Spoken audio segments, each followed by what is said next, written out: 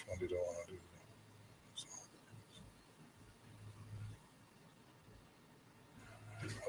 Turn this myself off.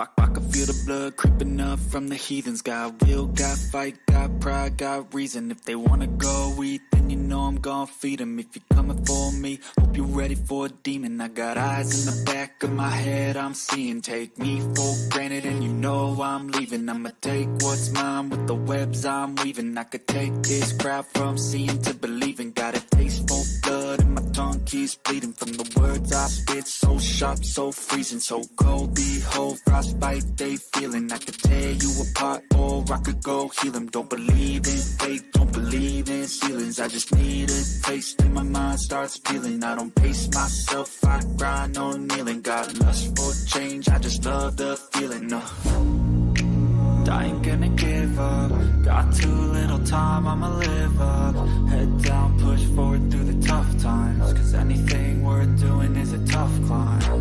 And I ain't gonna give up. Got too little time, I'ma live up.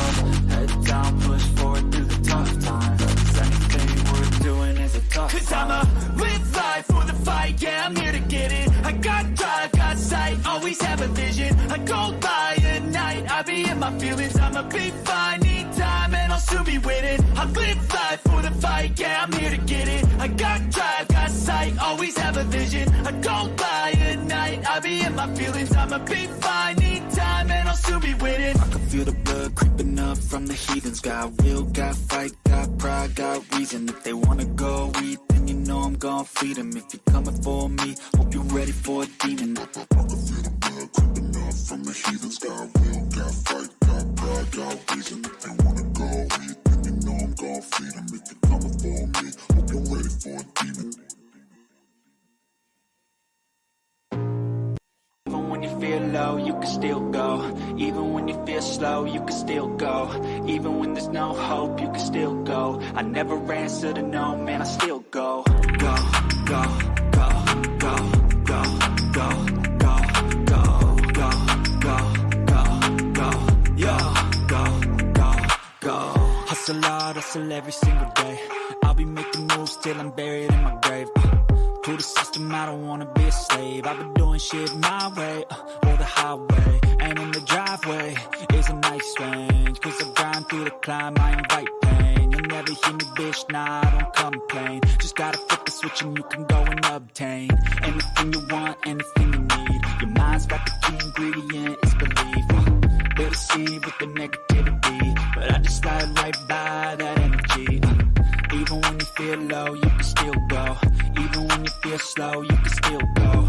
Even when there's no hope, you can still go. I never answer to no, man, I still go. Go, go, go, go, go, go, go, go, go, go, go, go, go, go, go,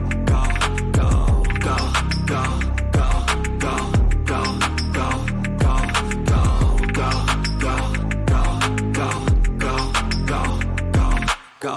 You got a mind, but even that could change. You could flip the gray matter like some batter in your brain. That's why I say, fake it till you make it A. And if you play that game, then you just might make a change. Rearrange all the bad to okay. Take the worst thoughts saying, turn them to a game. Take the best thoughts saying, put them on display. On repeat in your brain till you're feeling no more pain. Never slow yourself down, you can do some more. Push past all the pain and you'll find a door. Open it up and finally explore everything that you thought you could never do before. And even when you feel low, you can still go. Even when you feel slow, you can still go. Even when there's no hope, you can still go. I never answer to no, man, I still go. Go, go, go, go, go, go, go, go, go, go, go, go, go, go, go, go, go. Even when you feel low, you can still go. Even when you feel slow, you can still go. Even when there's no hope,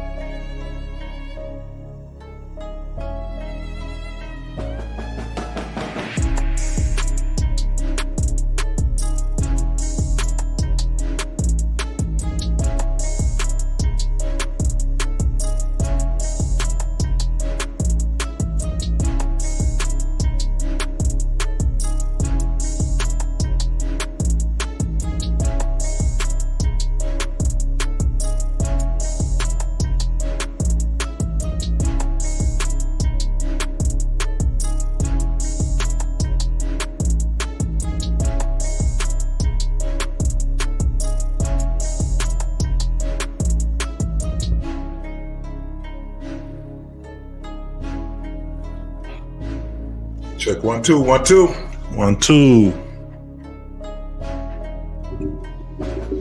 All right, we in this piece, y'all. Yo, what up, though?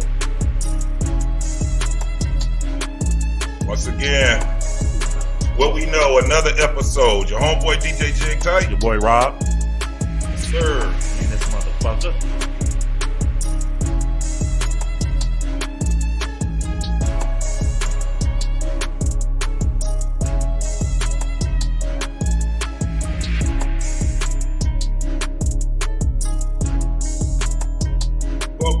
Welcome to another episode. But what we know, We in this thing, another day, another episode. yes sir. We in here, Talking that real shit today. yes sir. We want to welcome everybody. Facebook side of the game, What up, though? everybody on the YouTube, and if you are on the YouTube, don't forget to like, share, and hit that notification bell.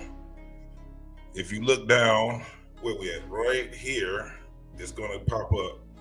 This is a call to action for everybody that's over here. Even if you're on the Facebook, go ahead and like, share, and well, you can't hit the notification, but you know, it is what it is. It is what it is. But we got a good show here.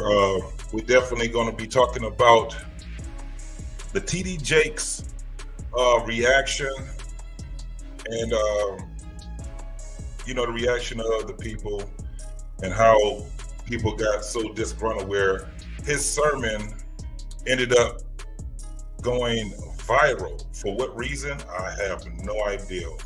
It was just to get people triggered, I guess. Yeah. But we will be breaking that video down on the real reason why he said that, what he was saying. And we have some people coming in on the panel also to give their opinion about what they heard, about what he said, or the opinions of people like Russ Parr. You had the ladies on what's the name of that doggone show? I don't know, some bullshit. Fox Soul, and what they had to say about that also. So it's going to be pretty interesting. And yeah, we're going to break it down. We're going to have the conversation tonight, y'all. Definitely have the conversation. So again, welcome. Don't forget to hit that like button. If you're on the YouTube, which I'd rather for people to be over on the YouTube side, to like, hit, to help that algorithm go, so we could get up to 5,000. We had about what, 3,000 subs right now. We almost there. We climbing up there. We climbing. So you know, that's a beautiful thing, man, for us to be pretty much getting up there in this YouTube side of the game, trying to get this bread, trying to get people to see what the message is overall, which is a better relationship with one another, whether you're in a you know, whether you're in an intimate relationship or you have a relationship with your family, with friends, you know, building a community. Basically, yeah. That's what we're talking about. But it's definitely going to be a nice, hopefully we have a great conversation. Whether you agree or disagree, it's going to be pretty dope. And then I'm going to drop the link later on in the show on anybody that wants to come up and give their thoughts. Anybody that wants to, you know, if they just want to give us a shout out or whatever it is, yeah. We're going to be definitely letting the people get over here and be able to holler at us. Yeah, most definitely. And make sure you guys follow our social platforms. You know, Instagram, What We Know _podcast. You can follow me on Instagram, Thankful_Robert. Also, you know, few more weeks, everybody. And I've been talking about the sports podcast, but the date is coming real soon. I'm thinking of the week of the 8th, second week of August. So finally, you know. We come Monday, we be in August. So yeah, I'm excited about the sports podcast. You know what I'm saying? Yeah, man, we're about to really grow in this YouTube world, man. So yeah. Yeah. So, and you can follow me on DJ underscore jig tight, DJ underscore JIGTYTE on IG. You can also follow my other channel. I don't know what I'm gonna do with it. That was my first channel I had, but you can follow me at DJ Jig Tight on YouTube. And what else? Oh, James Dunlap on Facebook. So if you actually want to follow me on Facebook, you can also do that too. I'll be acting a fool sometimes on Facebook. Can't act too much of a fool anymore because I don't want to be in Facebook jail. Absolutely. Yeah, I definitely calmed down on social media a little bit. Salute to the homegirl Jenny Morena. What up, though, Jenny? What up? Yeah, she be over there on Black Man Unfiltered. I'm glad to see you over here, sis. Yeah, That's thank what's you. up. Thank She you. look out for a lot of people over that way. She shout out your your links over to your channels and everything. So she does a great job at supporting a lot of these content creators, such as ourselves and a lot of other people that's over here on the YouTube side of the game. So salute to you. Don't take that shit for granted at all. And not at all. Not at all. all. Not at all. We out here trying to get in this grind, man. Hell We're definitely yeah. trying to get in this grind. You know, I'm amazed how all the good people we met on YouTube, you know, and I said this before, man, like YouTube is a excellent platform just to network, you know, and for years and years I never looked at YouTube that way. And this past few months, you know what I'm saying, being on Black Man Unfiltered show and all the good people we met on his show and from Information Man. Yeah. You know, this is like I really love the people that we network with on YouTube alone. Last night, man, we chopped it up. Before Ed, after the show, man, we didn't go to bed. It was Black Man did. He was still on, but man, Mandrell and a couple other dudes, we chopped it up all the way to 5 o'clock in the damn morning. I had to get the fuck on. Yeah, the barbershop was fun last night. We had a ball on the barbershop, man. But yeah, we had met a lot of people. In this past month, I met a lot of great people on YouTube. The conversations are starting to be better conversations. It's starting to be way better than people bickering and arguing, you know, on these platforms. That we're actually starting to use these platforms as information. You know what I'm saying? So with the,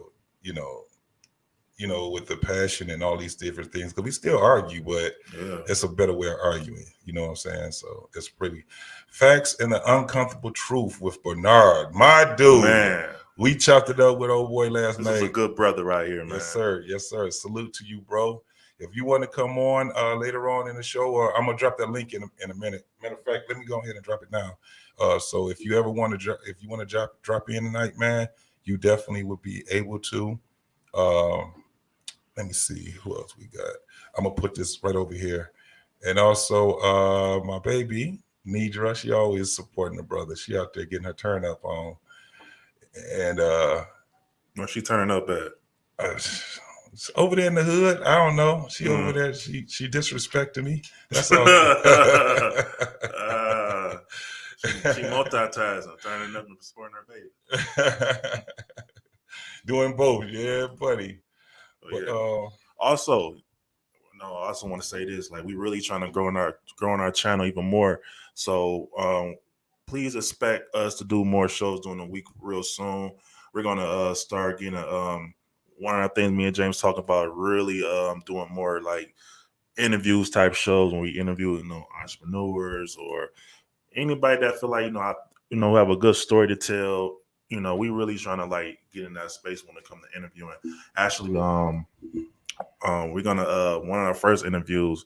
Well, I don't want to say if one of our first because the last person we interviewed was Meech, my boy Meech. Yeah. Shout out to my dog Meech. You know what I'm saying? He a chef too. I'm gonna get him back on the show. Me and him talk. But one of our first people we're gonna interview is Allison, who's gonna be on the show today as well. But yep, I see her back there. What up, girl? But yeah, man, we really trying to grow a channel. Like we said before, we're gonna work on try to hit these streets as well. You know what I'm saying? So I'm excited. It's Absolutely. about to. I'm telling you, by the time man, this fall, winter, man, the grind about to even be. It's about to be real. It's about to Yeah. be real, man. So Absolutely. So let's go ahead, man, and then let's put this panel on here. We got two of them that's ready to come on here so we can have this conversation about the bishop, the oh yeah, great Bishop T.D. Jakes, the man of the cloth, yeah. and the misconception of the message that he was given. So the first person we want to bring up is It's Miss. Allison, Big Al, somebody I could really call. I think I call my friend now because I feel like this. Like one thing about me and Allison, we went to the same high school, but I wouldn't say we wasn't we wasn't close. Like we seen each other, you know what I'm saying? But I knew of her, and I'm pretty sure she knew of me. But I feel like this last a couple, maybe a month, we know what I'm saying, we really really created like a little bond, you know what I'm saying? So she's cool as fuck, she have an open mind about a lot of shit. So yeah, shout out to my dog Allison, aka Big Al, you know what I'm saying, is in the building. The feeling is What you up mutual. to? I can't call it. I'm day by day. Day by day. Yeah. I feel you. Day by I be day. looking at the videos, man. That food be good as hell. I'm like, boy, I gotta make me some of that. Thank you. You Thank was you. killing them with it. Thank you. Absolutely. Absolutely. So the next person is what we call the resident irritant. That's my girl all the way from Boston. Is Boston Beantown? I think Beantown. Boston, ain't that what they call it? She'll tell us when she come up here. Give it up for the home girl. Sunshine. Sunshine. What's happening in Boston What's is going on? the Bean Town. It is. It is Beantown. Boston baked beans. Absolutely. Hmm. Absolutely. What's going on with you? Oh, nothing. I'm over here at the little bat cave. I ain't in the house tonight, so that's good.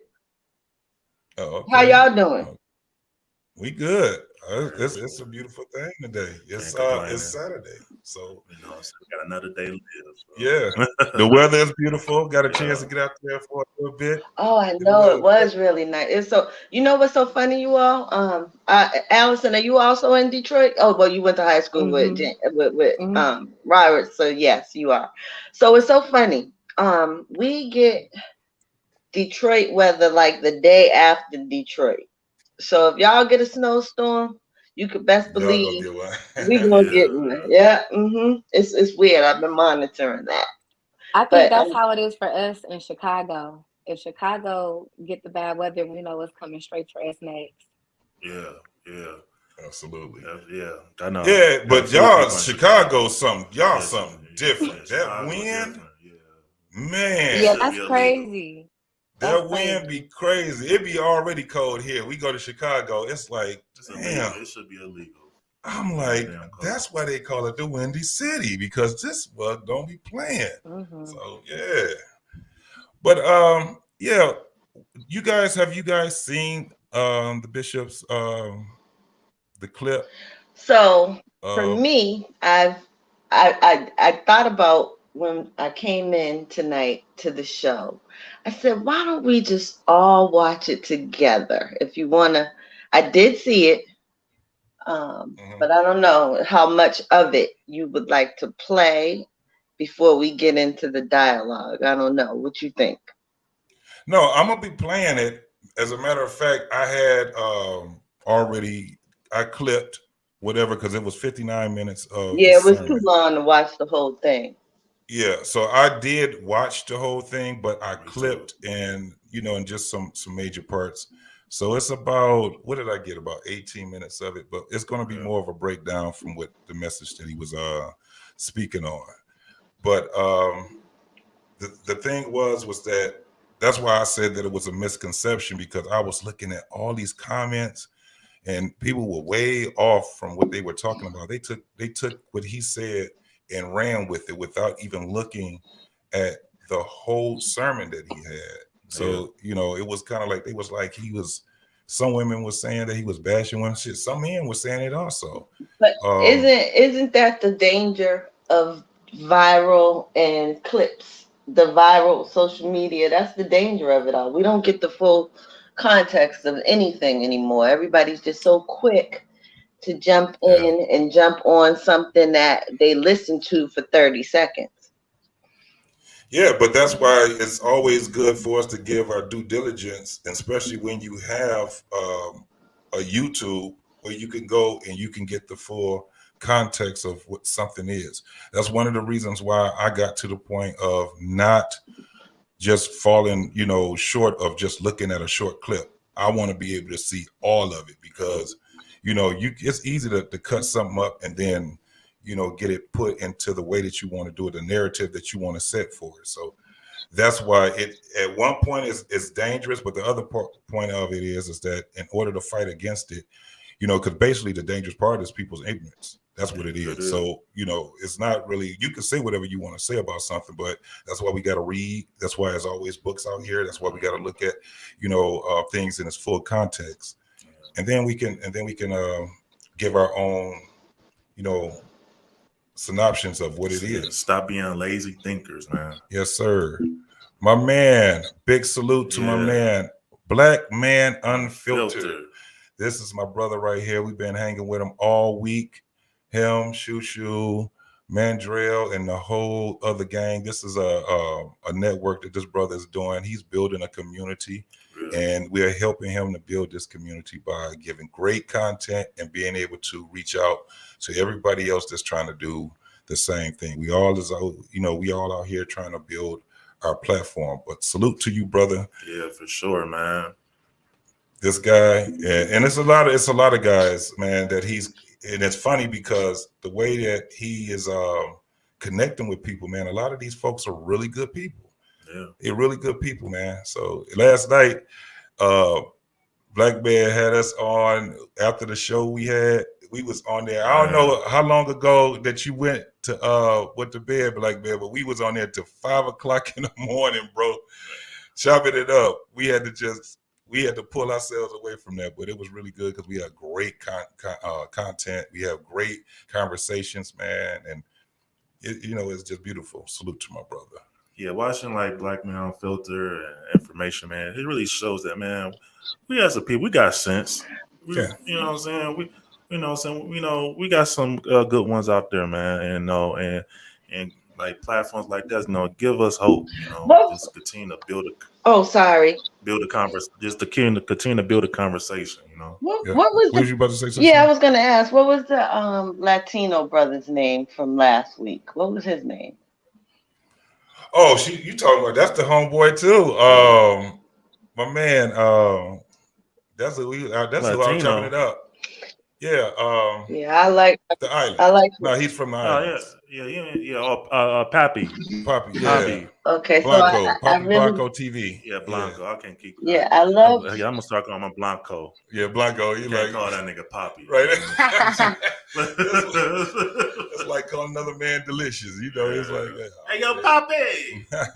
No, I love what he brought to the show, and just to say this, Information Man, and what's the other one you just said too?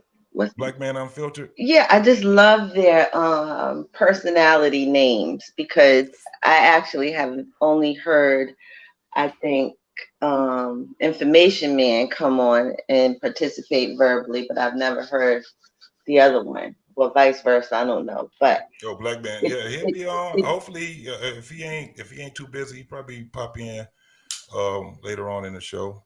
But basically, their personality names gives me an idea of what it is or who they are. So you know what I mean? Absolutely.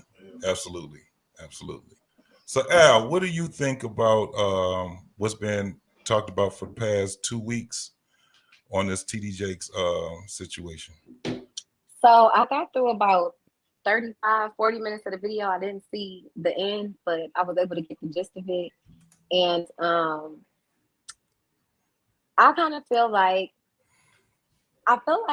people are no longer entitled to their opinions. One, people really want you. A lot of people, I feel like, want you to adapt a one-track mind of thinking. And so when people hear opinions that don't match their own, they automatically just don't. The first instinct is not to try to listen to understand. It's to try to listen, to respond, and make you change your way of feeling, of thinking. And I feel like from his age range, given how old he is, how long he has been on this earth, how he was probably raised, type of environment he probably grew up in, I definitely think that if a different part of that clip would have been the one that went viral, if a different section of that sermon, I guess, would have went viral, the same people that are kind of attacking him would also be, it would be the script would be flipped, because he really didn't say anything wrong. He made valid points. A lot of the things were his opinions. But he wasn't just attacking the men or attacking the women. He was holding both parties accountable, because it takes two to tango. That's like the oldest saying in the book. Women aren't able to necessarily thrive in their femininity, but it's not because they don't necessarily want to. To an extent, it's hard to find environments where women can really thrive in and be in their femininity. And you have to think of, we are the generation, I feel like my age group, and I'll be 30 next month. I feel like we are the generation. I have older parents. My dad is in the 70s. My grandma was born in the 1920s. So I was raised different. That's funny, because your parents are my parents' age. Right. So, yeah. I was and my Yeah. dad is from Alexandria, Virginia. So he grew up in the South, and he grew up like during the time where it was like actively legal to have things segregated and colored this and whites this. So I was just raised kind of different. But as I got older and I started understanding things, it kind of got to the point where, I understood that the things that my mom were telling me, the things that I saw my grandma do, it wasn't necessarily the things that they believed in. It was the things that they were taught, the things that they were kind of, in a way, forced to do, the lifestyles that they were forced to adapt to. And I don't think that those generations ever truly of women really had the opportunity to be free thinkers and follow their dreams and their passions and things of that nature. A lot of these people, they reflect on the older relationships and they're like, my grandma was with such and such for 40 years. They died together. But it was a different time. It was a different environment. And women have definitely lost. Women are always going to be nurturers. Women are always going to have the ability to be feminine. But our environment is not always going to allow us to do that.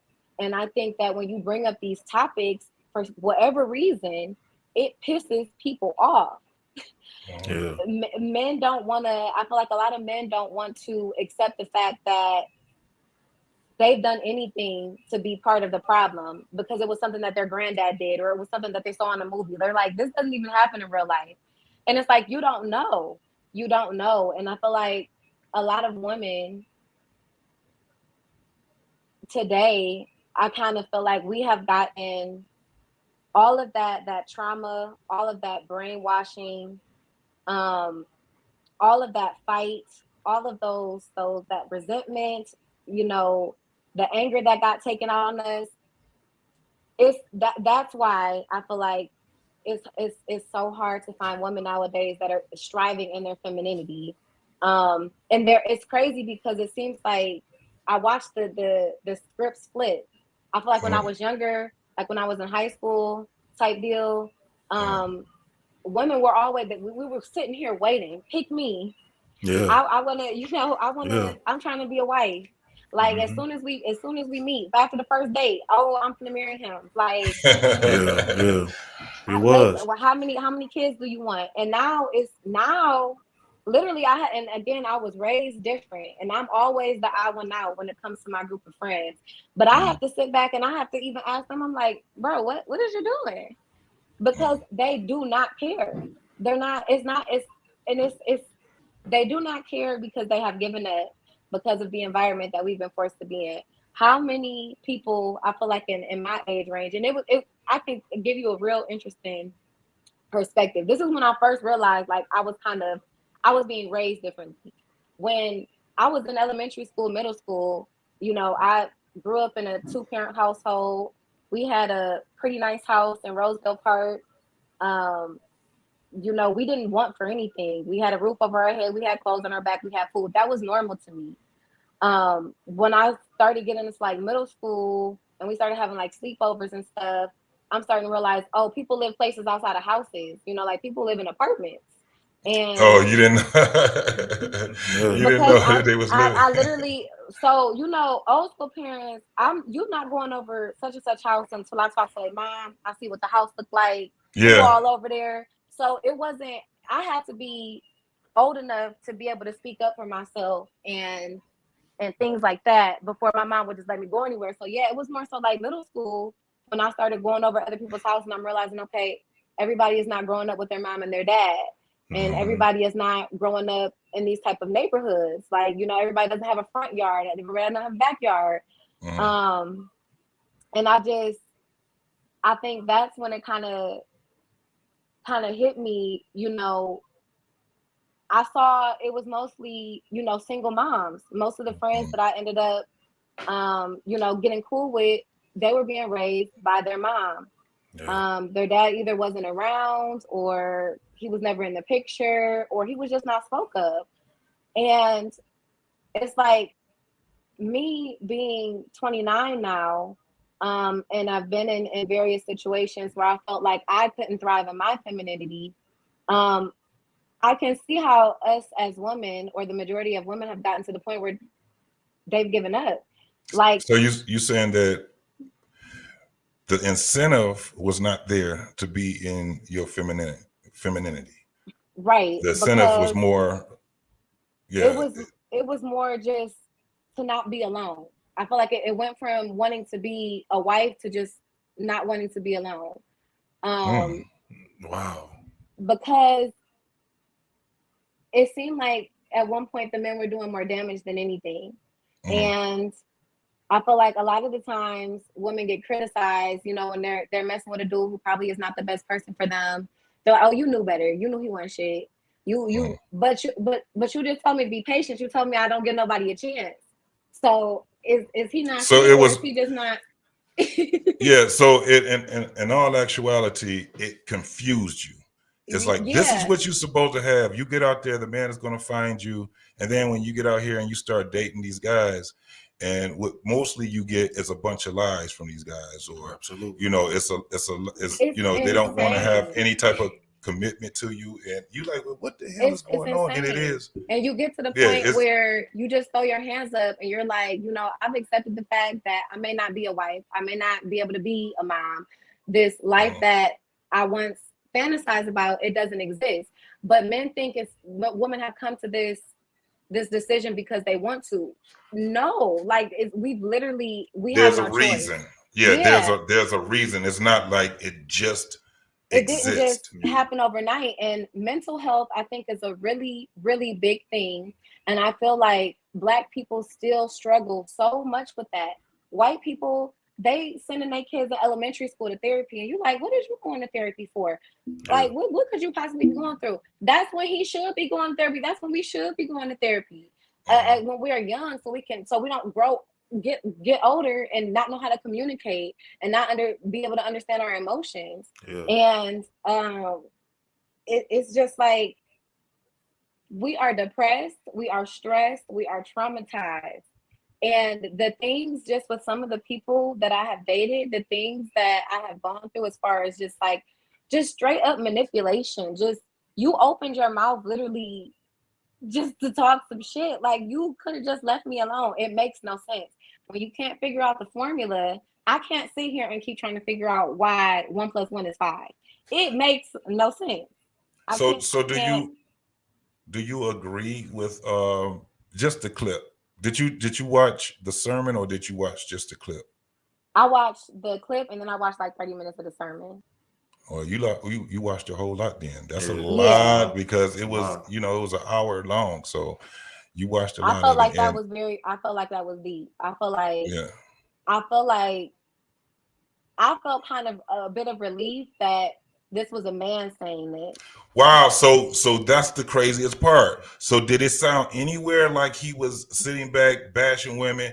Did he sound anything like Kevin, what they say Kevin Samuel sound like? He sounded like an older man He sound that like actually got it figured out. he sound like he's stressed because he don't know how much longer his family name is gonna be able to go on. He is tired of Yeah.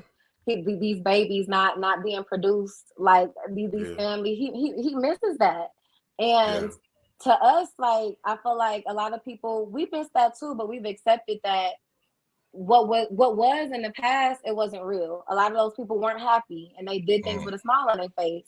And we living in our reality now are just like, it's not worth it. A lot of people feel like it's not worth it.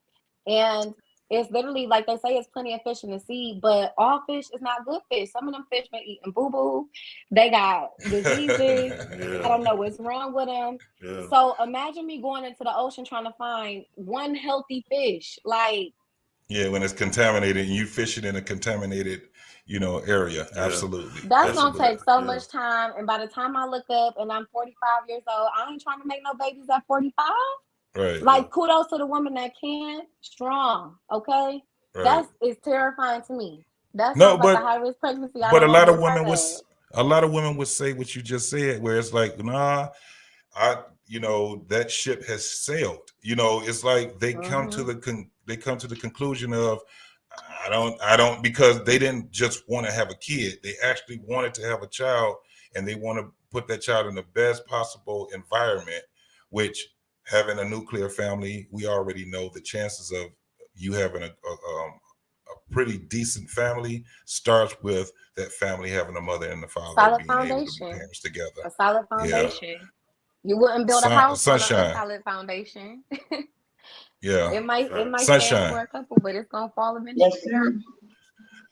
So you said it. This was earlier in the week, but when you saw the title of the show, you responded where you said it was fair, pretty much unfair to make the assumption that that those people's opinion was it was taken the wrong way.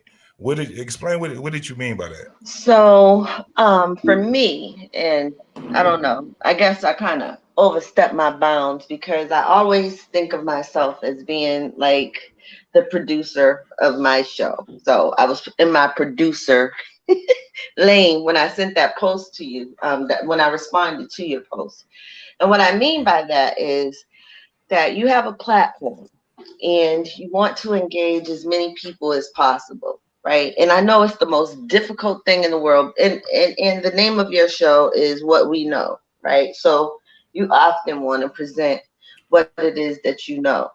And I think you titled the post, you titled the show, How T.D. Jakes, what he said was misperceived, right? And that Yes, I said alone, a right, discussion on Bishop T.D Jakes' sermon, and the clip was taken out of context. right. So when you say that, that automatically allows people to feel as if their opinion, if they disagree with your how you describe it as being misperception, because you know that you believe it was taken out of context, but you also know that there are many people who basically feel as if he said what he said and he meant what he said the way that they interpreted it. And that means that the way some people interpreted it was that he was belittling specifically Black women in the workforce or whatever it was. So I was just saying that's a slippery slope. If you want people to engage, you don't want to automatically turn them off with your opinion, because you'll find that people will feel like slighted or silenced, and they won't necessarily want to engage because they feel like you set this platform up to be what it is that you want it to be, and not to be open to other opinions. Now, I know that's not how you think, but when I saw the title, I was like, yeah, but other people might feel differently. That's all. It's no big deal. I just Yeah, but I mean, people gonna take it how you want to take it. You know what I'm saying? So it's like we can't be too caught up with like how we title our shows if people gonna engage in it or not. You don't want to engage in it, don't engage in it. Don't engage in it. You know, to me that just shows. It honestly, it'll give me a better understanding of who you are, because it shows that you're not even having an open mind enough to just really understand where we're coming from by just watching the show. You know what I'm saying? Like we was talking about, people take things out of context when it comes to watching clips. People do the same thing when it comes to titles. When it comes to titles, and that's what and the title is a title. Sometimes you have people that say something that means something totally different. It is to get people involved. So even the way that I did it, if a person this is the greatest thing about having platforms like YouTube, where if a person actually has a disagreement with you, let's have the conversation. If a person does not, they have a disagreement and they feel a certain way and they don't want to talk about it, fine. I don't care.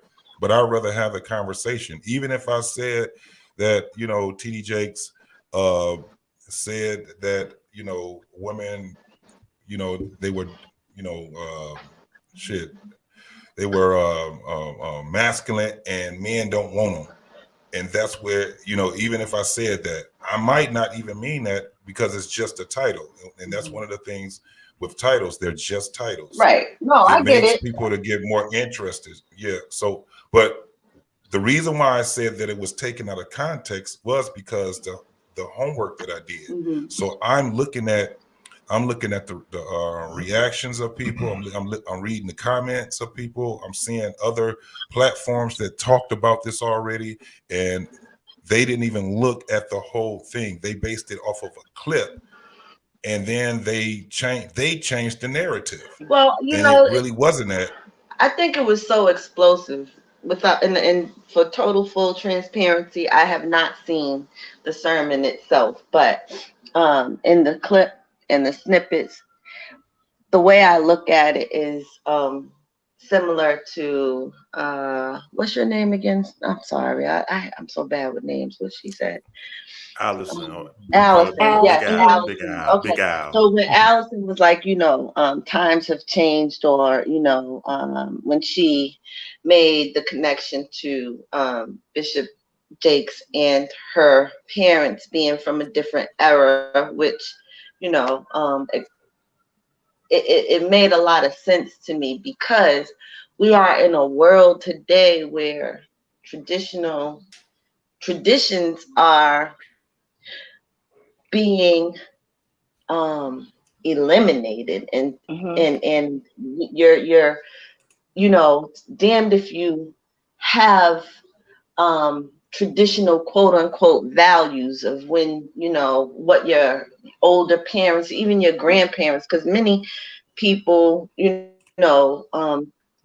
young people such as Allison and Robert's age, I'm not saying this is you all, but some young people their age were raised by their grandparents, so they one generation removed received the values of someone the same age as the Bishop, Allison's parents, our parents, James, because my parents are around the same age as Allison's parents too.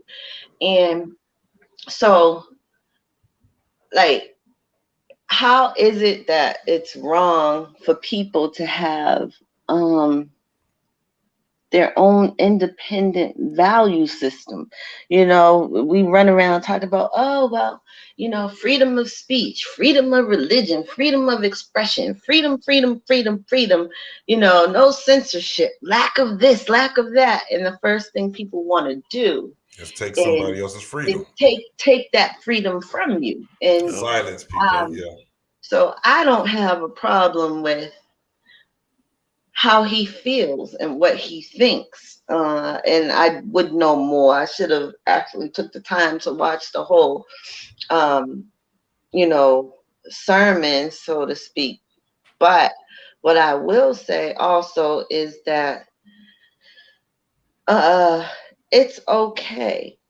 It is okay that he feels that way. It's okay if you don't agree with what it is that he said. If you don't think that there's a problem with gender roles and nonconformity, then that's on you. But there's many of us in the world who have ideals and values that we, practice or, are embedded in who we are. And so I feel like that's one of the main issues, is that with all of this gender roles, nonconformity, I identifying as who you are, I think that anybody should be able to practice whatever it is that they want to practice. But don't get mad at me because I ain't trying to be up all in your practice.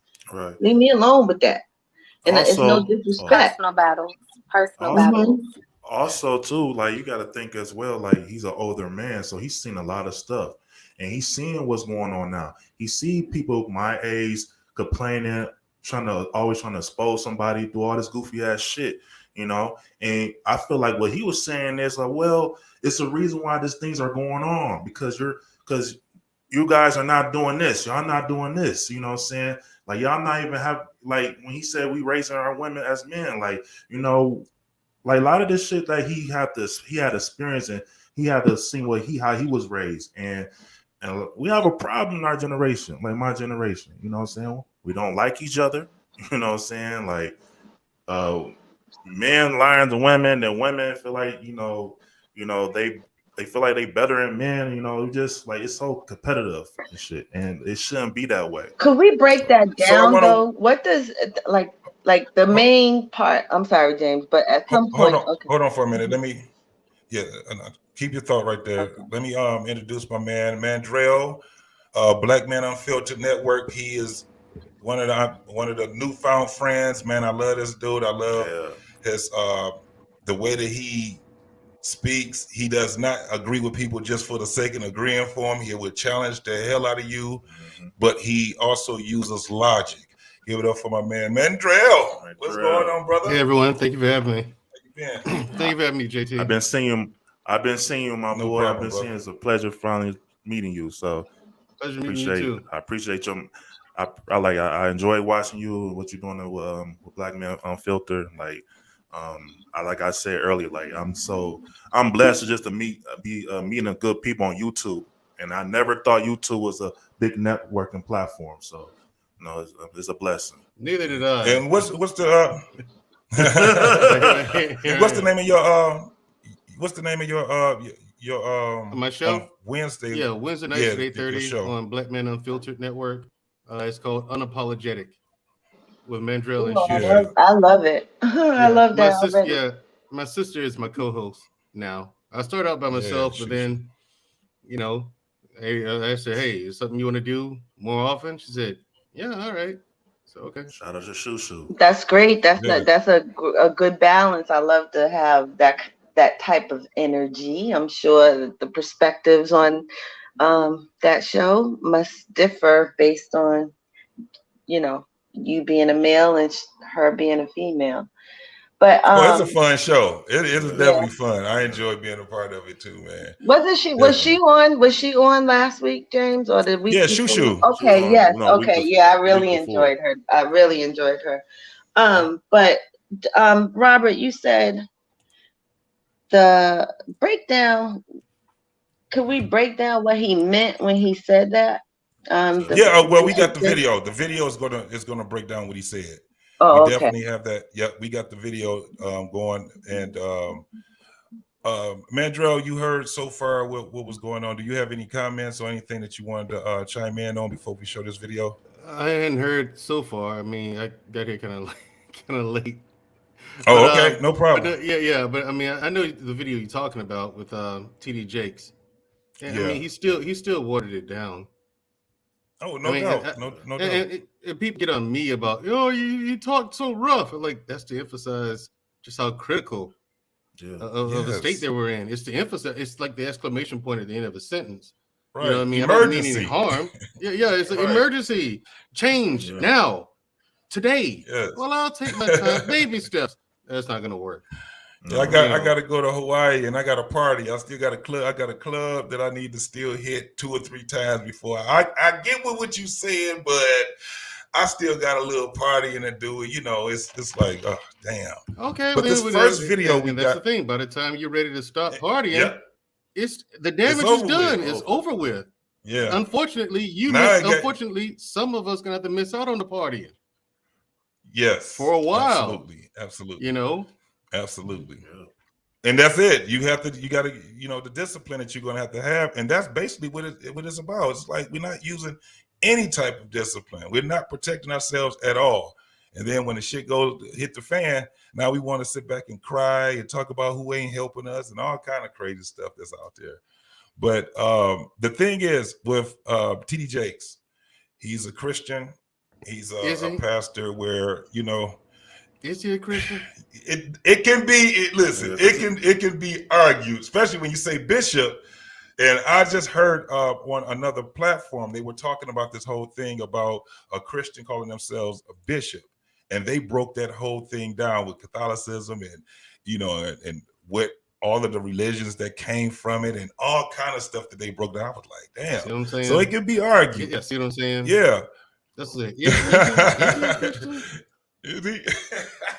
He don't push religion. Because you look at Creflo Dollar, I'm like, nah, that's not a Christian. Nah, that's Eddie Long. Creflo Dollar. He wasn't a Christian. Different. Absolutely not. He was a poser, an infiltrator. Yeah, that's the Reverend Ted Haggard. Yeah, just the name itself, man. Yeah, right, the Reverend Ted Haggard. If y'all remember him, Jimmy Swaggart, another one. Jimmy Swaggart. I have sinned. And then people are asking me as a grown man, well, Mandrell, I'm like, are you telling me as a grown man I'm supposed to take that seriously? Right. I'm just saying, ladies, why would you pick a guy who takes that seriously? I follow God. Do you? How do you know what God wants? Well, the Bible says, well, we all know that the Bible ain't. No.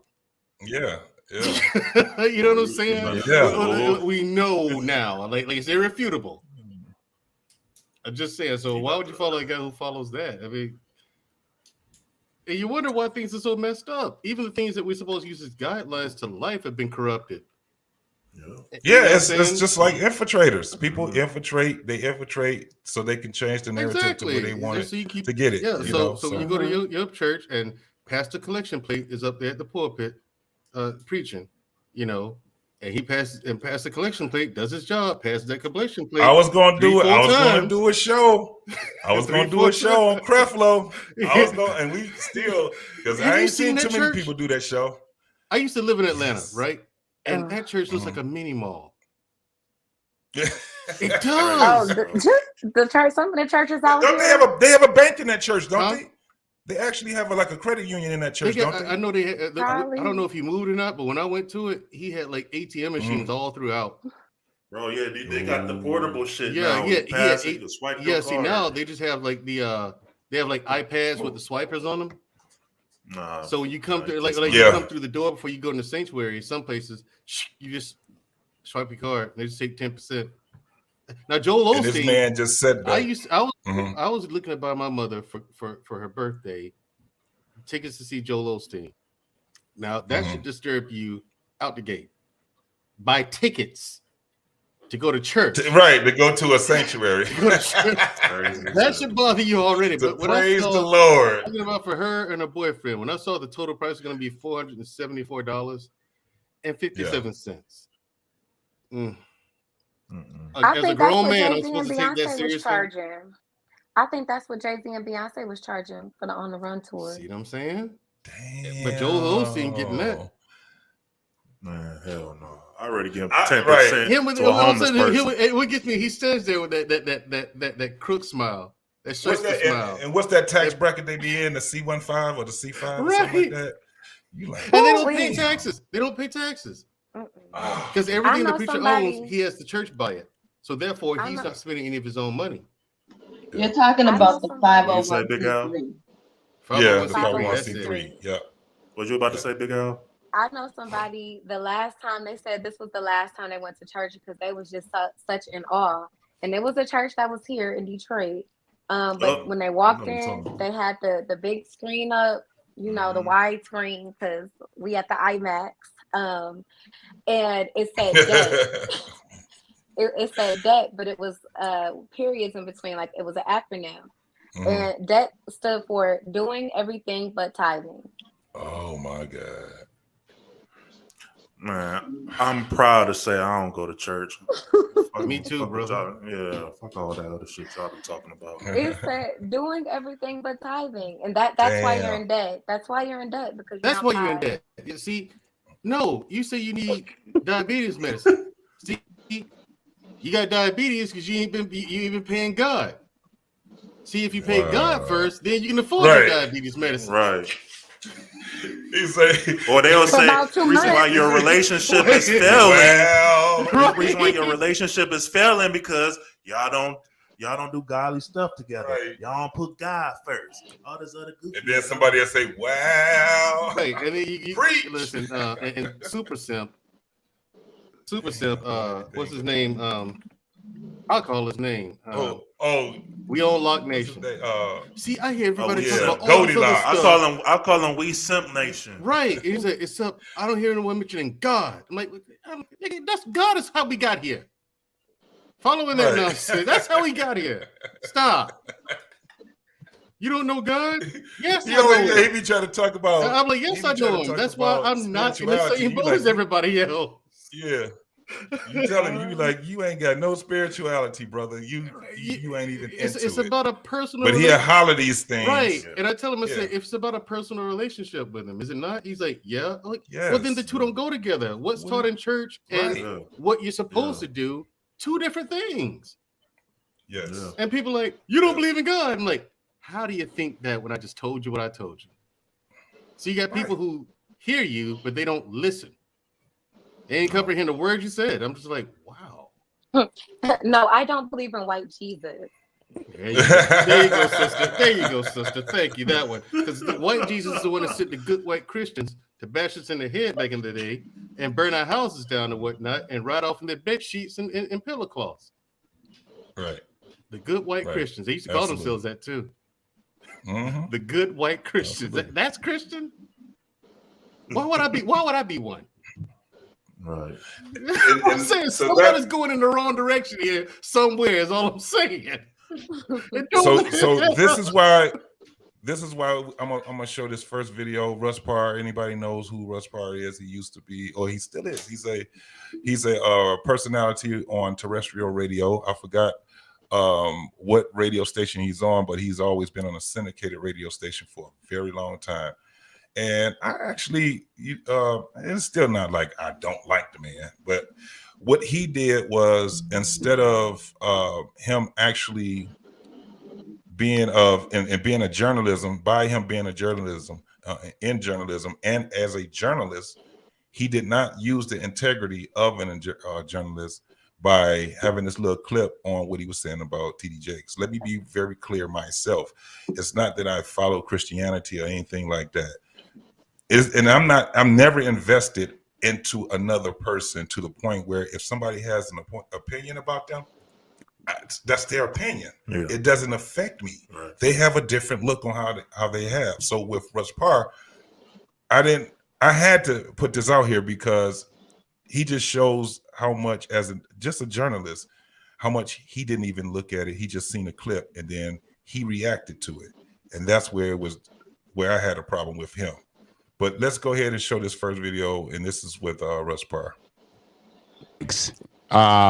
Interesting. He said something very interesting. We're raising up women to be men, and you are not applauded for your femininity. You are applauded in the contemporary society by how tough, rough, nasty, mean, aggressive, hateful, possessive you are, and you are climbing the corporate ladder, but we are losing our families. I I know you can buy your own car. Wow. I know you can buy your own house. But until you create a need that I can pour into, I have no place in your life. So stop coming home bragging to me about how much you don't need me and wonder why I shy away. Okay. Didn't know that T.D. Jakes fostered those kind of beliefs. Misogynism, all kinds of... This is where it get to the point where he was talking about misogynism. And I really hate that word, bro. And he was saying, I did not know. That's not a word, though. Misogynism. Right, misogynism. Then he said all of the isms right there. I don't know about y'all, but that sounds like a dude that basically says, you women need to know your place. So you better take your shoes off, get in that kitchen and get pregnant. I don't quite understand. And I have a lot of admiration for T.D. Jakes, and I don't necessarily agree with everything he does, but this is one of those things that I don't agree with him on. You know, to minimize the accomplishments, especially women of color, in this society is to me, it's a little devastating, especially people that admire him. There are a lot of women that have to go to work every day and battle so many battles, not just with their female counterparts, but their male counterparts, their black ones, their white ones, and so on and so forth. And yes, you want to come home and feel proud? You embrace that woman. You encourage her. You have her back. You don't crap on her. You don't tell her that you don't have a right to apologize. There's a reason why black women outnumber men enrolled in college by almost threefold. There's a reason. So you have to be demonized for being successful. And this whole thing of like, basically, you know, if I'm reading between the lines, and you guys might see it totally differently, so that's cool, you can disagree with me, but this is about knowing your place, knowing that you have to be subservient to a male. Maybe I'm taking it too far. I don't think so. That's how I took it when I first heard it. This is troublesome for me, especially coming from T.D. Jakes, who I think is a brilliant mind. But then again, we're not, you know, monolithic where we all think alike. I get that. But to me, this is a slap in the face of every woman of color that walks on this earth. You better know your place. How dare you brag about your accomplishments? Do we have to listen to more? It's tougher. I have a daughter. I work with black women. I know what they have to go through. I know the pay disparity. I know the discrimination. I know they look for excuses for you to be like, oh, angry black woman. That's the reason why you should be angry. That crap right there. Because this is the kind of beliefs that you foster. Because you went to school and you accomplished, men need to step up instead of bitching and moaning. Stop being babies. Stop crying, TD. That's my rant. That's my rant. Yeah. I'm sorry. Did he say anything about black women, though? See, here's the thing. We'll get to it. Go. You see, here's the thing. This is why, when I hear stuff like that, this is why when I show up on a panel at any given time, people have the reaction on their face like, this guy showed up. Right. You know what I'm saying? People make the reaction. People act like, you're right. People act like Darth Vader shows up. I'm just like, no, listen, that nonsense is ridiculous. What he's done is not only minimize, but completely dismiss all the pain and frustration and the experiences that black men are out here verbally telling you that they're going through. You know what I mean? He said, ladies, this is what you're doing, so stop it. And men are giving you the answers. And I've said this before. I think it was on Suzette Speaks platform. I said, and it hurts me to say this, but from my observation, black women seem to be the only group of women who can be given the answers to the exam and still fail. We can tell you exactly what we want, what you're doing to hurt us, but you keep doing it as if we didn't say anything. And it's to stagger the imagination. Like, I don't understand it because we want black women. I want black women. It just seems like it's, from my experience, seems like it's just too damn bad. Black women don't want me. And that's fine. And isn't it crazy that I'm fine with it. That's cool. But if you see me with something else, don't get mad at me. Becky with the good hair. You're right. If you see me with Becky with the good hair, don't get mad at me. In fact, I've been told by several black women while on dates with them that I should go date other women from other races. They flat out told me to my face. So I was like, what the hell is this? I don't understand it. Why would you tell me to go do that? You as a black woman, what is in you to look at one of your best and brightest, not to toot my own horn, but it is what it is, to look at one of your best and brightest and tell him to go with someone with another race, marry a woman from another culture? What? Why don't you want it? And if not that, then what is it you're looking for? If it's not me personally, cool. If I'm not your flavor, I'm just not your flavor. I'm fine with that. It is what it is too, on that front too. But what is that? Ladies, help me understand that. Not even my sister can explain this until me. She's a black woman. So I don't know if I other can, black women. I don't know if I can explain it from my point of view. I think that like kind of like I was saying earlier, I think in the last episode that we did, a lot of women and men, but I'm going to talk about women, have been sold this dream, and they live in this false reality that they can have this Prince Charming fairy tale relationship that they've never seen with their own eyes, that they've never experienced, that they've never known to exist outside of what they've seen depicted to them in Hollywood in these movies.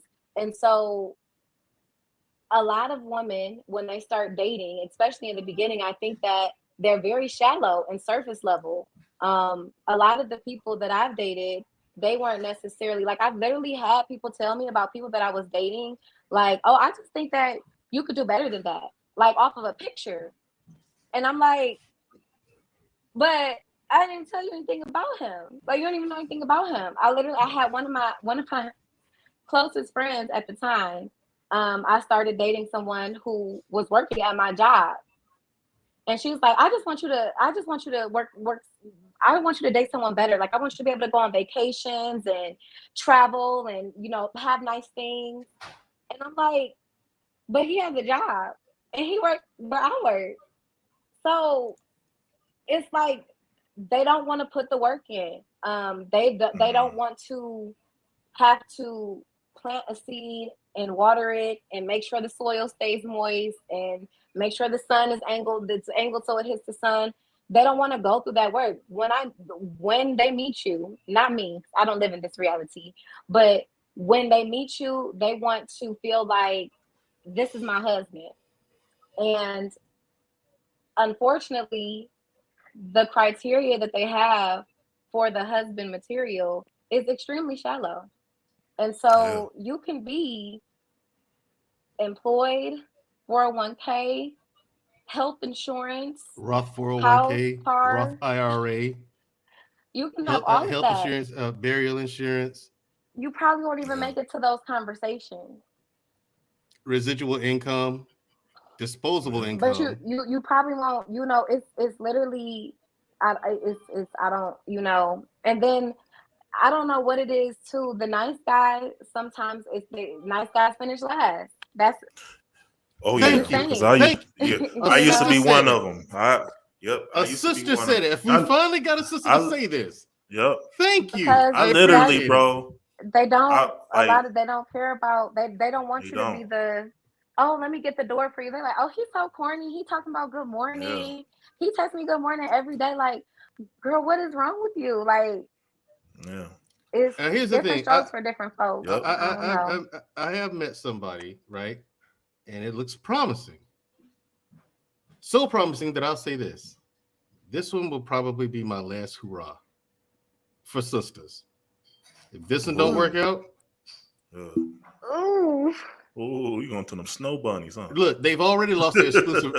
Sisters have already lost their exclusive rights to me years ago. I was like, okay, I gotta open my scope. This is getting stupid. Okay, I gotta broaden my my shot group. Okay, because I gotta go into a bigger hunting ground because this is ignorant, right? And so I started dating women of other cultures, other races, and everything's fine. What I learned? There's not much of a difference there. They're women. You know, you have shallow black women, shallow white women. So there's nothing better between the different races. It's not. You know, same thing with Latinas. They're shallow too. It's like there's not much of a difference here, other than you being from different cultures. That's about it. Yeah. I mean, because I think it's just a woman thing. It's not. I mean, we say black women this and black women that. I think it's levels to it. I do think it's levels to it, and I feel like statistically, black women, well, I'll say women of color, but I think statistically, just growing up in the type of environment that you're going to be in, it's hard to know how to love when you haven't seen it, and you're trying to figure it out as you're going. And I feel like, you know, there's way more white people that are growing up in 2-parent households and not struggling about, they're not worrying about food or how they gonna pay the rent or pay the bills. You know, there are white people that struggle. Yes, I'm aware. You know, white people tell me though, they tell me we ain't shit either. Like I've been told, I'm telling you. Yeah. I ain't got that too. Right. You know, I can agree with that. So many of them would tell you to say that same thing. Agree with that. But a lot of black people, no, a lot of white people will also tell you that money can't buy happiness. But a lot of black people will argue that with you because, again, we just come from two different environments. And yes, if you're aware enough, obviously money cannot buy you happiness. Happiness is not a physical object. But if I am having a bad day and I don't want to come home to roaches and rats in the hood worrying about getting evicted, I'd rather come and cry in the mansion. If that's the option, it does feel better. Your environment can make you feel better. And I just feel like black people and white people, I can't say all cultures because I don't, you know, it's different. Like I said, there's levels, but I feel like a lot of the black men that I've heard give feedback on why they like women or date white women is because they're calm. They're more calm. They don't have the attitudes. They don't have all that trauma necessarily that black women have. They don't have those bad memories. They don't have anything. They're not scared to go back to something. Like, I can't let you take me back there because they came from everywhere. They came from a good area, so they don't know. But it's not always about a race, though. Yeah, it's not dedicated to it's not dedicated to race. And I hear a lot of guys will say that, but this is the thing. It's not. It's about the person, the environment, how they were raised. Has nothing to do with that because it's the same thing with other women from other races. They're very crass. You got a lot of women that can be very crass where it doesn't matter about the race. It's about what your foundation was on how you were raised. Yeah. And then after how you were raised, now how you maneuver in the world and the experiences that you have in the world and your ideology. So it's not, and that's the thing we may have to break. We have to break that whole thing where, because like when you talk about black women are, you know, they just not dateable. It's white, Indian, Asian, it's women, certain types of women that are not. And it has to do with their ideology. It doesn't have anything to do with their. They are. Here's the thing. People say, because I've had this discussion with my sister. She's like, you guys always talk about black women having bad attitudes, and that's the problem. I said, no, that's not it. She said, yes, it is. And black men, I said, people are confused and they're not paying attention to what's actually going on. What do you mean? I said, I've dated Latinas. Y'all, there are Latinas out there that's putting y'all to shame. Let me tell you. As far as attitude goes, there's Latinas. As far as attitude goes, they're terrible. There's Latinas out there putting black women to shame. So it ain't the attitude, because y'all don't have the worst attitude, in my opinion. Also real shit. So here's the thing. What it is, they won't push you away. Black women will be quick. All right, this doesn't work. I'm out. Yeah. You guys throw in the towel faster than a speeding bullet. You quit. That's crazy. What it is.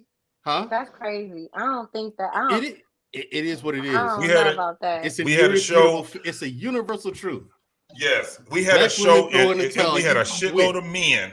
We had a shitload of men that had basically the same story. The same, even when you look at who ends the relationship, women universally, yes, black women by a long you run, guys quit so fast. Any side, the first side of trouble. That's the perception, though. Come on now. No, it is. That's what it's I'm not a saying. perception. That is That's a that fact. because We about to It's reel not a this thing. perception. What brothers are leaving the relationship? Listen. Crickets, Hold on. exactly. Leave. We don't No, leave. they leave. We don't They leave. Let me get in here. Just real because quick. they First, come back, don't mean that they didn't. No, you leave and we come back. You left though. No, But you did No. leave me. Yes, you did. You know what? You broke my and you know heart. why? Let me tell you why most men would I not did leave that. I know the it, but, hey, you relationship. didn't have to leave. Yeah, We but could've this is the worked it thing. out. that's the Most thing. men, most men Y'all don't won't wanna work leave, it out. especially if they married you. They are not going to leave. If they got any kids with you, and if they married to you, it's way worse But for a you man don't to get leave cookies you. for that. You don't get No, because but at here's the the end thing. of No, the it's day, not about having. It's not It's about not that. about getting Yeah, cookies it's not for about it. that. What I'm saying is that What we're is saying- the ultimate. To me, that is the big S problem that we need to solve for. It's not the only one. End it. Yeah, it's not the only problem. We got our work cut out for us. But the biggest one that I've I don't seen, know. I'm like, that's it. A guy. Now, granted, I'm not saying she left for no reason. You got Right, some trash dudes right. out there. You got dudes who put their hands on you, which is an absolute no in my book. You got guys who That's cheat. what I'm saying. You got guys like, who cheat for whatever reason. it's Now, Now levels. the But here's the reason thing. is one thing, but we're saying leaving, regardless of the reason. You got because you also have a lot of women who are taught to leave at the first sign of trouble, and that's the problem. That's that right red there. flag shit that they talking about. You're taught to leave when things don't work out. And it's in you, but without you even noticing, I'm saying sisters don't even know, most of you. You don't even know that it's there, but it's in there. You leave. You don't need a man. Go get your own education so you can take care of yourself. All that subliminal training that you get, go get an education. Don't rely on a man. Don't depend on a man. You don't need a man for nothing. You can raise that kid on your own. All of that hits you. And so See, then, I don't agree with any when of trouble that. comes, Like, I don't when trouble agree with none of comes, you that. say this: I can go do it on my own. That's when that programming comes in. I can do this on my own. I don't need you. I had an ex-girlfriend tell me, "You're a want, not a need," to my face, and we weren't even arguing. It wasn't even an argument. A lot It of was women that would tell we a were just man having a that. casual conversation, and that came out. Okay, but Like, could that be? Could that have want been? wow. Okay, but could that have been because of you? No, Who you I are? didn't do anything wrong. I Like wouldn't said, even it say wasn't an you. argument. We weren't in an argument. We weren't in a fight. We were just talking. No, much like we Right. do now, just having a casual conversation, right? And then we're talking, about how our ideologies on different things, just and we're already in a relationship at the time, so and we're comfortable with each other, talk about whatever, And so all of a sudden they came. I was like, where'd that come from? She said, what? Oh, me being a want, not a need. She said, well, it is. I mean, I can do this and stuff, that and the stuff other on my own. I was doing it before you came here. I can do it after you leave. I'm like, but that's the problem. I said, right do you there. think A it's lot of women safe will weaponize that to shit. take that attitude? And here's where it came out. When shit got serious. When I showed her the house, because we're talking about marriage. So, okay. She said, yeah, so what are you going to do with your stuff when you move in? I said, do what now? What are you going to do stuff when you move in? Because she had a house. I said, oh, I'm not moving in your house. So what are we going to do? We can't live in two different places and be married. I said, no, I'm going to build you one. So I went to a builder looking at building a house. And I brought her with me. So when she saw, I let her pick up the floor plan. First, she was shocked at the kind of houses I'm talking about buying. Her eyes got this big. You know what I'm saying? So when she looked at the houses and stuff like that, I let her pick up the floor plans. We went out and looked at the model homes and everything like that. Homes that are already like damn near done, being built, same floor plan, everything. She's like, floored by it. So okay. And then here comes the weird shit. Yeah, why don't you get the house? We get it with your information. I said, yeah, I'm gonna need your credit information and stuff like that, so we can give it to them, so they can run our finances and stuff, for qualification purposes. No, why don't we just do it with yours first? Okay, that was number one.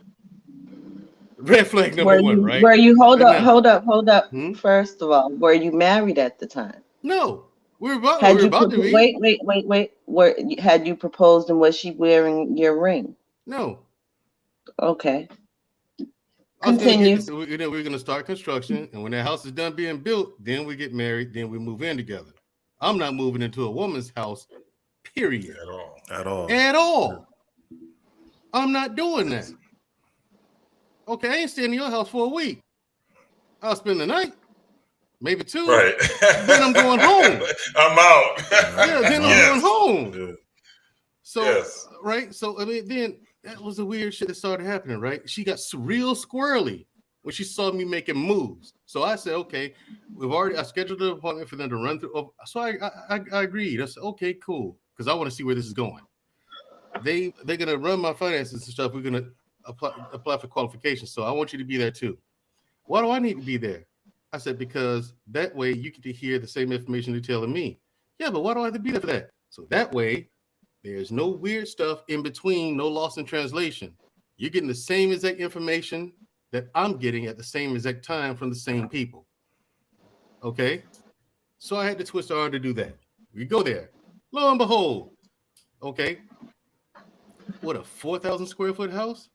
Qualified, no problem. Credit score, ace, finances, there. Whole 9. Okay?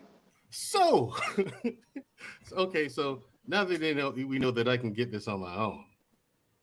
You want to add your name? No, let's have my name after we get married. So that way, I said, look, if we do it now, you get half the equity in the home. Well, we can do that later. Why would we go through the pain in the ass of doing that? Right. When we can do it right now. We can do it right now. No. Okay. All right. So I knew right then, if I'm offering to do this for you and you're acting squirrely about that, I know what time it is. Come on, ladies. What time was it? It's time to start planning your exit strategy. Yes, because he was showing her. This is the thing. What he's saying is this: women would talk about what it is that they want, and when you got somebody that's serious about giving it to you, now all that talking you was talking, you get scared, especially when a man is sitting back talking about making moves like purchasing a house, and not just no little bitty house. This is something where he's like, I'm scared of what? This is the thing. Scared of what? And it ain't a used house. I'm gonna have you have this house built from the ground up. Yeah, because there's a form. Okay, but this man is he did a lot committing of to. talking. This man is. Wait, hold on. This man is committing. He did a lot of listen talking. with the. What talking? What? Everything I ever told her, I did. But no. I understand what you're saying. That everything you said that you told her, you did, right?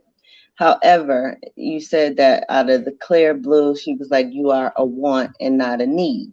And then you said that, over time, you realized that she was being squirrely, like she would be non-committal to certain things, specifically getting the house.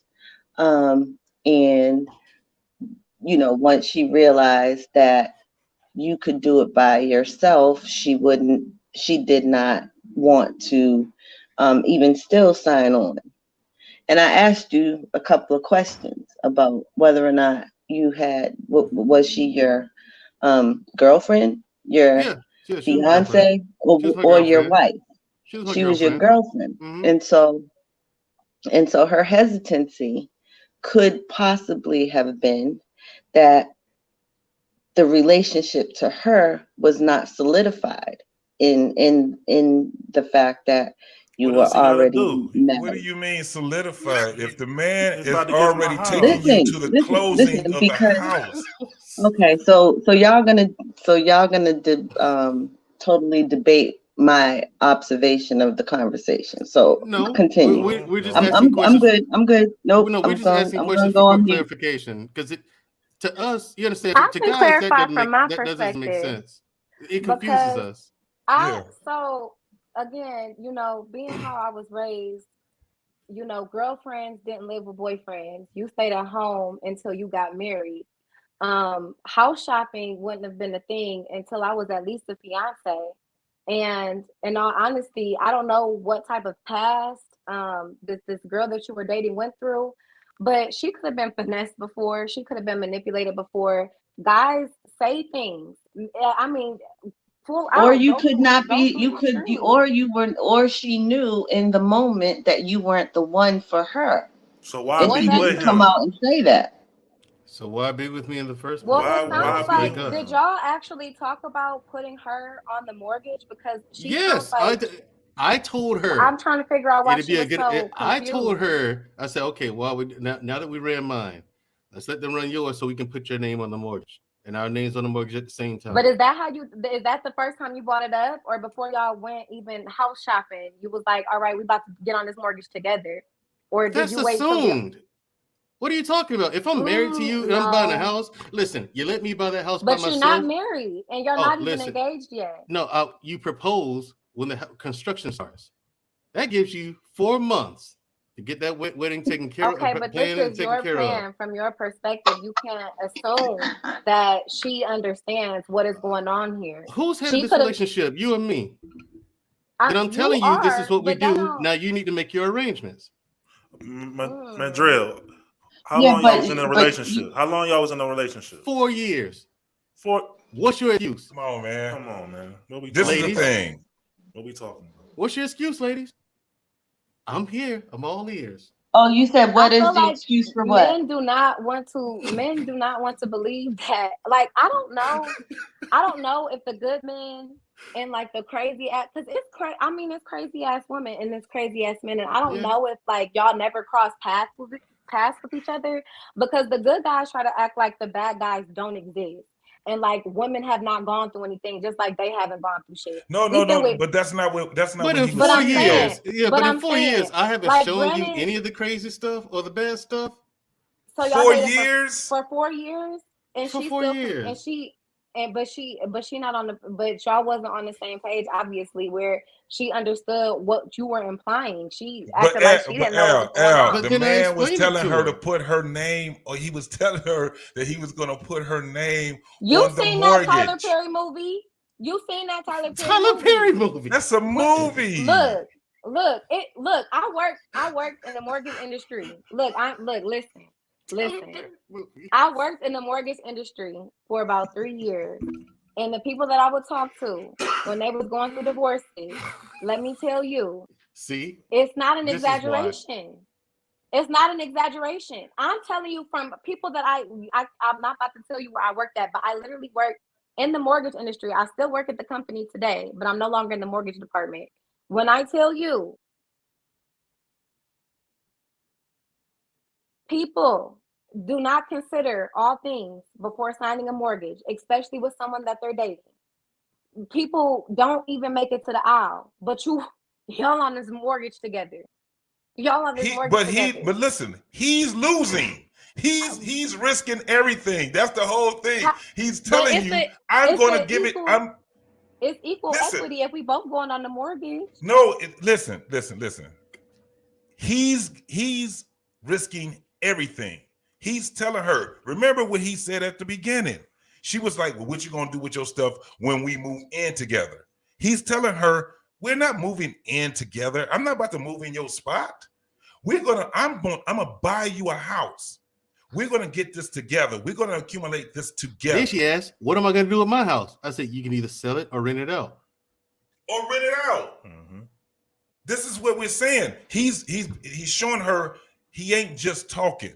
He's actually, come on, let's go to the. I think if you was the first good guy that she dated, maybe it would have gone as expected. But that's all I can think. That's the only reason I can think of why she just kind of bailed out at the last minute. If she really wanted, I give you one then.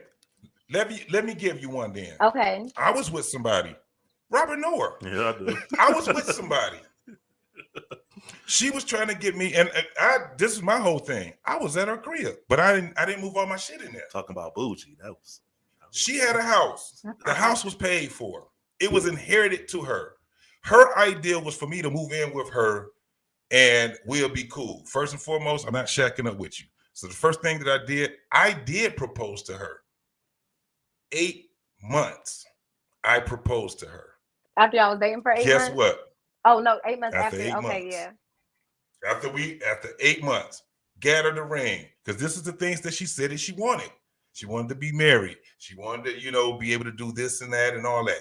I'm listening to her. Mm-hmm. I'm dating her. I also made my intentions very clear. I'm not dating you to just date you. I'm dating you to get married. This is what we're doing. I really like you. You really like me. Everything was pretty cool. Got her the ring, proposed to her. Now, I'm like, okay, so now what we have to do is start, getting ready to get this house. I got my credit together. I got money in my savings account. I got all kind of shit. Check This you is the out. house we need to start looking. So now she's getting just like what he was saying. She started getting squirrely because I'm telling her, you need to think about what you want to do with this house. You can rent it out. You can sell it to get the equity out of it. You can do whatever you want to do. Even it was paid off. Our house was paid off. When we got more and more into it, because now I'm like, all right, let me see what your credit score is. Let me see how much debt you're in. Let me see all these different things, because I don't want to go into this relationship where we both be straining on each other. When I'm showing her I'm about the business of marriage, she got antsy. She started trying to make excuses on why she don't want to be with me after about a month of me proposing to her. It ended. And she still, to this day, if I asked her, because I didn't give a fuck after she did what she did. If you ask, she already, when it came down to it, she still couldn't explain exactly why she didn't want to be with me. Amen. Same here. I feel like it goes back to the Disney fairy tale. What we want, what we think the grass is greener on that side, but we've never even been on that side of the yard. We haven't even touched that grass. I feel like she thought that she wanted to be a wife. She thought that she wanted the house and the kids and all of that. But once it finally started happening and settling in, maybe she realized that wasn't something that she wanted. And I think at 50 years old too. Yeah, and like at that point, you would never get that up. At 50, you would never get that again. Yeah, you would never get it again. And that's insane. That's insane. So that's what we're but saying. Also, at 50 years old, I find it hard to believe that, if she was decent, that she never came across somebody who was able to treat her in a sense like they were trying to prepare her to be a wife. She came across a bunch of dudes talking a bunch of shit. She came across a bunch of dudes that was out there telling all the shit. That's what I'm saying. When you got a dude that's about it, because what we look at is we're leaders. When we with you, we look at it as I'm responsible for you. Yes, you are my responsibility. We're better, right? We are better when we give. It's not a good thing to receive. That's why you got so many men that got so many goddamn problems, because they're receiving and extracting from the woman that they're with more than they're giving to her. It's a weird thing when we get gifts. Have you ever seen how a man look when he get a gift? Even if it's on Father's Day or his birthday, we look awkward in the mouth. I got my dad. I got him his first air fryer like 5 years ago when they first came out, and he then wore that thing to the ground. He making his potatoes and everything in there. He used that thing every day. So I don't know if y'all seen the review I did on Ghetto Gastro, the black-owned air fryer. They have a black-owned air fryer. But I got him a new air fryer, so I'm picking him up for Father's Day. I took him to some steakhouse. I can't remember the name of it, but it was a fancy steakhouse. But I went to go pick him up, and in the front seat, I had the air fryer sitting there. So he opened the door. He like, Allison, why you got this sitting here? I'm supposed to get in the car. I'm like, that's your gift. He like, yeah. Like even for me, it's weird. Even for me, I feel awkward when I receive gifts. Like I hadn't had a birthday present in like forever, apart from like a card or something like that. That's kind of expected. I don't expect gifts, you know what I'm saying, or anything like that for birthdays and Christmas. I'm used to buying them. I buy my mother something, my sister something, and all that. But me receiving something, I don't care. I can get it on my own. I don't. Yeah, that's not on my mind. Like, why did you buy me something for Christmas? Yeah. I'm a grown man. What do I worry about a Christmas gift for? My wife always asks me, like, Christmas, my birthday, like, what do you want? What do you want? I just tell her, whatever you give me, I'm cool with it, baby. You know what I'm saying? Because before I met her, I didn't really get too many birthday gifts, or especially when I was younger. My mom cut that shit out at a certain age. You know what I'm saying? Trying to get me this on my birthday or this for Christmas. But once, like, I met my wife, and she felt bad, like, oh my God, you didn't get present how long? Every birthday, every Christmas is gonna be the best, and we should have, you know what I'm saying? But me, it's like I don't look for that, so I'd rather do that for her and my kids and watch them enjoy it, you know what I'm saying? So yeah. So when and it's just a thing where when you hear men say it's like women and children are extractors. Yeah. And you have women that would get upset for a person to say that. You like, we're cool with it. Yeah. We just have to tell you that is this is the thing. You guys are receivers. We understand when a man understands that, we're cool with it. But when you start taking advantage of and thinking that you're entitled for shit that you ain't ever even presented yourself for, this is what's crazy. Again, what Mandrell was saying, she wasn't used to a man taking charge that way. What he was showing her was that I'm taking charge. She probably was in the ideology of it's a 50-50. Hold on, y'all. Yeah. And what JT was about to say, what JT was about to say, he's absolutely right. She was in the mindset of 50-50 partnership, stuff like that, right? And like the man being head of household, she wasn't all right with that. See, this all came out after the fact. We had talked about marriage, before, and this wasn't the same song she was singing back then. You know what I'm saying? All of a sudden, the lyrics changed to the music. Yeah, you know what I mean? So it's like, this ain't what you told me because before. I think that's why I kind of related. It's kind of annoying, but you can't, just fully erase your past. And when you wanted something for so long and you tried so hard to get it and you've never gotten it, and then you actually get it, it's kind of like, is this really happening? Is this real?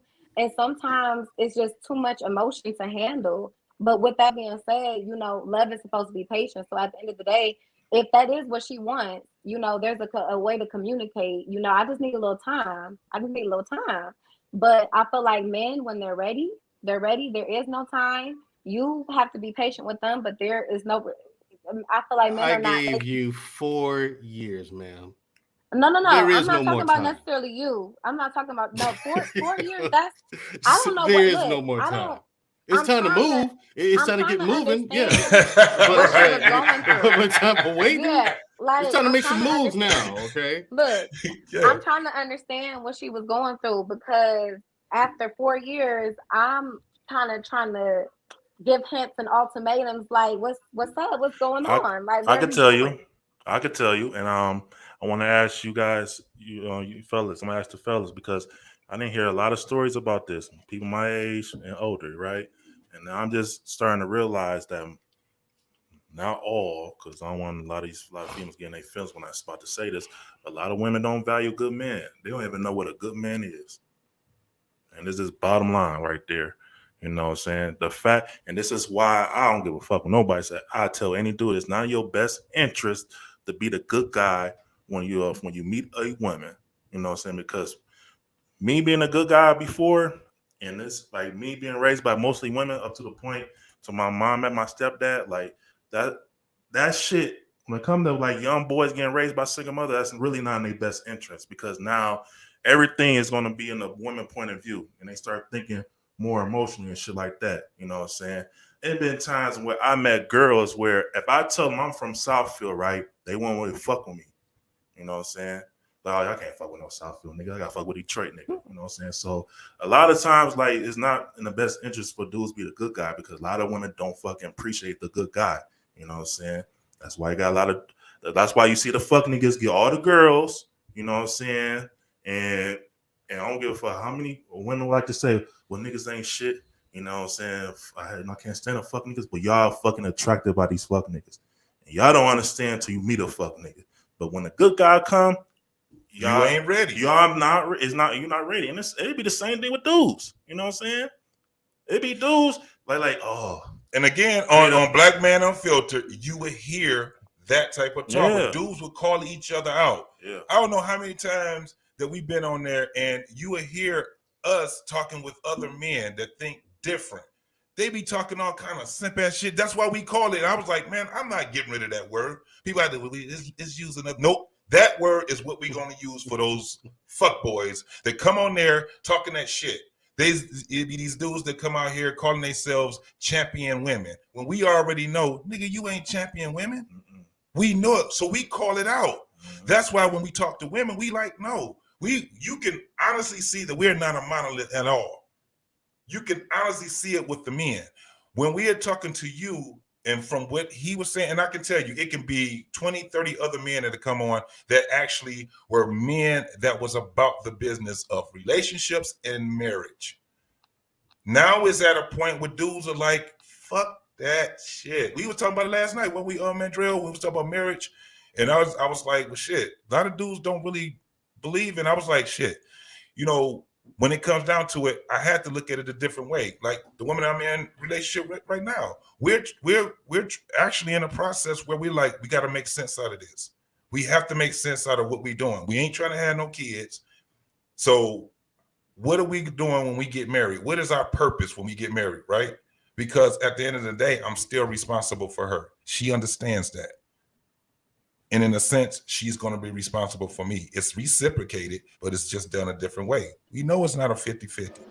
What Mandrell was telling you was that he already understands this ain't about to be no 50-50. I'm going to be the head of this. So I'm going to make decisions that it's going to benefit you. I guarantee it's going to benefit. All you got to do is trust. Yeah. All you have to do is just trust. And a lot of times, a lot of women don't trust it because of what you had said, Al. Their past. That's why a lot of women got mad at me when I had made a comment when I said practice does not make perfect when it comes down to women. The more experience that you have in relationships, especially when you're having sex, the worse it is for you. You cannot wait till you 30 and 40 years old and now you want to settle down with a guy and you done gave your cookie to all these different dudes. It's not going to work for you. It's going to be very difficult for you to be able to have that type of relationship with a man. Is it doable? Hell yeah. But it's going to be, now you're behind the power curve when it comes down to that because of the experiences that you had. That's what when you were saying, do you know her experiences? Right. That has a play on it. If you ain't, especially if you never met a man that actually is saying, listen, I got principles, I have boundaries, but I also understand that I'm going to take care of my woman. I'm not going to worry about what it is that you got for me because we've talked enough. We have 4 years of this shit. I know what you about. We've talked about it. We've tested it. All these different things that you've told me because I will be in this relationship with my ideology, with my ideals. Not opportunities. Most guys, that's what they get into a relationship and get married off of their ideals. Women, however, would get into a relationship based off of her opportunities. What kind of money this man has? Am I going to be secure? You know, when we have children, a lot of times it used to be, you know, is my child going to have a great father? Now, it ain't really that anymore. But security, protection, all these different things is what women should be looking at for a man. So if you got a dude that ain't really making enough money, I ain't got a problem with a woman saying this dude he can't even take care of himself. He's a nice guy, but it's a no-go. In fact, they would run to that dude because they want to put in their nurturing abilities on their man. Got a video, just like with the T.D Jakes one, he talks on what we're talking about right now. He speaks on it. He speaks on that very same one. I do want to get these other videos out the way. I need to get these horrible ass women right here that and their reaction to this whole thing of T.D Jakes. And this is the video from these women on what was it?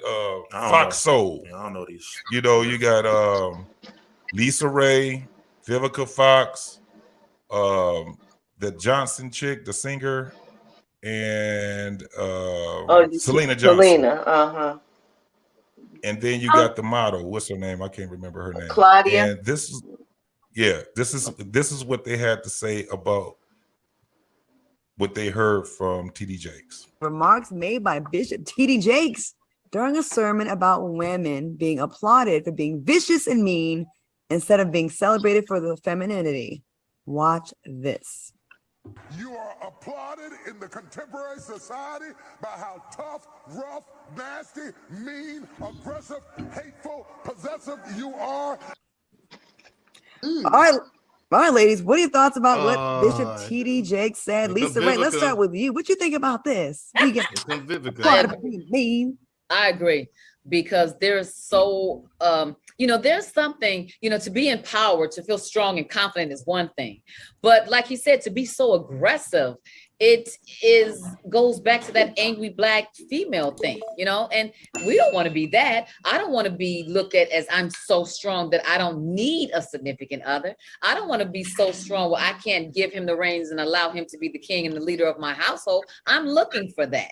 So I want to relinquish control and stop wearing the pants, because I wear the pants, the skirt, the suit, and everything else Hold on. Because hold the damn phone. Again, when Mandrell was just telling you what he experienced, this is what Lisa Ray is talking about. When that man was sitting there saying, this is what you ain't got to worry about, the whole move and none of that stuff. I'm going to make sure that you have a house to make it my home. The only thing that she has to do is relinquish the little power she thought she had. Because now it's a lot of things she don't have to deal with. It's a whole lot of things she don't have to deal with. This is what Lisa Ray is speaking on right now. She wants to be able to relinquish that power for a man that's saying, I'm responsible for you. I get it. I'm single. Right now, I am the head of my household, but make no mistake about it. When a gentleman and a king and a scholar comes through that door, I am going to take my place, which is right next to him. I don't have to be all of this and have to, to secure the bag, because I already have a bag and I'm already going to do me. But when you're doing yourself and you feel confident that you're doing yourself, you ain't got to brag about you doing nothing, because everybody's going to see it anyway. It's going to come and manifest itself in your soul of your eyes, actually. Okay. All right. Selena, what you think about this? Well, Claudia, this, Yeah. Claudia. Yes, Selena. This story is really very layered. And while I totally agree with what Lisa Ray, everything she just said, the part that kind of it don't steam appease, it just kind of it gets on my nerves a little bit. It's like this. In a time where women couldn't vote, we couldn't do anything, we couldn't say anything, we were dependent upon men to do everything. I hate that shit, bro. Like, and Black folks do it, and I hear a lot of women doing it. I even hear men say some shit like this, right? Why do we always have to go back? Well, back in our times when we couldn't do this, we couldn't do that. But I was like, okay, but you can now. So it's like, why you want to put it on me? But it was a time where when women couldn't vote, Black men couldn't vote. Exactly. What the fuck is she talking about? What are you talking about? You know what I'm saying? That'll give you a better excuse of why you should weaponize your success or have to put in my face why you so strong. Well, that has a lot to do to me. It has a lot to do with I don't often agree with like the whole concept of feminism, today's modern feminism, because a lot of the women who have adopted that ideology don't realize that the ideology of the feminism that they attribute to themselves, being Black women, is based on Eurocentric ideals. And so I am 100% black. And so when you hear people referencing certain things to that type of feminism, they are not talking about Black feminism of the most modern time that I can think of is somewhere in the 60s around the civil rights movement, and so our feminism, I don't co-sign none of that shit they talk about. Yeah. Let me finish this up. I like that what you just said though. Absolutely. Everything, to have bank accounts, to have money, to do anything. They put the houses over our heads, the clothes on our bodies, food on the table, all of that. And we were basically just housewives. And this was, we're talking a long time ago, right? So we were kind of beholden and needing men to. And by the way, a lot of women voted against not wanting to vote. They did not want to vote because they did not want the responsibility, such as as they have to sign up for selective service to be drafted into the military. It's a lot of other things that they had, and a lot of women said, fuck that, I don't want to deal with it. So they didn't want, you had more women that were saying, I fuck the voting shit, we'll leave it up to the fucking men. Well, it wasn't like they did not. Oh, go ahead. No, one of the things that Selena just referenced also was her reference to we were only housewives. Right. And so, I also think that's diminishing the power and the femininity of Black women of that time, because although you were in the house, you were running and operating a business, and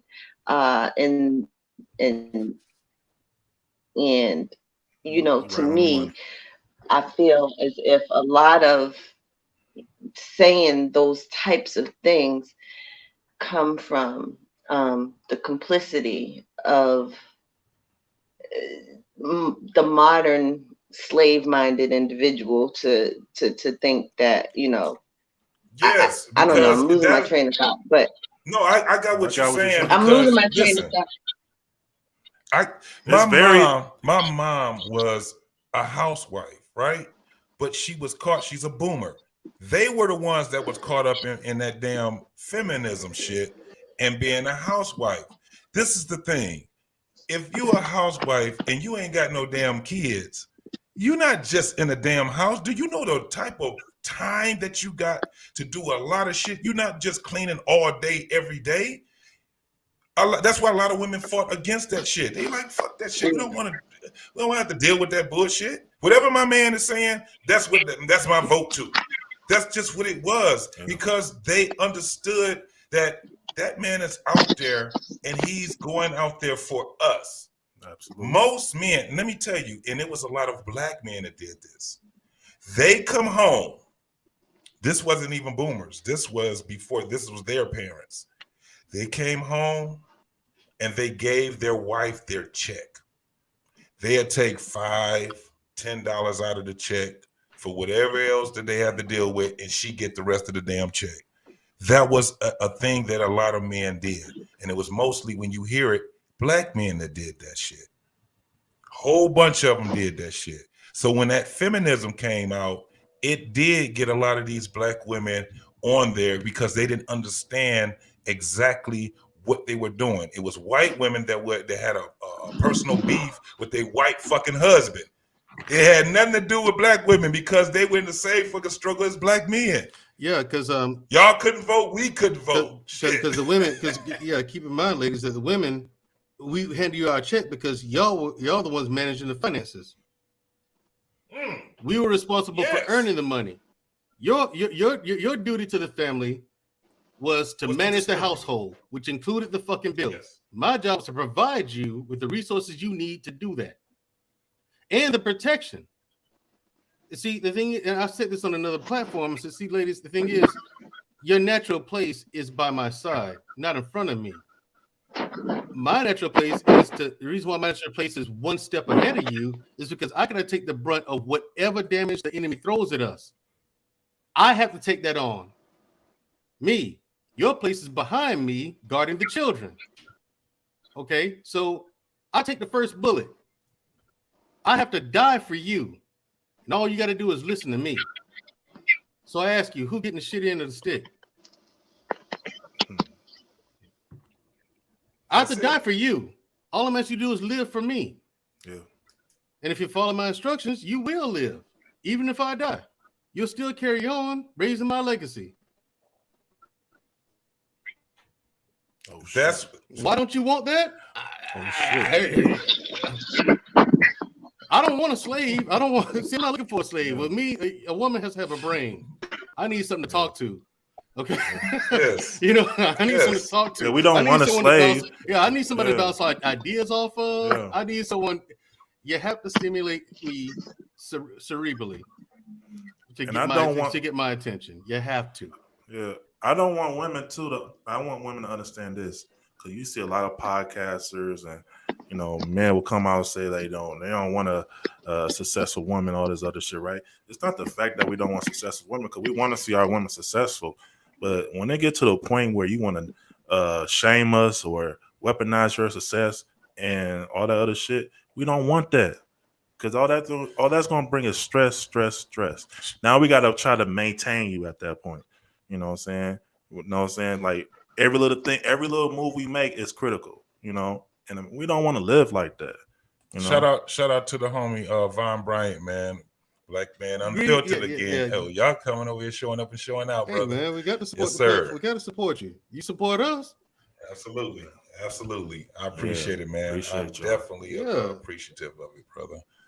Absolutely.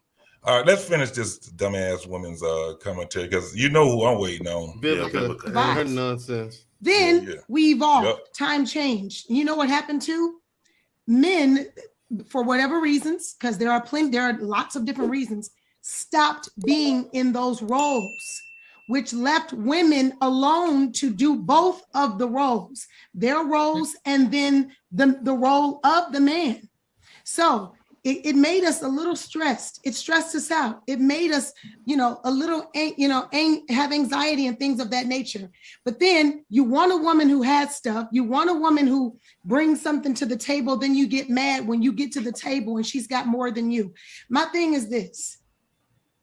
We don't, this for everybody. All the strong women that you all call strong, we don't want to be that. We're not running around here going, "Ooh, I love to have a whole bunch of work and pay all the bills and be tired and never have time for myself." I don't know any of my strong friends that are doing that. We are looking for and wanting someone to come in. Most women want a man to come in and help us and take over, and not take over and treat us like dogs, but take over and allow us to be able to rest. Preach. But there aren't any. And if you think we're out here just loving and having to be independent, you're wrong. And if maybe these sermons were geared more towards the men and stepping up and reclaiming the positions in a better way, in a more securing. That shows that she didn't see the goddamn sermon. That right there proves that she didn't. And the only thing I'm talking about is how people would look at these they look at these clips and they have these they trying to drive something. She just talking a bunch of babble. Shit. Nah, it gets worse. It can't get worse. Vivica. It can't get worse. It's watch. Watch this shit. Yeah. If you notice, Selena said that she agreed with Lisa Ray. She's saying the total opposite of what Lisa Ray said. Mm-hmm. Lisa Ray didn't say shit about any of those feminist points or nothing. Lisa Ray was like, "No, I agree with T.D. Jakes." And then she gave her reason why she agreed with him. Selena, she sat back and said, "I agree with her." And then she started talking that bullshit. And then you got Vivica that's going to say she agreed with both the women. She's going to say something totally different. Watch. We wouldn't have any women to say, "I got this by myself," because the men would be doing it. Okay, that makes a lot of sense. There is a cause and effect to a lot of this stuff. So I want to check out what the other ladies have to say. Vivica, what do you think about this? Do you agree? I agree with both ladies. I mean, I definitely agree with Lisa Ray when it's like, listen, I've been taking care of myself since I was 17, 18 years old. And I have in life wanted to meet a partner. And because, like Selena is saying, don't think we want to be tired and working and doing all the damn jobs, because Lord knows I can't wait to get to Jamaica and kick my feet up and not do nothing. Okay. But, somebody gonna have to pay for the Jamaica trip and all of the fabulousness of us, having that 1 week that I can just kick back. So what the hell happened to her mouth? Too many surgeries, man. Again, she has had those cosmetic procedures, and she talking like Donald Trump. Yep. Wrong. No one's talking like Trump. Wrong. No one's talking right. Like all she got to start doing this shit is. There's no one in the world who talks like me. That's wrong. I win. She talks more like crooked Hillary Clinton would do. Right. The big stage. I like Bishop T.D. Jakes. I think that he always he preaches the truth. and he's showing you what how a real man, because that one right there, sometimes preachers get up and it's a condescending thing against women, but him, I like his honesty, and yeah, he's a good man. So I concur with both ladies. Yep. I think all three of you made great points. And again, Selena, I want to piggyback on what you said. I do feel like Now watch this half-breed say some dumbass shit. like Black women get this more than any other race of women, where we get deemed difficult and angry and bitter, when no other race, I don't, to my knowledge, is in the same predicament as us as far as like the marriage rates and all this kind of stuff, and having to be head of household and doing it by themselves. And when I hate when we get compared to the docile white woman, when there's not the same struggles, you know what I mean? Like, no.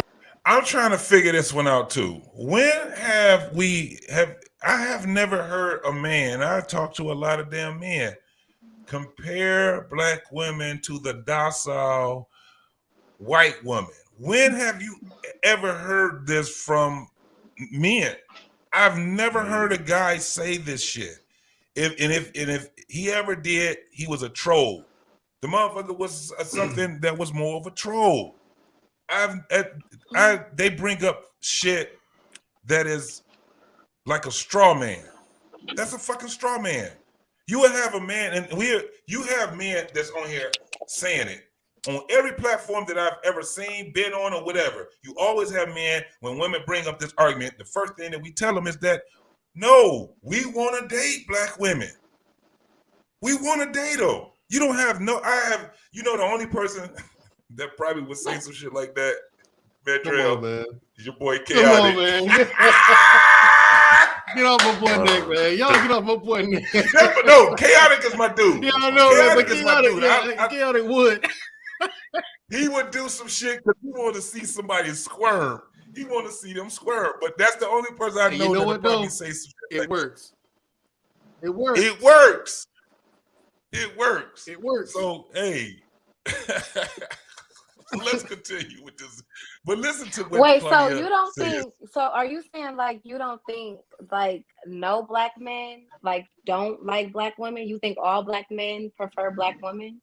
No, we're speaking in general. I know that we're saying in general. I know for a fact that Black men love their Black women. We talk to of course there's men that sit back and be like, fuck them hoes. I ain't fucking with them.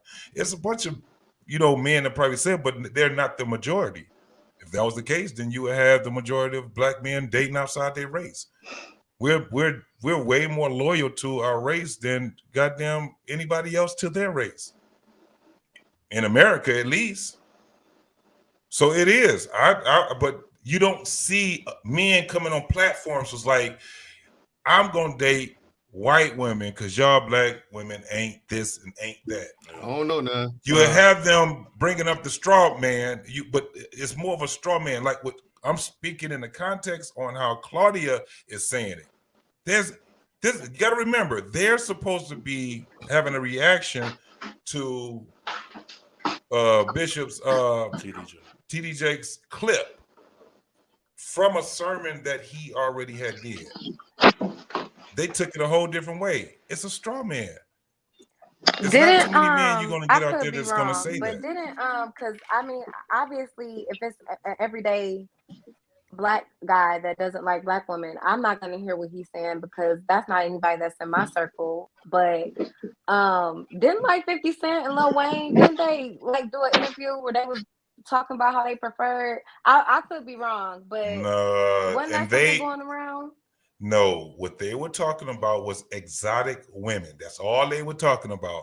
And they were talking in the context of screwing these women. They were not talking about the context of marrying them and courting these women. All they said was these exotic women. And Claudia, Vivica, Lisa Ray, and Selena, they sat back and Vivica Fox, she didn't even talk about what they were saying. She just was talking about 50 Cent. He's less than a man. He ain't this and he ain't that. They never said a woman outside of their race. They said an exotic woman. That was it. That's all they said. All of, I think, except for what are Black women? What are Black women if not exotic? You come in every shade of color that exists, white to Black. and everything in between. You got Claudia TNA for consider herself a damn black woman. You got TNA for days. You got the body every woman wants. I mean, I feel like though they would have just said black women if that's what they highlighted. They were talking about they were talking about international. These cats is international. These dudes is getting women throw themselves at these dudes all day, every day. They can get 10 women in their room. We talking about dudes that have a whole different type of status. You see how ugly goddamn Lil Wayne is? Look at all them goddamn kids he got. He's 14 years older than his oldest daughter. Most of the women that he have, and I think almost all of them, they're all black. The women that he has children with, they're all black. 50 Cent, the woman that he had, I think he got 2 kids. She's black. What are we talking about? That's what I'm saying. No. It's a straw man when you doing what Claudia's doing. I understand the narrative and women want to believe that, but you got to understand. No, most men is going to say, and you will hear dudes saying it all day, nigga, I'm sticking with my sisters. I know that they do some fucked up shit, but I'm sticking with the sisters. As hard-headed as y'all are, and how much y'all piss me off still sticking to with my y'all. bones. I still love you, black women. I want to leave you alone. I want to walk away from black women, but I can't do it. I can't. I can't do it. I can't do it, lady. Sisters, grass is not greener on the other side. I can't give up on you. It's not greener on the other side. I don't know what it is. I cannot give up on black women. I've accepted that about myself. So it's more like I don't want to. Yeah, so it's more like being done. Right. I'm not a race trader or anything like that. I can't give up on you. I want you to be great. I want you to be. Oh. I wish you wanted it too, though. What you gotta say, Al? I don't know what type of woman he done been in. I can't relate to a lot of the things. I've had some wild experiences. My sister says, because I talked to her about them, she says, you know what? I'm right. She said, yeah, tell me some more. I was like, why you keep asking me about my dating life? She said, because I'm writing a script based on all this. She's literally writing a movie script based off of my dating experiences. Because like, where do you be meeting these women at? Random places. A lot of them are through friends. Try the library, maybe the grocery store. No, a lot of them through friends. Hey, I meet them through grocery stores. That's where the insane was come from. Okay, well, no more grocery stores. Try somewhere else. Right. Because I don't crazy. No, you sisters, y'all out there like that. Y'all out there like that. Yeah, I mean, it's and the same can be said for black men. Like it's. But we call them out. No, the thing is that we call them out. That's our whole thing. We literally call these dudes out. That's the difference. Because they said, well, black women.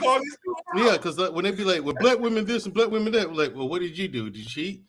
Well, I did some dirt, but there you go, dummy. What is she supposed to do? Woman's supposed to be submissive. What is she submitting to with you? We hold guys accountable. You can't hope for a woman to submit to you and you got nothing. You got nothing to submit to. Y'all might, but I don't think that this is happening as a whole across the majority of black men. I mean, yeah, I don't know what goes on inside, the inner circles. Like we have this platform here, but normally this is barbershop conversation. I'm not, women aren't around to really get an unfiltered point of view from a black man. So it's hard for us to understand y'all, just like it is for y'all to understand us a lot of the times in various scenarios. But that's one of the reasons why we have this platform. Yeah, because a lot of men lie. Yeah, but we call it out. We'll say, listen, the way that y'all thinking and the way that y'all looking at us is because a lot of these punk ass niggas be lying.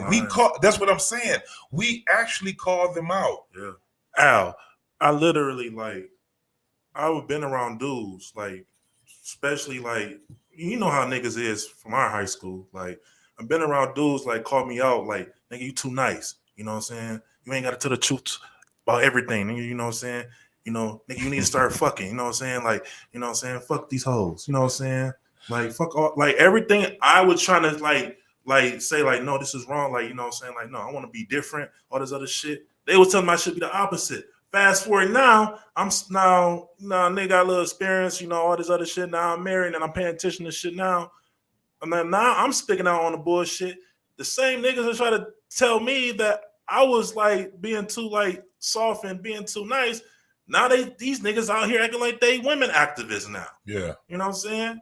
All this other shit. They simping. They simping and shit. You know what I'm saying? Telling me, well, you know, I have a couple of my niggas like some of our topics like, hey bro, you want to chill out because you know you don't want to put yourself as a woman hater and shit. Like, no, nigga, I ain't trying to fuck none of these hoes. You know what I'm saying? Like, you know what I'm saying? So I'm gonna tell them the fucking truth. I'm gonna tell you the real. You know what I'm saying? I tell women all the time, be careful for these men that's out here thinking they got your best interest, because these niggas is the motherfuckers one you gotta watch out for. These the men that's fucking lying to y'all, taking advantage of y'all, all that other shit. You know what I'm saying? Yeah, so y'all need like to, us. y'all gotta take the platform off YouTube. Y'all need to be like the one dude that be walking through the street and just scan everybody's boyfriend, like, go do the phone game. You put him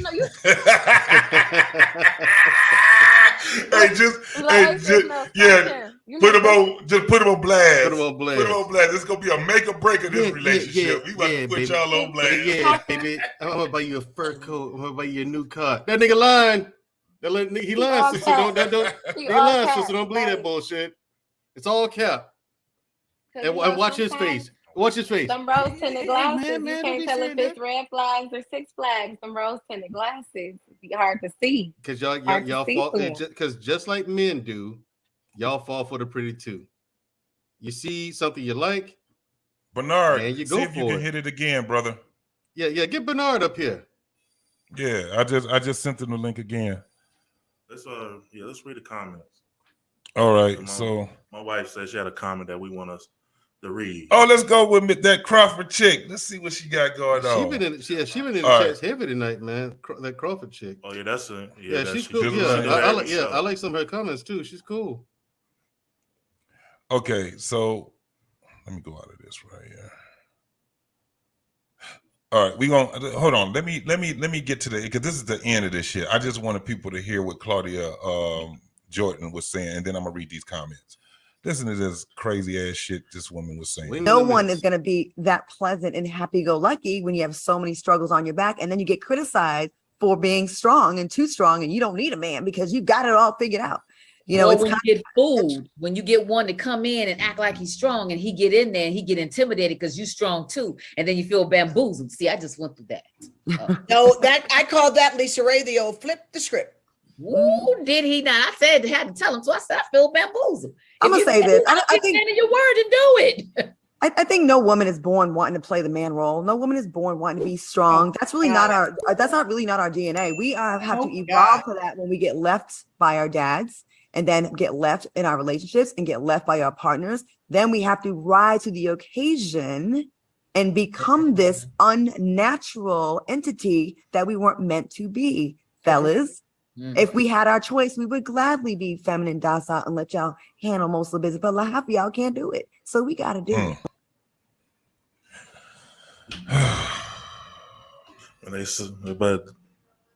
And that's what I'm talking about. They say like they don't want to, but you still have to, you know what I'm saying, say that shit. And also what they neglect to say is, like, you're not telling me that Claudia and Vivica, even especially back when she was young, because I'm only 43, right? You guys are 50 in your 50. I think all the three of you guys are in your 50s, or at least 50. Yeah, no, Robert. No, wait a minute, slow Robert down. is the baby. Okay, Robert. Okay, gotcha. Me and Al, Big Al, they're a different generation. I'm just saying, like, I remember Vivica when she was young, right? In Independence Day. No, you don't look. In Independence Day. I remember Lisa Ray when she was 30 in Players Club. You're not telling me, you're not going to convince me that these women back then didn't find a good guy, but passed him over. That happened a lot, I guarantee it. Yes. And now here they are in their late 40s or early 50s, and they wonder, well, where are the good men at? You passed them over, and they moved on. That's what happened. That's what happened, ladies. You didn't want it. You thought you could do better. You're right. You had the answers to the exam, and you still failed. Yeah. We can tell it just like we're doing now. We're telling you, ladies, this is how you're messing up. This is how you fix it. This is what you need to fix it. And these are the things that we want. I'm not doing any of that. Oh, okay, Absolutely. man. I get you. Listen, Marisol, she'll do it. Okay. Absolutely. Marisol, she's gonna do it. So Marisol tells me, Jenny Moreno, one of her, she says, hey, Mandrell, I got a cousin you can meet. Okay, I meet her, Jenny Moreno's cousin. Jenny Moreno's cousin says, yeah, I'm cool with all that. Why would I leave? Yeah. Why would I leave? Why would I do anything to mess that up? You know what I'm saying? And sisters, you got first dibs. We came to you first. We offered it to you first. And you still don't show any kind of gratitude. You don't even notice. That's the sad part. You don't even notice that we come to you first. So this is a great thing, because when you look at Al, right? Al is that generation of, this is the what do they call them? The what do y'all? Millennials, right? We are. So they're right. So they're in. I thought someone was supposed to be in Tide Pods, but go ahead. They are. They are. Those are the ones. Those, you're right, sister. Those are the ones. You said the ones in the what? Eating Tide Pods. You know those little clothes. Yeah, they the ones eating. Yeah. Hey man, let me get my man in here. My homeboy. This is my newfound friend. Also, my boy, the dude, the man, the myth. Yeah. Give it up for my boy, Bernard. Hey, bro, and I appreciate the kind words you said last night about me and James. Oh, no doubt. It kind of, I was kind of like high in my mind. It went over my head. But, No. It's definitely needed, because we got to pass the baton. You know, I mean, let's just be honest. But I think the problem is, from listening to y'all, because I was smoking cigars with my homeboy at the shop. So I was like, I got to get home and we get on my boy joint, support him. The problem is on both sides is that we let the bad represent each side. Mm-hmm. And when you have, there he is. There he is. Hey, let me go ahead while we at it right now.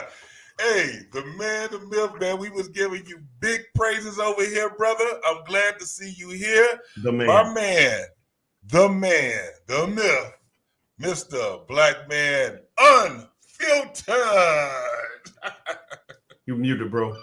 Hey, you know what I'm gonna do real quick? I so appreciate you, man. I want to do something real quick. It is so good to be. I want everybody, because I talked to Big Al, right, and I told her, like, try to give her like the little salsa that I know from YouTube. I want everybody, like, and I want you to shout out your YouTube, because I told her also, like, hey, I want you to really like try to network in the YouTube world, because it's there. And people will support you if you just support them.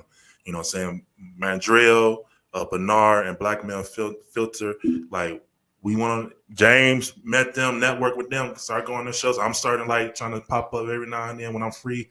And what they do is they've been supporting it.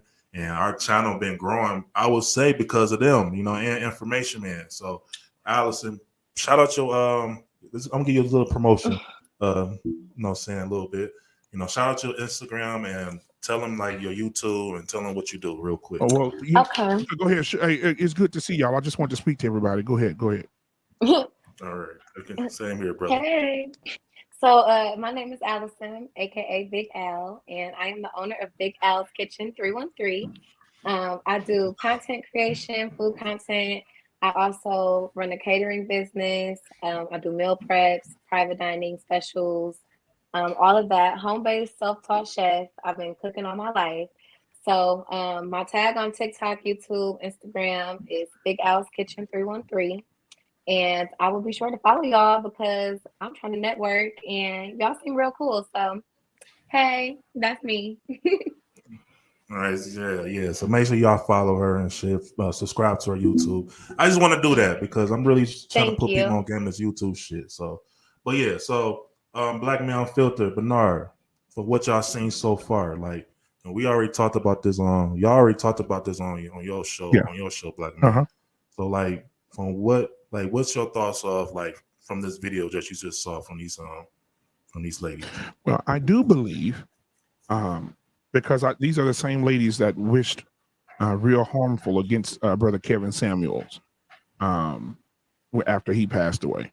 Now, I do believe when you have gotten to, first of all, I want to say greetings to, you said Big Al, is that correct? Yes. Now, you're a beautiful Black woman, successful, I see, and you can you can cook. Are you married? No. Oh, you'll be off the market very soon. Stay on this tube. Stay on the tube. But she's in a relationship. Oh, okay. Yeah, she'll be off the market pretty soon. She can cook, meal prep, look good, fingernails done, ain't no dirt under her nails, got a pretty smile. Ooh, that boy side, that boy said it. Okay, anyway, look, I'm gonna get back off of there. I'm not gonna talk in tongues tonight. However, when I was looking at when I was heading up both sides, hey, y'all about to shout tonight. You know, there ain't too many women on YouTube that look good and seeking marriage. And oh, come on, somebody. She can meal prep. She got her own business. Her cater. Listen, she got a brick and mortar. She got her own business. She can prep you a meal before you go to work in the morning. Her nails. Show your nails, sugar. I want them people to see them. Wow.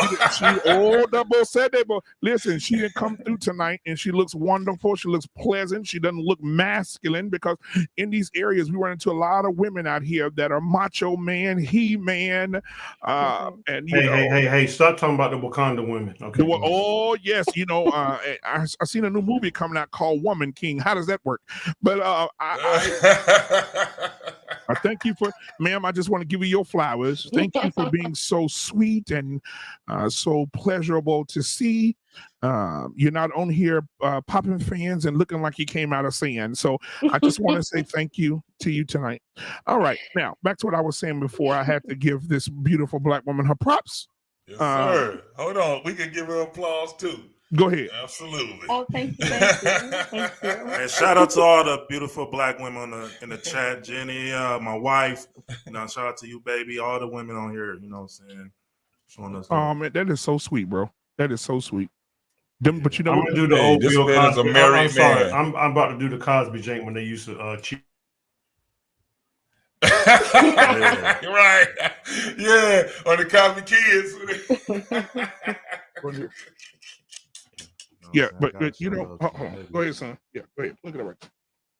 Hurry up, son. I'm in the middle of a broadcast here, son. You got what you need? Yeah, right there in the empty one. Go ahead, son. Jesus Christ, what is got going on here? My son just stealing. Just get out. But anyway, guys, so while he's working, so hurry up. Anyway, so listen, I do think those women are the devil. I think they're all seeds and spawns of Satan. I think that they Wave's trying to get out. Okay, go get out. Ain't no water in there. Okay, go ahead, have your way. So anyway, guys, I think that they've all hit the wall. Lisa Ray used to be one of the most profound, beautiful yellow skin. Whew. Diamond. Everybody wanted to lay beside Lisa Ray and wake up to her in the morning. Now she ain't aging well. You know, Lisa Ray looks like Billy Ray a little bit. Right.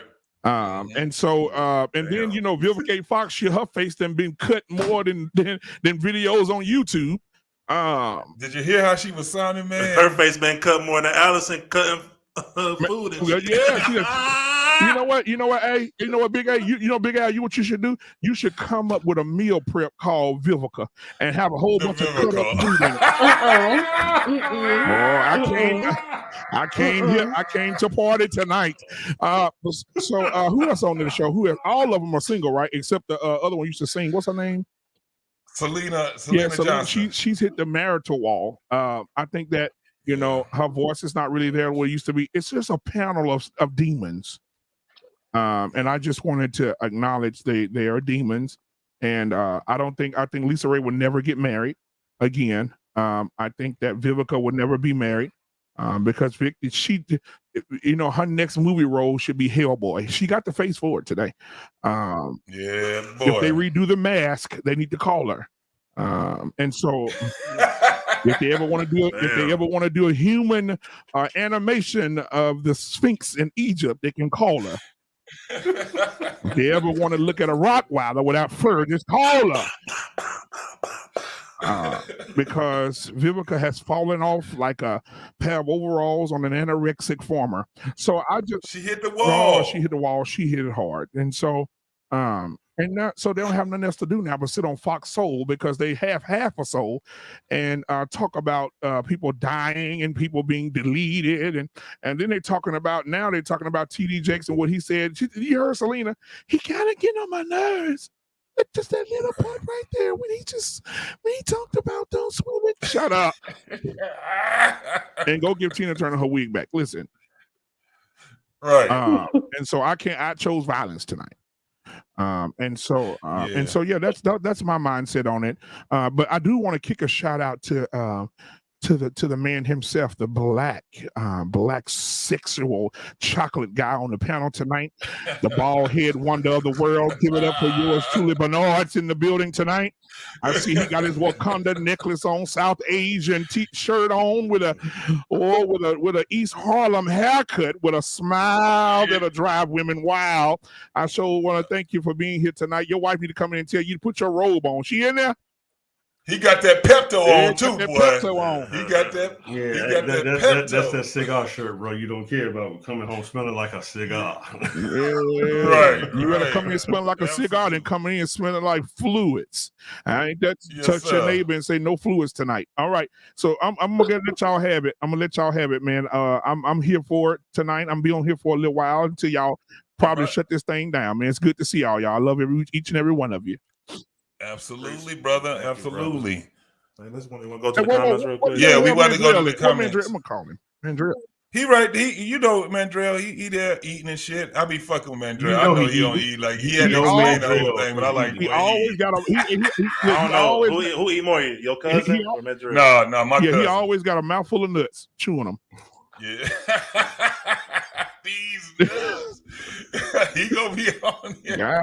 Well, let's get to these comments right quick. That Crawford chick, she's definitely on here. She was doing a thing. I was flashing them, but I'm gonna go back and read them. And one of the things that she has said on here was, I think the real issue with black men interferes with black women is masculinity, but that's not a discussion we're ready to have. All right, we'll be able to have it before. I'm gonna keep that. We're gonna stick a pin in that right there. The next one she had was black women are taught to be strong and independent, but not how what is that? But not how to do those things and submit. But that's just my opinion. She also comes down and said it's because men interfere with our masculinity. Just like I said. So she was probably like we was talking. She was, it was from earlier. She was speaking. I think this was in reference to Mandrell. She was like he was a want and not a need because the message was misconstrued from our mothers. I don't know if she was saying that it was Mandrell. I don't think that was. I think she was just saying in general. We took what we taught us, what they taught us, and twisted it. I can agree with that. Yeah. And then you had Jenny. She was just when we was talking about as far as gifts, and she was like, make sure his birthday, Father's Day, Veterans Day, and Christmas. That was to celebrate all of those things. And she also said, Jenny, which this is, man, where did you find Jenny at, man? Listen, tell you, man, Jenny, she's a Jenny. Listen to me. Jenny comes down from heaven once a week to moderate for me, and bless me, and she goes right back up into the angelic realms of heaven. Hey, look, she just disappeared. Yeah. It just black man wife, black man girl that showed up. Shamiria, what's up, sis? Shoot. Hey, what you gonna do without Shoe? Hey, that's Hey, Shoo, we gonna work on that cocoa butter. Call it Shoo cocoa butter. Man, Shoo's cocoa butter. Hey, no, don't say that because then they gonna ask. Does she come with the butter? Okay. Oh, right. Oh my God. Shoo, I just dropped that link if you want to come on here too. You can get on here, girl. You can come and chop it up with us. I got beef with you, man. What for? Man, when you said, when I keep hearing you say these words, talking about What is it that a woman? What is it that a man got? What is it that he got that a woman can submit to? Listen, bro. I know that your mother is a great woman, and I know your father was a great man. And I know when your mother met your father, he probably didn't have a lot. No, and you Daddy didn't have a lot when to they first met. Huh? Neither one of them had a lot when they first met. See, so now we can't use the term, what is it that they can submit to? Because finances and all that shit is not important to some women. It's not Here's important. the thing, though. Finances are not important to some women. That's true, but that's to a rational woman. And that is 1 in 1 trillion these days. Yeah, my wife it wasn't so rare back then. As well. It wasn't so rare. That's why I said your mother was a great woman, right? Yeah, she and recognized the man that was in him. So how many women have you met like your mother? Oh, how many women to date that I met like my mother? Yes, sir. In what regard? In regards to her patience and caring and kindness. First of all, no, my mother is not a patient woman. Okay, we'll take patience out then. Okay, let's take that all the way out. She loved it. She had the same thing. Well, no, I ain't gonna let you do your mama like that because she had to be, she had to be patient to raise your yellow ass. No, I came with instructions. There's a difference. Oh, yes, she had to be patient raising your ass. I know Shushi wasn't no problem, but your ass was a problem. I know that's true. Shemaya wasn't a problem. Yeah, but me, I was a different story. It's just listen. People ask me, I got that joke for someone else. Someone asked me, hey, man, let me ask you something. I said, what? When you were born, did you come with instructions? I said, what are you talking about? Someone actually asked me that, honestly. It was an honest question. When you were born, did you come with instructions? How often did you get your ass whooped? I took a few for my sister. So who's not many for myself. I took a lot for both of us. Oh, that's so sweet. The sacrifice. Yeah, and she had her fair share too. I mean, discipline was a thing in our house. Man, but I would say this though, man. We can't say that though, because if you can't find a rational woman, then maybe you should wait on you to find a woman. You should be with a woman that solely wants you for your bread, bro. I mean, there's a lot of chicks who just want you for money, and it's just right, like because what if that happens? What if Big Al up here? You know, look at her, she's gorgeous. If she was together, she's with her man, right? And she was one of those women that says, you know what, he got to have some bread, he got to be well put together. What am I submitting to? Right. And then she get with him, he got some bread. And then right in the middle of their relationship or their marriage, the company that he works for, that he making that 6 figures at goes belly up. And it goes belly up and he's fired. Now he's fired. Then what? Looking for another job, and that might take a while, ladies. Take a while. You got? Huh? For better or worse? No. It's hypergamy. It's hypergamy. Now she's gonna go to the church and have sex with the pastor. She's gonna go have sex with Deacon Johnson. Of course she's gonna have sex with the clergy. That's what they do. And then she's gonna come find Mandriel. She's gonna find Mandriel. She's gonna find Mandriel in the gym. You can find me in the gym. And Mandriel is a picky eater when it comes to what I hunt. And then look, then she's gonna see this Wakanda. Then she's gonna see this Wakanda necklace around Bernard neck and try to pull it off. You know, I mean, she's gonna go and try to find the next man that can give her what you no longer can give her. So why marry her to start? Well, that's a good question, isn't it? Yeah. If she's the type of woman that'll bail on a man because he lost his job, hell yeah, leave her ass at the restaurant. Yeah, leave her ass at the restaurant. Leave her at the restaurant. You know, but because what are you gonna do when the money ain't there no more? She gone. You can't leave. See, that's better or worse. Better or for worse. Better or worse. Better or for worse. Richer or poorer. But that part of those part of the vows that they tend to omit and pretend like they ain't there. But then when a guy cheats on her, oh, it's the worst thing in the world, and you gotta bail again. See, it's like I told you, ma'am, earlier. Black women, the big difference, it ain't your attitudes, okay? We deal with attitudes from Latinas all the time. And I dare say their attitudes way worse than yours. They got way more mouth than you do. You shut your mouth. Your mouth is irritating. You shut your mouth. What they tell you. Hitting us under irritating. But the thing is, you would throw in the towel far sooner than any Latina would. Any Latina, you do. You bail and run, and you make all the excuses in the world to do it. You make so for me, marriage is simple. When I say for better or worse, for richer or poorer, I fucking mean it. I don't care how broke we are. I don't care what kind of traffic collision you got into and your brain dead. I'm there by your bed every day, and ain't no other woman sliding in my DMs. Ain't no other woman gonna take your place. Yeah. The sex ain't the big thing for me. It's you. So that's what brings marriage me to a is for question me. then. So that what brings woman me out to there another is question. worthy of that? That's check the this question. out, Mandrell. Check this out. So it brings me to another question. When we talk about being dedicated to a woman, right?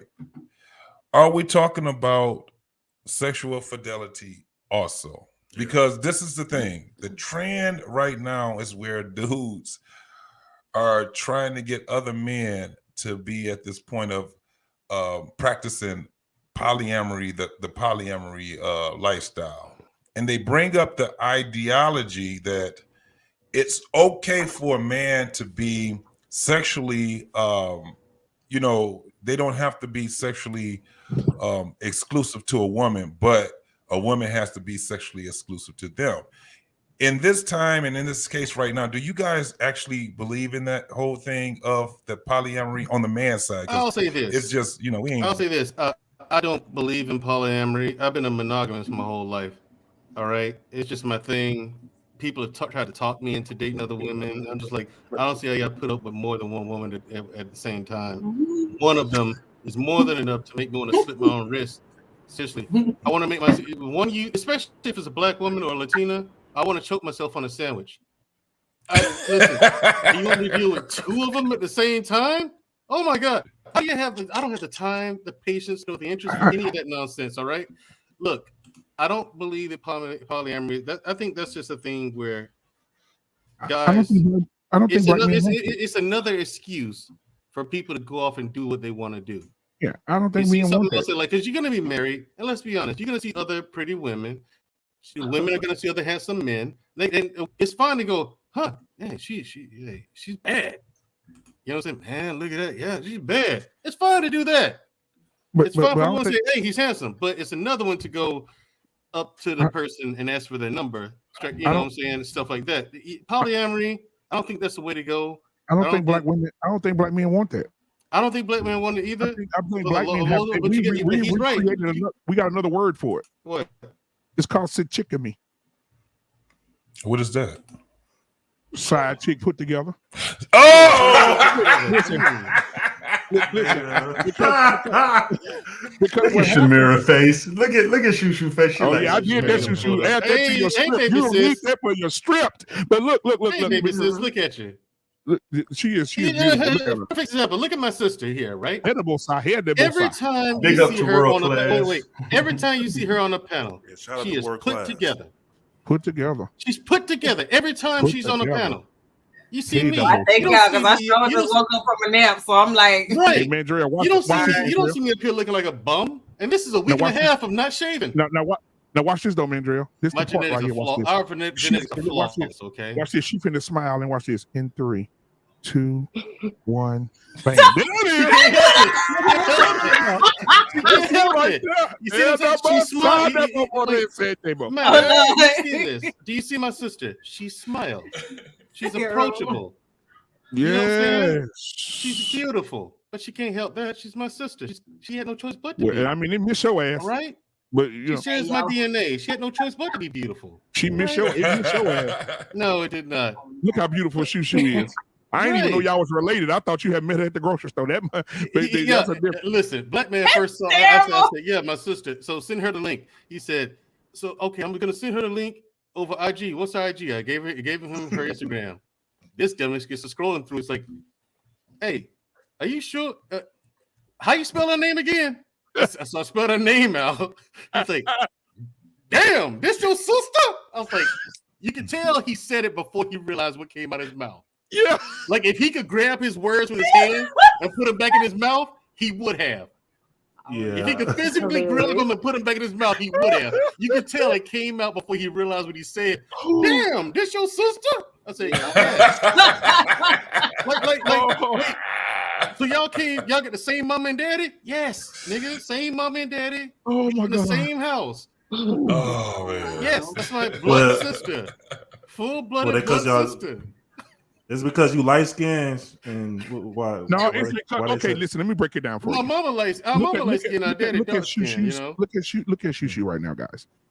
Well, that don't count. You're a dude. You're not your supposed ass to up, find me nigga. I'm attractive. talking. Look at her hair. Look at her cheekbones. Look at her facial structure. Look how her skin comes down. Look how her mouth One is too close is to in the another. right way. Her teeth are wonderful when she speaks. Listen, y'all got to watch her and pay close attention to it. This is going to be weird, but this is what happens. When Shushu, before she says something and she's about to say something happy, both of her eyebrows up here, they go up, right? But when she's about to cuss your ass out or say something smart, only the left one goes up. Hell yeah, it does. Now what? Yeah, absolutely. and then when she's in disbelief, she'll throw her head back and do this. Right. Yep. Yeah, you know what the crazy part is? Like, here's the thing. She and I are so close. We kind of have that twin thing going. Like, he's right. Her left eyebrow will go up, but my right eyebrow will go up. She's left-handed, and I'm right-handed. Wow. You know what I'm saying? It's like, so if y'all ever get trapped in a car and you lose your left arm, she use her right, but y'all in good shape. Yeah, good. Good to go. Yeah, and the thing is, here's the thing, Black man, we're dead in sync. Like we work that well together. Well, hold on now. I hope y'all ain't too much sync now, because not like Shushu may want to, Shushu may want to look back at it. You know what I'm talking about? Hey, y'all. Hey, there'll be none of that going on. My sister, Thank you, Jenny Marie. Not allowed. Thank you, Jenny Marie. I appreciate that. And if anybody goes back and watch today and last week, it's pretty much I have given the men that do not know how to conversate with people like my sister Shushu. I just gave you the answers.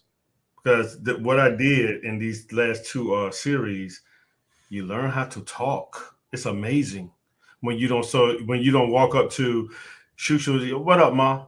No, bro. Right. No, bro. Niggas still do that? Yes, they do. Niggas still do that. Niggas still can't call and everything. Hey, check it out. Hey, Red. Yes. What's up? Yeah, right. Right. Check it out. Right. You be like, hey, JT, check it out. I did a show where it's called The Answer. Everyone go there and check it if they want to. I explained to guys how to get submission from a woman. Right? What was not on that list? I've seen that. What was not on that list was money. Mm-hmm. Yes. A woman submitting to you has nothing to do with money. Women submit to broke dudes all the time. Facts. They do. They submit to Pookie, Ray Ray's broke dudes all the time. It got nothing to do with money. It's your character. Mm-hmm. And these are the characteristics. Broken down. These are the characteristics you need. And I explained what they were to get submission for a woman. And I told the guys that I dare you find a woman who disagrees. Because money is a byproduct of with everything that you had listed. I watched that. I actually did watch that. And it's a byproduct of it. You know, so yeah, absolutely. Hey, you wanna get to one of these videos real quick? Yeah, we about to go. Hey man, this is the thing. We just got finished with what's up, Bernard? The horrible ladies that hit the wall. We did Russ Parr. If y'all didn't catch it, we did Russ Parr's horrible take. He was pandering. Russ Parr is pandering. Who's a simp? Russ Parr, the guy on the radio. Russ Parr. Oh my God, he was so far off. Oh, he was so far off. So much kicking his booty, man. It's a lot of pandering men out here. He made my stomach hurt. Yeah, he was so sweet, make my teeth hurt just looking at him. So sweet. Yeah, he was. So we actually have. I'm not going to play the whole thing, but we have the video that a lot of people took out of context, right? And from the bishop himself, it's funny. No. That's the last one. We're going to do the one with the bishop and the things that he did. Now, we may not get all the way to the end, but man, we're going to get to the gist of this. So now everybody had reacted towards the clip. What he was talking about as far as like with our black women being applauded. And what he was saying was they were being applauded by the general population for how mean, nasty, masculine, and all these different things, right? And he was saying that we raised our women to be men. This is all they took from that. What we're going to show you is what's before and what's after what he said, including what he also said. So we're going to go ahead and do this right now. And then we're going to stop in the middle of this video also, and everybody will be able to give whatever they think about, you know, what he was saying thus far. Pour in. When Adam is created and Eve is pulled out of him, he breaks the divine order, because men were designed to pour in when he started receiving from her. If Adam had not allowed Eve to pour into him, sin would have never come into the world. Listen to the women. Sin came into the world because Adam broke the order. We were not designed to receive from women. I know that's right. Your self-esteem is compromised when you have to ask your wife for lunch money. I'm not saying you got to be rich. I'm not saying you got to be famous. I'm saying that you have got to be the one who pours in, not the one who takes out. Let me preface, and I should have prefaced this before. This was on Father's Day. The name of the sermon is Real Men Pour Into Women. When Adam started eating out of his wife's hand.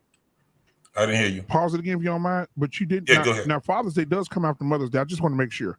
Yeah, it does. He didn't do a Mother's Day sermon like this. So anyway, I want to preface that. And then on top of that, when he just said that you don't supposed to ask a woman for lunch money, then he went on to say you don't have to be rich. T.D. Jakes, you need to go back into the 80s when you first started your church in your living room. And you said that your wife had to work because you were trying to build a church and she had to pay all the bills. See, sometimes we get so high and mighty that we start running our damn mouth and we don't listen to what we said when we were down and out and have no money. Denzel Washington, when his wife had to pay for all their dates and their rides, all the bills, while he pursued an acting career, and she paid for everything and up until he got some money in his pocket. So in most situations, some women just want to help their men out, T.D. Jakes. But go ahead and finish this pandering ass nigga. And I'm glad. See, this is how you do it. You see that Russ Park bullshit? That was bullshit. This is how you break it down and you watch the shit. Absolutely. This is why we try to get people to listen and people to get out there and actually fuck them clips. You look at the shit how you look at it. Now you can have a great synopsis of what it is that he's saying. Because that bullshit they all was talking about was off the mark. And sin came in because the divine order was broken.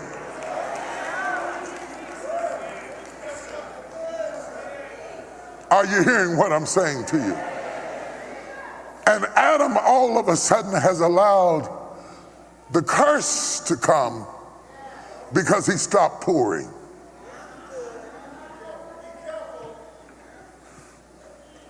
Women, be careful about pouring too much into us. We are designed to pour into you.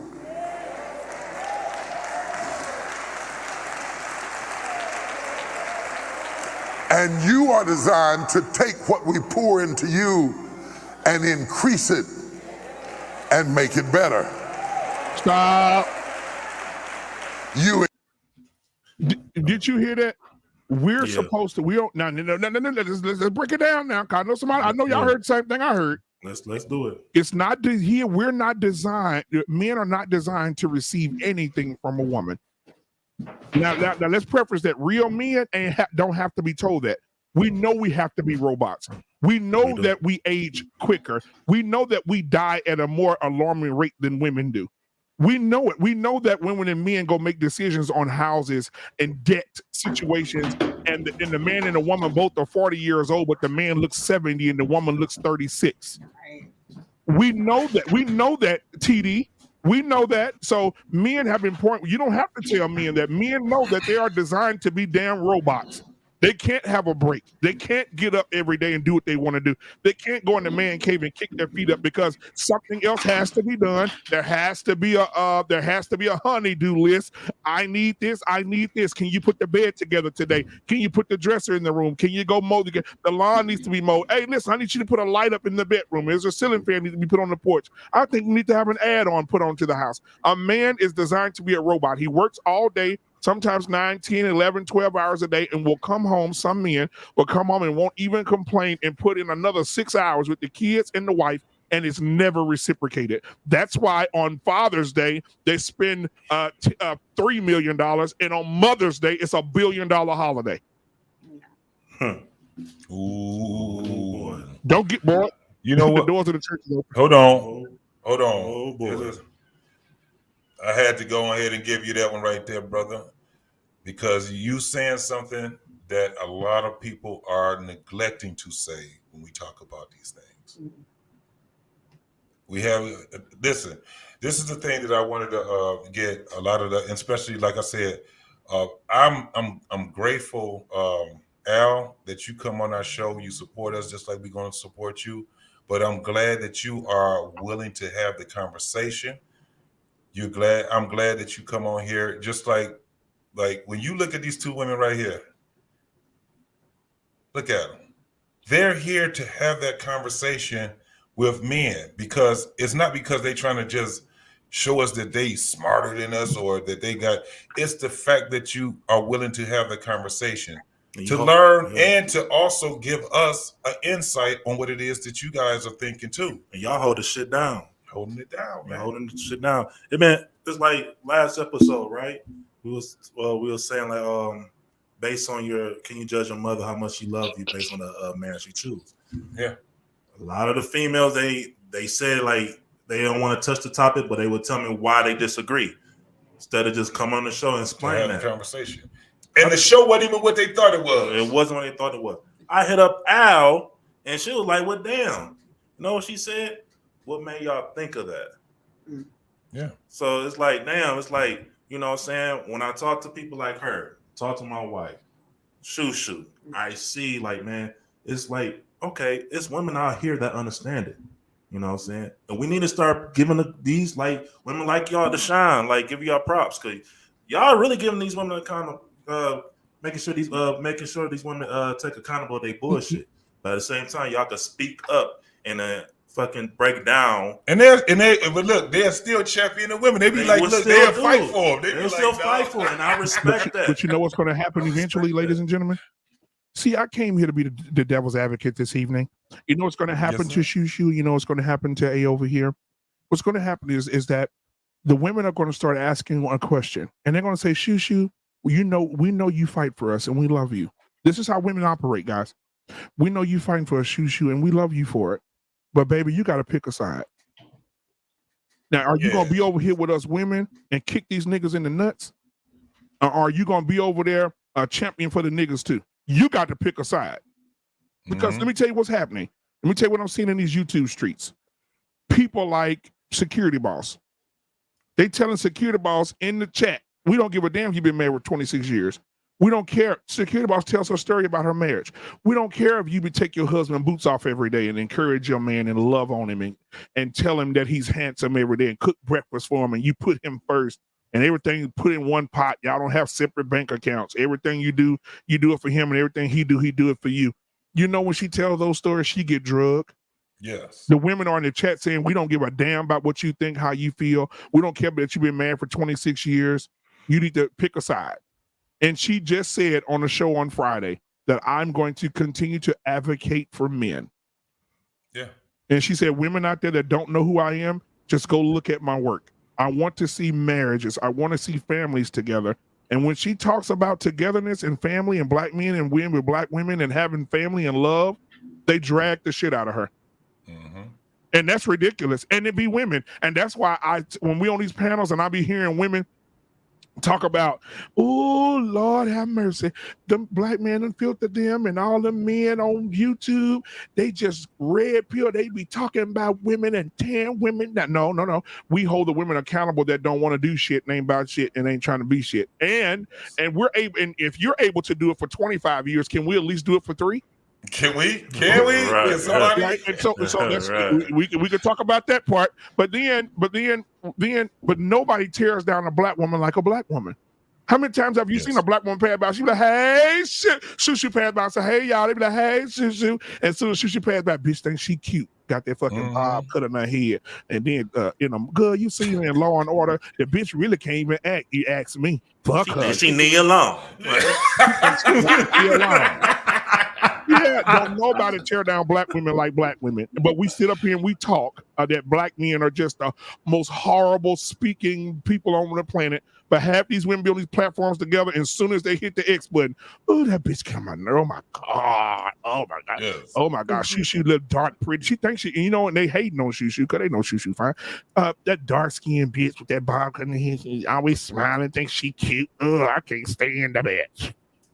They actually made pick me as a thing now. A pick me. That ain't something that a man came up with. That's something that women came up with. And they're so unintelligent. Women are calling women mammies. Now, I'm from the South, and I know what a mammy is. A mammy is a woman that was forced to breastfeed and to care for children of the white master. Yes. Right? And so we're not going to sit here and call black women mammies that love their black husbands and black children. And you're over here fighting your husband, divorcing your husband, not being with your husband, treating your husband like shit. And now you advocating for treating men like shit. Or talking about, we got to do men like this. All the men, no. Sometimes I heard a woman today, I almost joined her church when she said she wasn't a pastor. Today she said that when sometimes women, listen to me, you have a right to speak up for men, speak up for women. She said, but for me, from a man's point of view, from my husband telling me, sometimes women got to know when to shut the fuck up. Facts. And when she said that, they amen. Preach, preacher. I don't mean the long stroke here, but sometimes that is the case. Sometimes if a man say, hey, baby, listen, this is what we're going to do, he don't need to hear, well, you going to do this shit, but when that shit fucking failed, don't you be coming over here telling me what the fuck that went on because I told your motherfucking ass and you didn't listen. No, sometimes you need to say, okay, baby, I got you. Yeah. That's all a man need to hear. I got you. I hope you fail. And let's say, for the sake of argument, it does fail. What you're gonna do is help me fix it. Goddamn right. You might help we're in me. this together. Come on, man, Drill. You gotta Pass or preach tonight. fail. Talk to him. Live or die. We're in this together. It's you and me against the whole fucking world if it comes to it. But it's still you and I. Yes. Doesn't matter. The whole planet is against us. It's still us two. I got you and me. You got you me. And me. Exactly. So we're never going to be alone. Exactly. For the rest Fuck of your our mama lives, and them. until one of us dies, we'll never be alone. And you know what, That's Mandrill? what it's about, ladies. It's got to get to a point, Mandrill. Like, I'm telling you, going back to security about her story. She said her and her husband sat down and came up with a strategy. We gonna cut everybody off for 5 years. No friends, no parents, no siblings, nothing.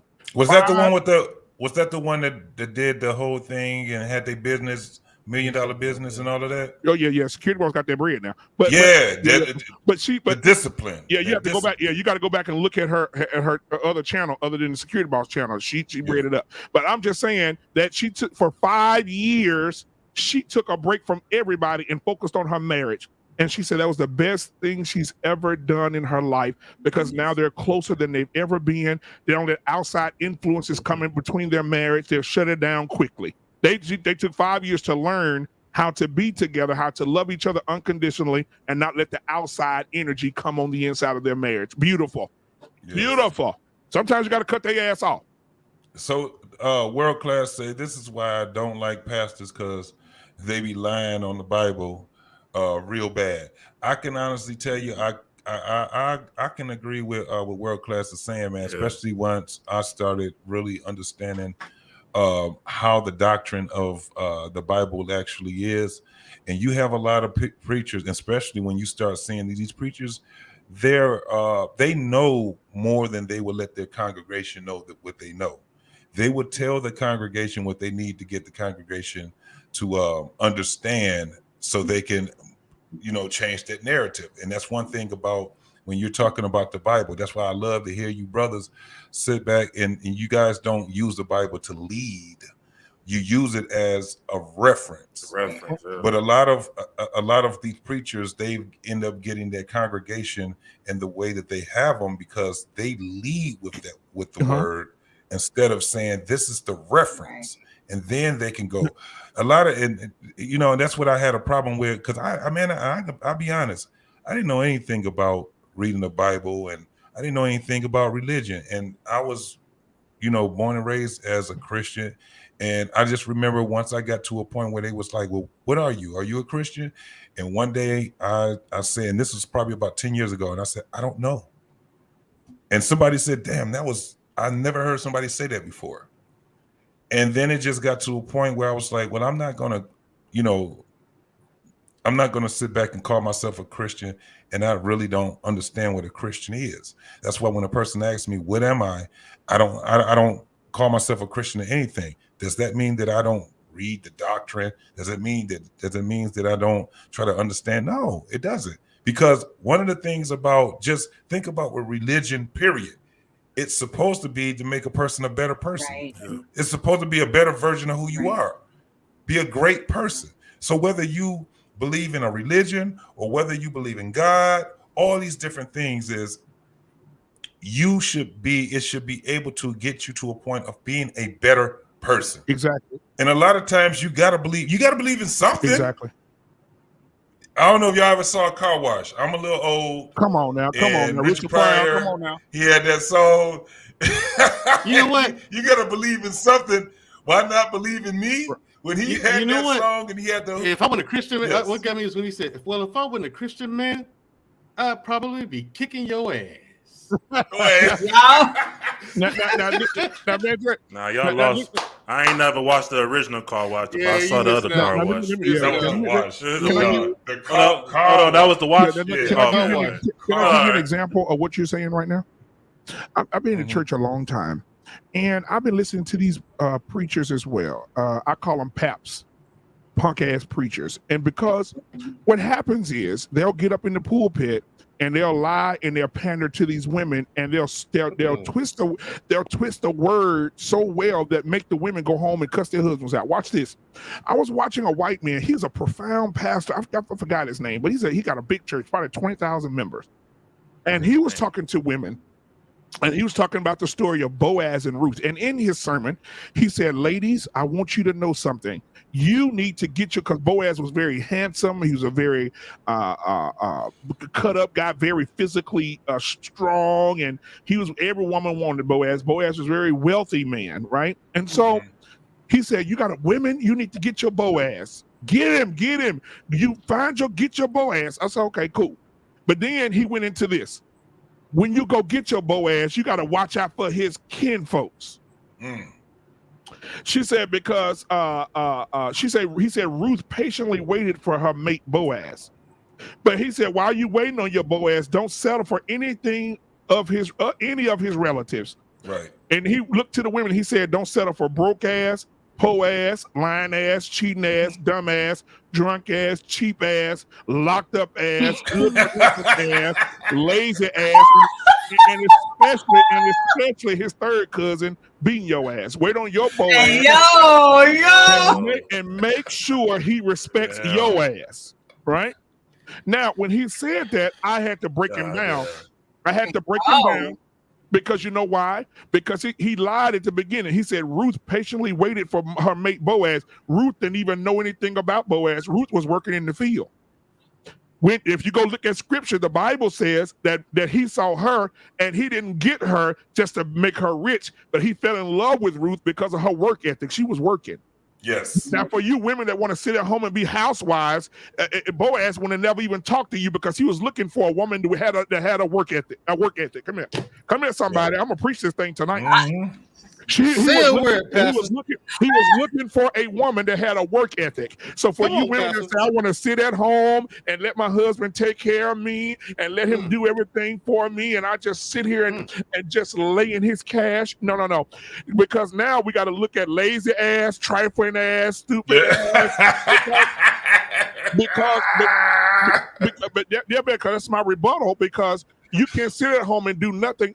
And he loved Ruth because he asked him, he said, man, who is this woman that keeps showing up before everybody get here? And she's always the last one to leave. I've seen her helping the injured. I've seen her stopping her work to go help other people. I've seen her doing everything she could do for. Who is this woman that's working like this? They say that's Ruth. Oh, that's gonna be my woman right there. Bring her here. And she gets the spoils of a rich husband because she was obedient and she had a work ethic. So if you're a stay-at-home mom, you ain't gonna get no Boaz because you gonna be at home with your broke ass, unemployed ass, with your food stamp ass, with your Section 8 ass. Absolutely. And the church says amen.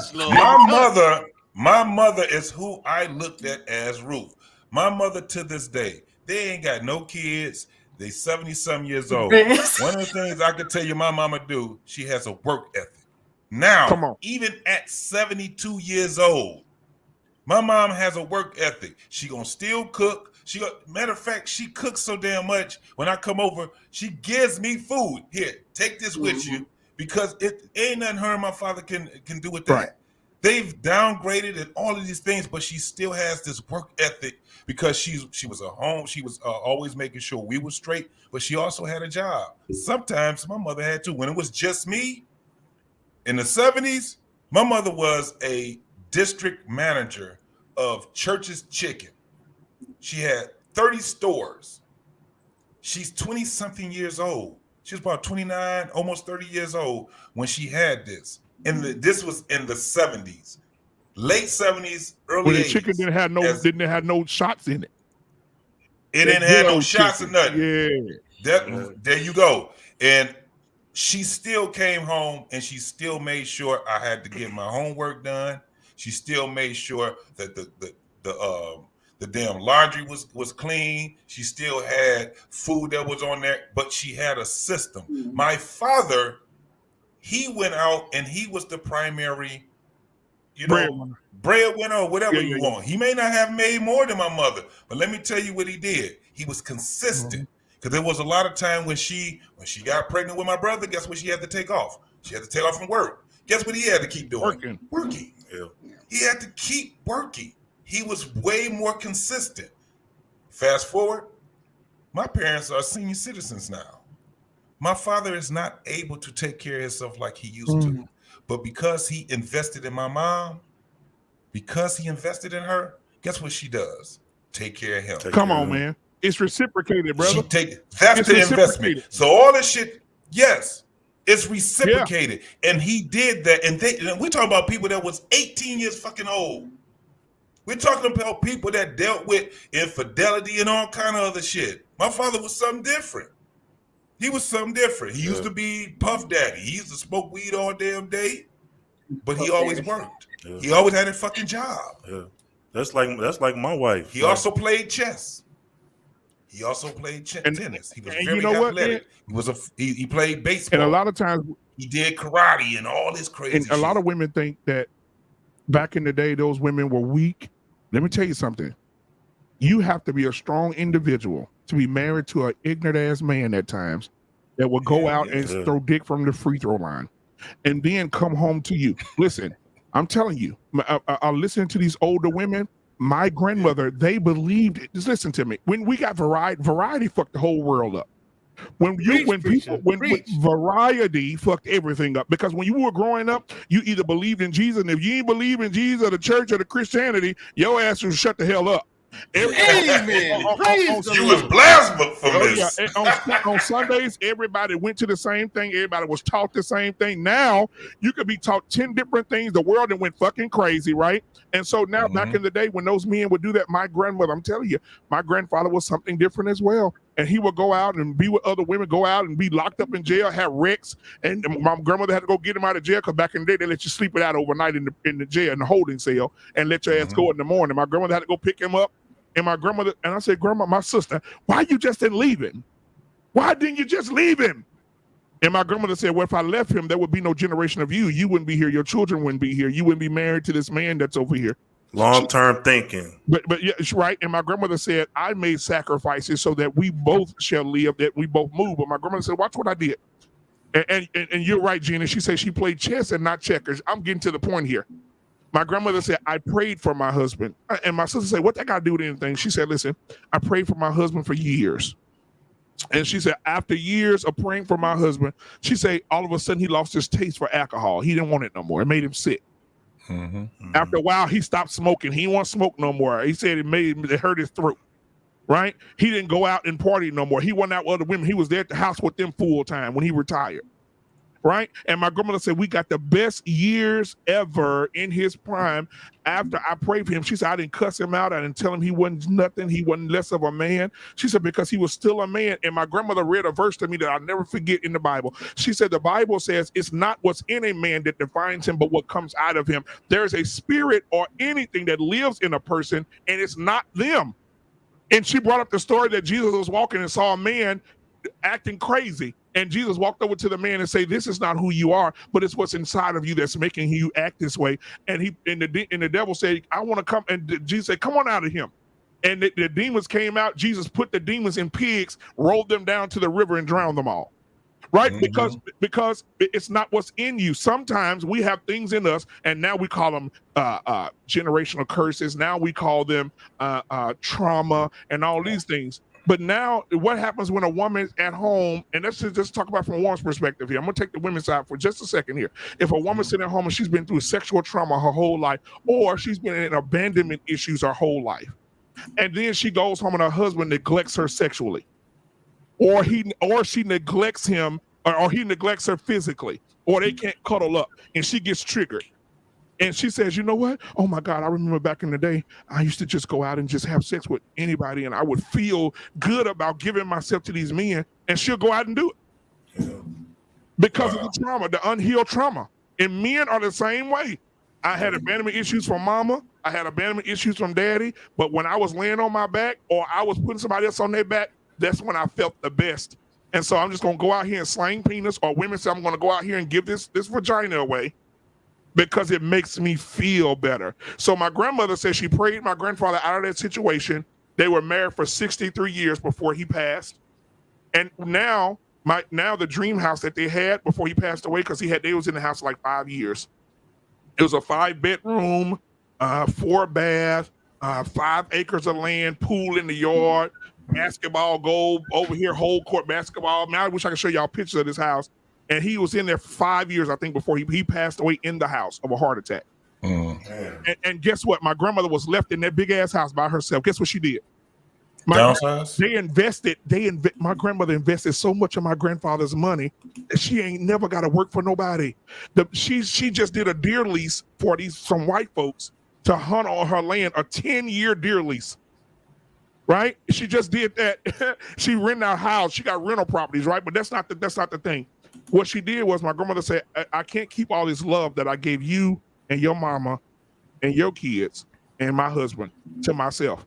Now my grandmother opened her whole house up as a foster home. My grandmother's 89 years old and got a house full of children right now. And they're still bringing them to kids that's been sexually abused, kids that's parents and threw hot water, boiling water on them and stuck them with cigarettes and cut them and beat them and all this. And my grandmother, knocking on my grandma's door at 2 o'clock in the morning, giving her 6-month-old babies. And my grandmother's 89 years old. And she's still sharing that love. And guess what? She adopted 10 of them and gave them her last name. Because she don't want him to leave her. Wow. You see what I'm saying? So imagine if my grandmother would have said, fuck this. You didn't have sex with these bitches that you don't even care about or love. And imagine if she would have said, it's over. Where would she be today? Where would those investments be today if she wasn't forgiving? Now check this out. If you seen Fences, man, that's what Fences was about. Exactly. It went all through. If you seen that whole movie, you would look, and then at the end of the movie, it starts showing the little girl that was born out of infidelity. Yes, sir. And the woman that man had cheated on had taken that little girl and made that little girl her own. Yeah. Because she did not worry about what's going to happen in the future. Yeah. She dealt with what she dealt with at that time. When you seen the time, and Viola Davis, I take my hat off to her, man. That was the shit, man. I'm telling you, even if you Look, you watch the movie and then go watch the play with James Earl Oh yeah, Jones. yeah. The play is wonderful. Oh my God. That's when you know Denzel was out cold, because James Earl Jones was way worse. Wait a minute. Mandrill is about to go on the scholarship. Mandrill, what you got in the background? What you got in the background? I thought we was in church. Oh, he got that. Hold on, let me see. Let me Go ahead and start speaking in tongues, black man. I feel He got the sanctuary. Shoot, come get your brother. Come get your brother. I don't know. He's lost cause at this point. Black man had us in church. He was preaching a sermon. He about to catch on fire. He's a lost cause at this point. Appropriate that I sit in the Hey, I appreciate that, man. See, man, thank you. You always support me, man. I love you, shout out to my boy. Can I say this? Can I say this about that? Because a lot of one of the reasons how we did a show about generational trauma and stuff like that, and part of the inspiration behind that is because, like, for instance, that whole she didn't say his life. You see that? You see that? It does. Part of the reason why I wanted to talk about that is because that whole ideology, like a lot of the things that our grandparents went through, doesn't necessarily mean they was right. You know what I mean? A lot of the treatment, like that whole treatment and stuff like that your grandmother went through, doesn't mean that it was right. Oh no, it wasn't. Yeah, they made it out on the other side of the rainbow. Doesn't mean it is right. But the problem is that mindset, like all of those behaviors are passed down to the next generation. And that's what I was talking about is not okay. My mom, our grandparents, like on both our parents' side, like our grandmothers on my mom and my dad's side, like they had like very like tumultuous relationships. And because of that, like my grandfather, he used to drink and smoke a lot. My mother's father used to drink and smoke a lot. He used to come in the house and I would hear them talk about how he would, be drunk and he'll come in the house like fussing and cussing and like, you know what I mean? And just wreaking havoc. And my mom said because of that, she said she never wanted a man who drank or smoked. She was like, her man can never drink or smoke. Where our father's parents, like they literally used to fight, like physically fight. And it was so bad to the point where like my father, he never really talked about it with us, but my aunt, she talked about it with me a little bit. And she was like, she said when they got to be teenagers, her and my father would wait up for my grandfather to come home because they knew he was going to be drunk and he was going to come in, he was going to jump on my grandmama. And they said, she said, I don't care how old, she said, I don't care who you are. Ain't nobody going to let you just jump on their mama. You know what I mean? So, they used to like physically fight. And my mom, I remember my mom telling me this too. She was like, when her and my dad first got married, my dad said, if it ever get to the point where we got to put hands on each other, it's time to go. He said, because I'm not going to fight to stay in my house. Hell no. That's a no-win situation. Right. And now, granted, it is beautiful for, when you look at our grandparents and how they made it to the other side of, all the turmoil and stuff. But the whole thing is we got to work to erase that turmoil, though. It shouldn't be that kind of struggle, that kind of fight in order to get to the other side. And I think now we went from I forgive you to fuck you. Yeah, and that story. And one night, my father, he got his sister, one of his sisters, and one of his brothers to wait on my grandfather to come home, and they jumped him. They jumped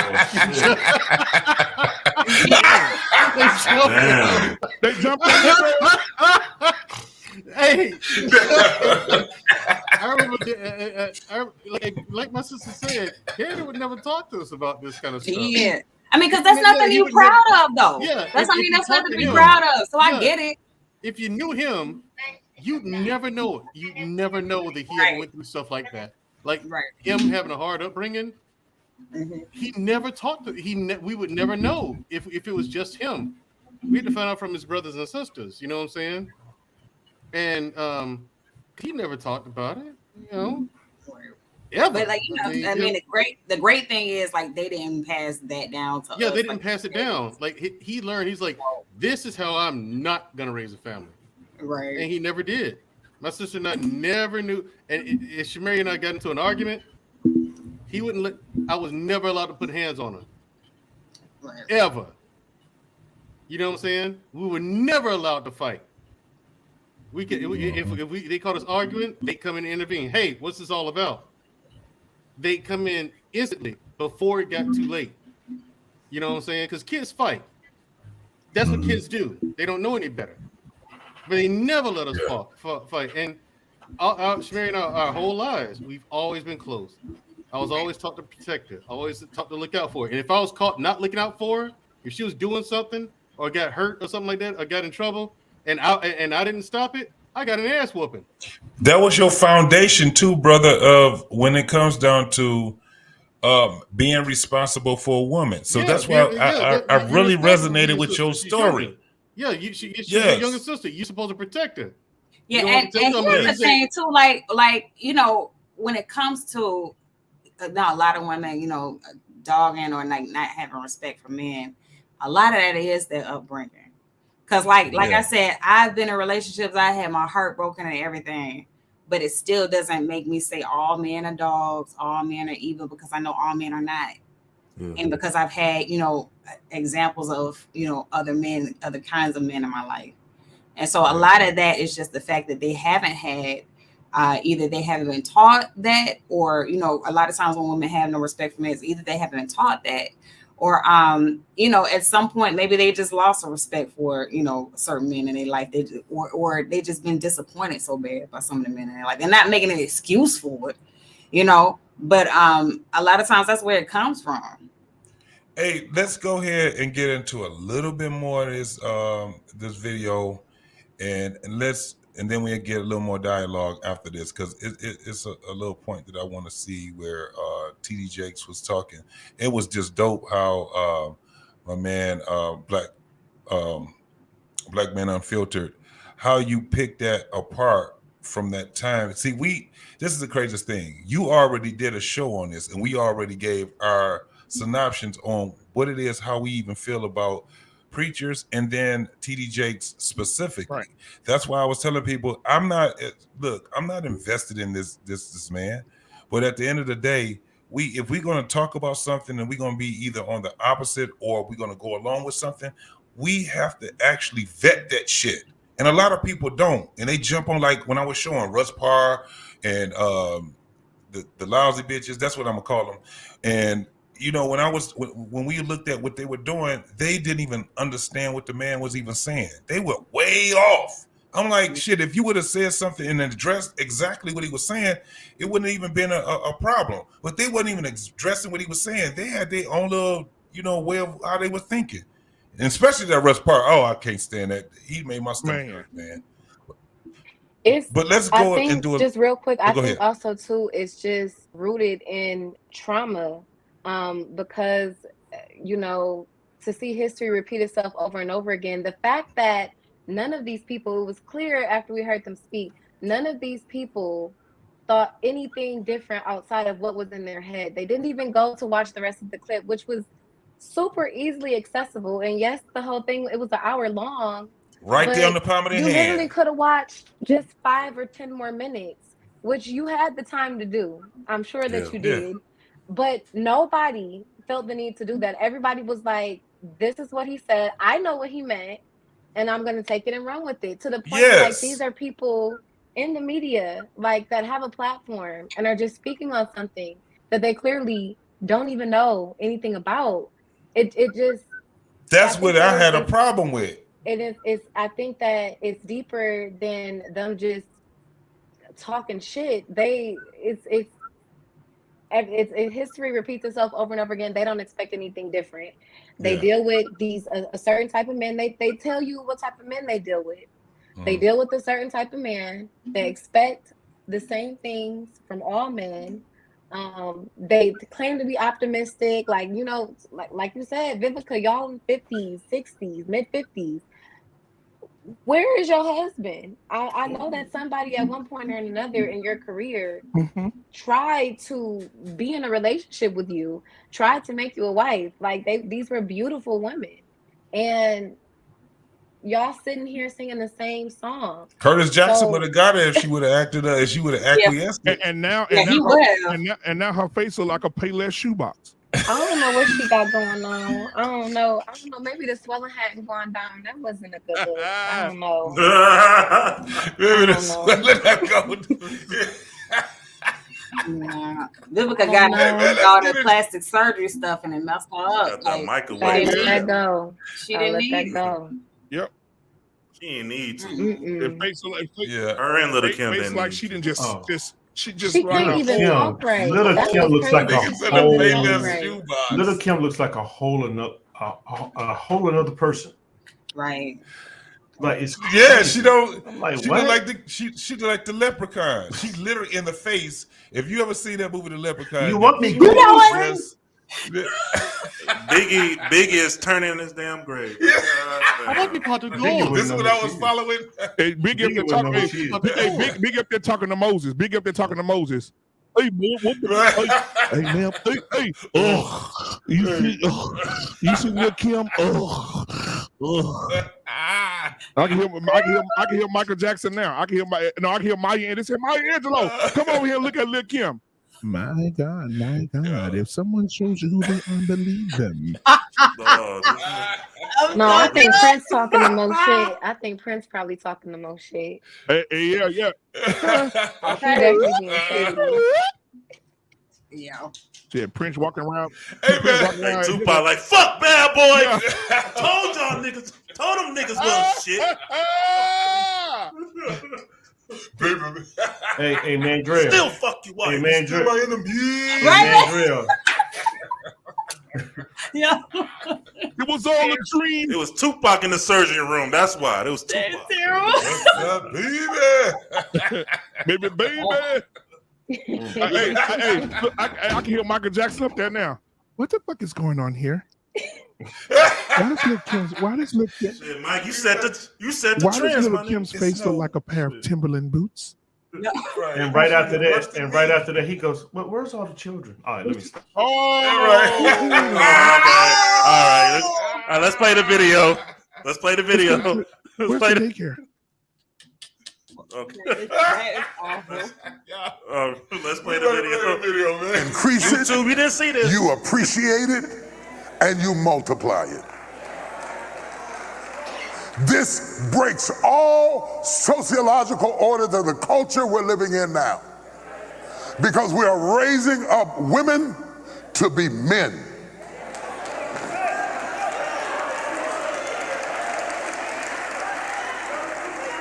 And you are not applauded for your femininity. You are applauded in the contemporary society by how tough, rough, nasty, mean, aggressive, hateful, possessive you are, and you are climbing the corporate ladder, but we are losing our families. I know you can buy your own car. I know you can buy your own house. But until you create a need that I can pour into, I have no place in your life. So stop coming home bragging to me about how much you don't need me and wonder why I shy away. Oh, y'all ain't gonna talk back to me this morning. The conversation has become, let's prove to the men how dispensable they are. And it is born out of pain because we hurt you and betrayed you and lied to you and cheated to you. And you became like you became out of pain. But watch what is born out of pain. Benoni can never be king, only Benjamin. That is born out of pain is the way you cope with disorder. Insist for better out of me rather than replacing me. Oh, Lord. I told you they wasn't going to like this, Jesus. Let's go from the scriptures to anatomy. Anatomically, men pour in. Life begins when men pour in. We were designed to pour in. You were designed to preserve what is poured in. As it is in the physical, so it is in the spiritual. We are designed to pour in. Pouring in is not just about money. You're not just a father because you send a check.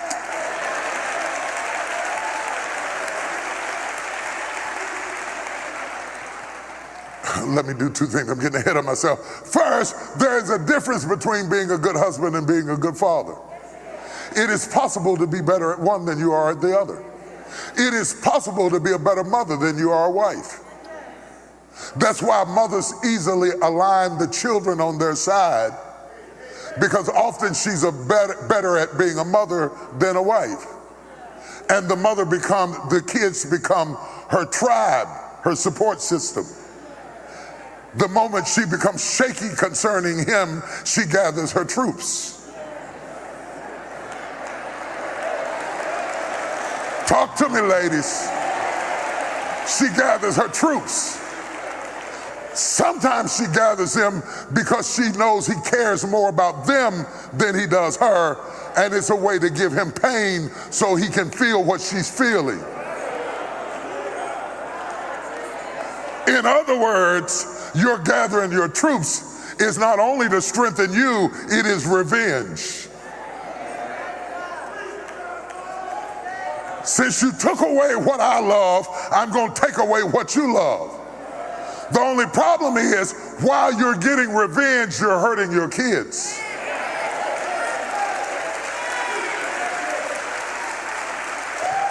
So you got the child support, but you didn't get the child support.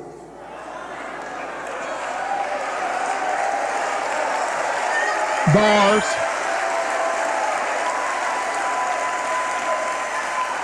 The court can make a man pay child support, but they can't make him give child support, because child support is not a check, it's attention.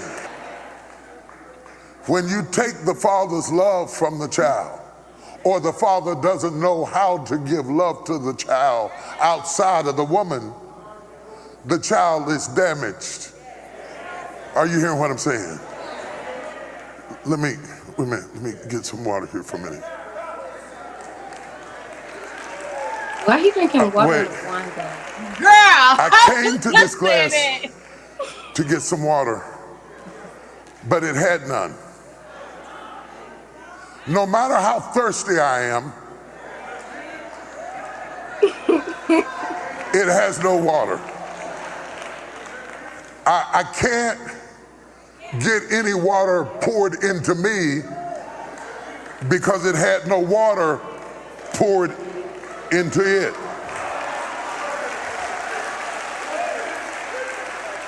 It is hard to pour into people what was not poured into you. I got this big picture here. It looks good, it's nice, it's fancy, it's cute, it's fine, it's wonderful, and honestly, it's expensive. But it's empty. Just because you dressed up don't mean you pour in. Just because you got a Gucci bag don't mean you pour in.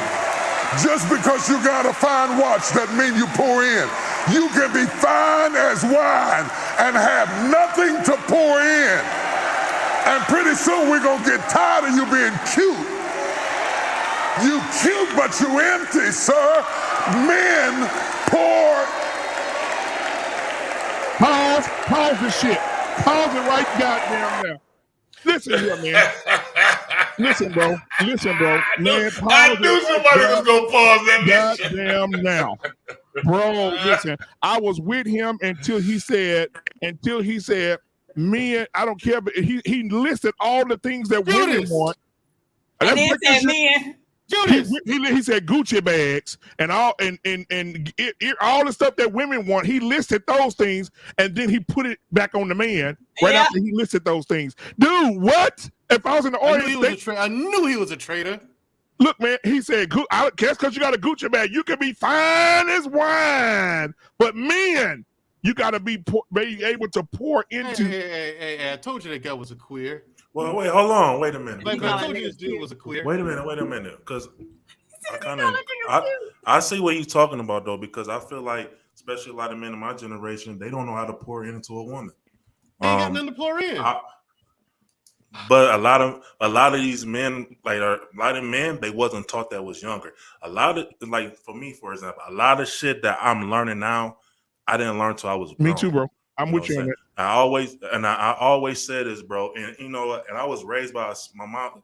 I was raised by my mother up to a point. I was like 10 years old, and my stepdad came in the picture, and he did what he can to teach me certain things, how to be a man. But he had to take a backseat because you know he wasn't my father, and it was certain. I felt like certain things that he had to hold back just a little bit because of my mother. That's just me, just outside looking in, right? But a lot of men, bro, like a lot of these niggas, bro, man, a lot of these niggas are soft, bro. A lot of these niggas don't know how to fucking, they don't even know how to fucking approach women nowadays. They lead with their fucking pockets. They fucking watch what, they get bad advice from their uncles and all this other shit. Like we was taught to be fucking players. Okay, you know what I'm saying? I got to push back on you, brother. 78% of all children today are raised by their mothers, not their fathers. And so if they're getting that bad information, they're getting it from mama, not daddy.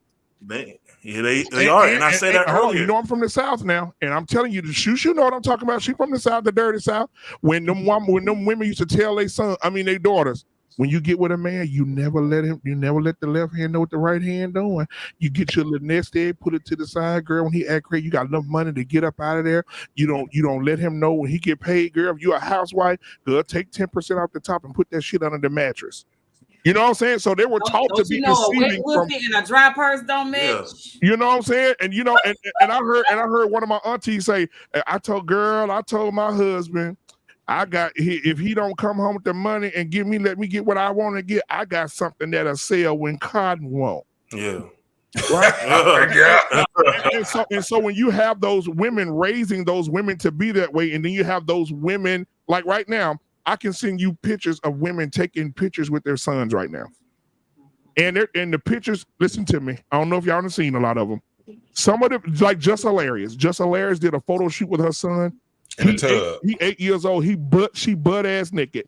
Titties, ass, everything out. And he straddled her and she's kissing him on a picture. And she talking about his art. No. You treat him like your boyfriend. No. And then you have some women dressing like their son. Their son is not allowed to touch trash cans. They're not allowed to iron their own clothes. They're not allowed to wash. They're not allowed to wash their car. They're not allowed to be around their uncles because their uncle's too hard on them. They're not allowed to. I coach football to these little bastards. These little spoiled ass. I call them the spoiled bastards. Not all of them, but some of them. And I coach them. And as soon as they take a hit, here come their mama coming down the bleachers. Lashes longer than this computer screen. Take that helmet off my son. He done. And they put him in the car and drive away with him. Wow. I'm telling you, you know what? I'm gonna start recording. I'm gonna have somebody I'm not gonna record it because they're gonna see me, but I'm gonna have somebody just follow me around with a camera and record how these mamas act with these little boys. Oh my God! All the other boys like they boyfriends. All the other boys drinking water out of the Gatorade bottles. She coming on the field with a big ass thing of Gatorade. Here, baby, my prince. Drink. Telling him he a prince. Drink. Oh, and I'm like, and I told her, I said, man, and I before football season start, hey, ma'am, listen, we can't have you coming on the field. We can't have you come over here pampering your son. Wow. Your son is 6'1". I'm telling you guys, we had a 6'1", 250-pound fucking 12-year-old. As soon as he come off the offensive line, that defensive lineman hit his ass. He was on the ground crying. Damn. Crying. I told him, get your big ass up. That's what I told him, get your big ass up. What did they used to call him? Back in the day, if you was that big, we used to call you Gumpy and a sissy. He was a sissy. Quit acting like a sissy. And I'm looking up at him. I said, what the fuck is wrong with you? He told me, you didn't see him push me on the ground. I said, get your big ass back out there. His mama told me, bring him out. I said, go play. He right back on the field like this. Suck it up and he go right play. Back out there like this. I said, oh, this motherfucker gonna be Magic Johnson's son. Yes, oh, damn. Damn. EJ. Oh Lord. He's EJ bound. Ooh. Just twitching out there down. Switch. Green 42. Yes. So he gonna be Leroy from Fame. 27. Right. And then we wonder why you laying on top of the running back longer than usual. Laying on top of him. What you trying to fill on his ass? Still trying to get up. They done blew the whistle. Yeah, blew the whistle. He's still down there tapping and hunching. Get your ass up. Look at Mandrill. Look at Mandrill's face. And some of these boys are aisle 5 at Walmart. Y'all know what's on aisle 5 at Walmart? The sugar. Yeah, the sugar. I mean, yeah, man. I say this earlier, bro. It's not in a young man's best interest just to be raised by his mother, man. Like, down, said, it's too much proof now that it's not working. Yeah. And I can say that because I was, like I said, I was raised by mostly my mom and my grandma. And I'm gonna keep it real, bro. I had to build my masculinity, bro. Like, you know, I used to get talked about as a kid, like, cause niggas thought I was gay. You know what I'm saying? But I didn't realize I was picking up feminine traits. Right. You know what I'm saying? That I didn't know. You know what I'm saying? I didn't realize. Right. You know what I'm saying? When I mean by physical feminine traits, you know, I was a little bit emotional. I led with my emotion. You know what I'm saying? I react how my fucking mom would fucking react. And until I got older and I realized, damn, that's how most niggas get killed. I need to chill out. And that's why TD Jakes just said, that's the one thing I did agree with, is that when you're trying to be vengeful with your children and keeping them away from their father, this is how you hurt the children. Right. Your sons become more like you, and then they carry on those traits, like Dwayne Wade, for instance. Did y'all see the interview where Dwayne Wade said, I used to love to put on my sister's clothes and walk around in my sister's clothes. I felt comfortable being in women's clothing around my sisters. And he said, so when it comes to my son now, I'm not going to be that way with my son because somebody stopped me, but I'm not going to stop my son. So what does that tell you? Yeah. That tells Dwayne Wade really wants to be with men. He really wants to dress like women. And his wife is his beard. And she no. She's his beard and she's turning his children. Yes. Living through his son. Turning them out. Because when I saw Dwayne Wade walking down the street with his son from a birthday party, and Dwayne Wade had on a damn I don't hate to say this, a shoo-shoo. With the damn little pink little shoo on with his hair dyed pink. I said, "Oh yeah. What we doing, dog? He living through his son, one of the best basketball players to ever do it, and he his son gave him a way out. Yep. Yeah. And now his son now, you know, while he was in the league, he loved to play with balls, and now he out the league, he really playing with balls. Yes, sir. Yes, sir. Oh Lord, what's going on in the world? But see, that goes back to my sister up here. And I told Mandrill, she's like my sister for life. She don't know, she knows now, but she's my sister for life. This is what makes it happen. This is what makes my sister. We joke. But no, you say you don't sound like a brother. Anyway, when you talk to her. Anyway, so you don't, bro. Unless you live in West Virginia. Anyway. But you might be glad I got my sound effects. But no. Right. Oh, I got it. Listen, I'm about to get it popping myself, bro. Next time y'all come on, I'm gonna definitely. He said West Virginia. Listen, I can't say shoot fine. She fine. She is, but my point is. It's sad. She blushing like a mother. Look at it, though. It's sad how we joke. There it is. There go that smile. There it is. Oh, hey, you know what, Black Man on Filter? That's her new theme song. Shanice, I like your smile. Okay, anyway. I like so it's a shame. It's a shame that Shoo has to act like the guys that what we joke about when you go to Atlanta and need to see a baby picture. She's about to that point now. It's sad. Yeah. She has to ask the guy, have you ever experienced anything else besides a woman? This is where we at. Right. Are we all joking? This is where my daughter is. But luckily she has a brother from Africa. But anyway. And I told my daughter, I tell my daughter the same thing. I said, don't get into kissing on no man. I told my daughter, today you living in a world where you be kissing a man and y'all about to make love. And then while y'all kissing and about to make love, he'll pull his pants down and she'll be like, Daddy, you know I ain't ready for that. I said, no, you let me finish, baby. I said, he'll pull his pants down and he'll turn around and bend over. He'll turn around and bend over in front of you. Yep. You got a strap on, baby. Yes. No. Yeah. we gotta fuck me in the ass. Right. Right. It's dudes now won't even fucking approach taller women because they scared as shit. That could be a fucking yeah, pull them panties down, dick hit you in the forehead. I told you about that last night. You be able to, let me see it. That shit was. That shit was. It don't. But it's Jenny say Bernie Mac nephew. I just can't get this. Trying to get the milk and cookies. Where the cookies and shit. It was so funny. I had to hear it again. I said, "What you say?" He said, "Milk and cookies." Rest in peace, Bernie Mac, man. Damn. Okay. But you know what?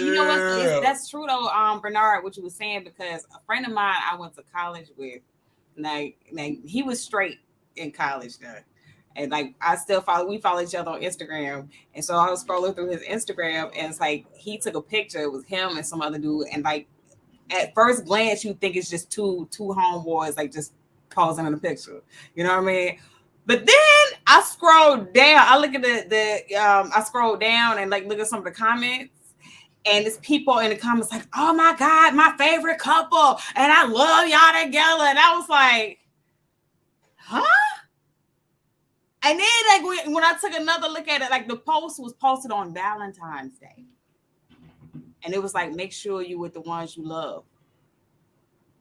But like if you just look at them two in the picture, like it's not, they don't have their arm around each other, nothing like that. It's not like, they holding each other, nothing. They just posing like, you know what I'm saying, posted up in the picture. My Lord. But when you scroll down and you look at them comments, I was like, what? Wow. And that's what I'm saying. It makes guys like that, but guys like that, it makes it easier for the guys who are not like that to just be like, hey, it's all game. And I'm being honest. But at the same time, sisters like Shushu don't want a guy like that either.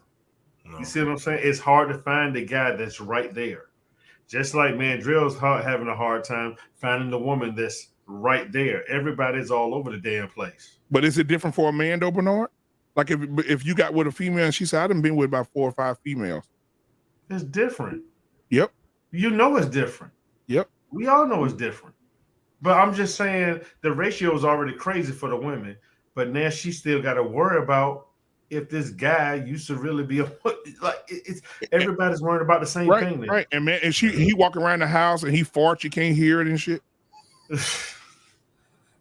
I'm not gonna ask how you know that, but anyway, he can't. I'm telling you, if your ass that wide open, you can't get no fart. You ain't gonna be able to hear no fart. Motherfucker walking around the house, ass like this.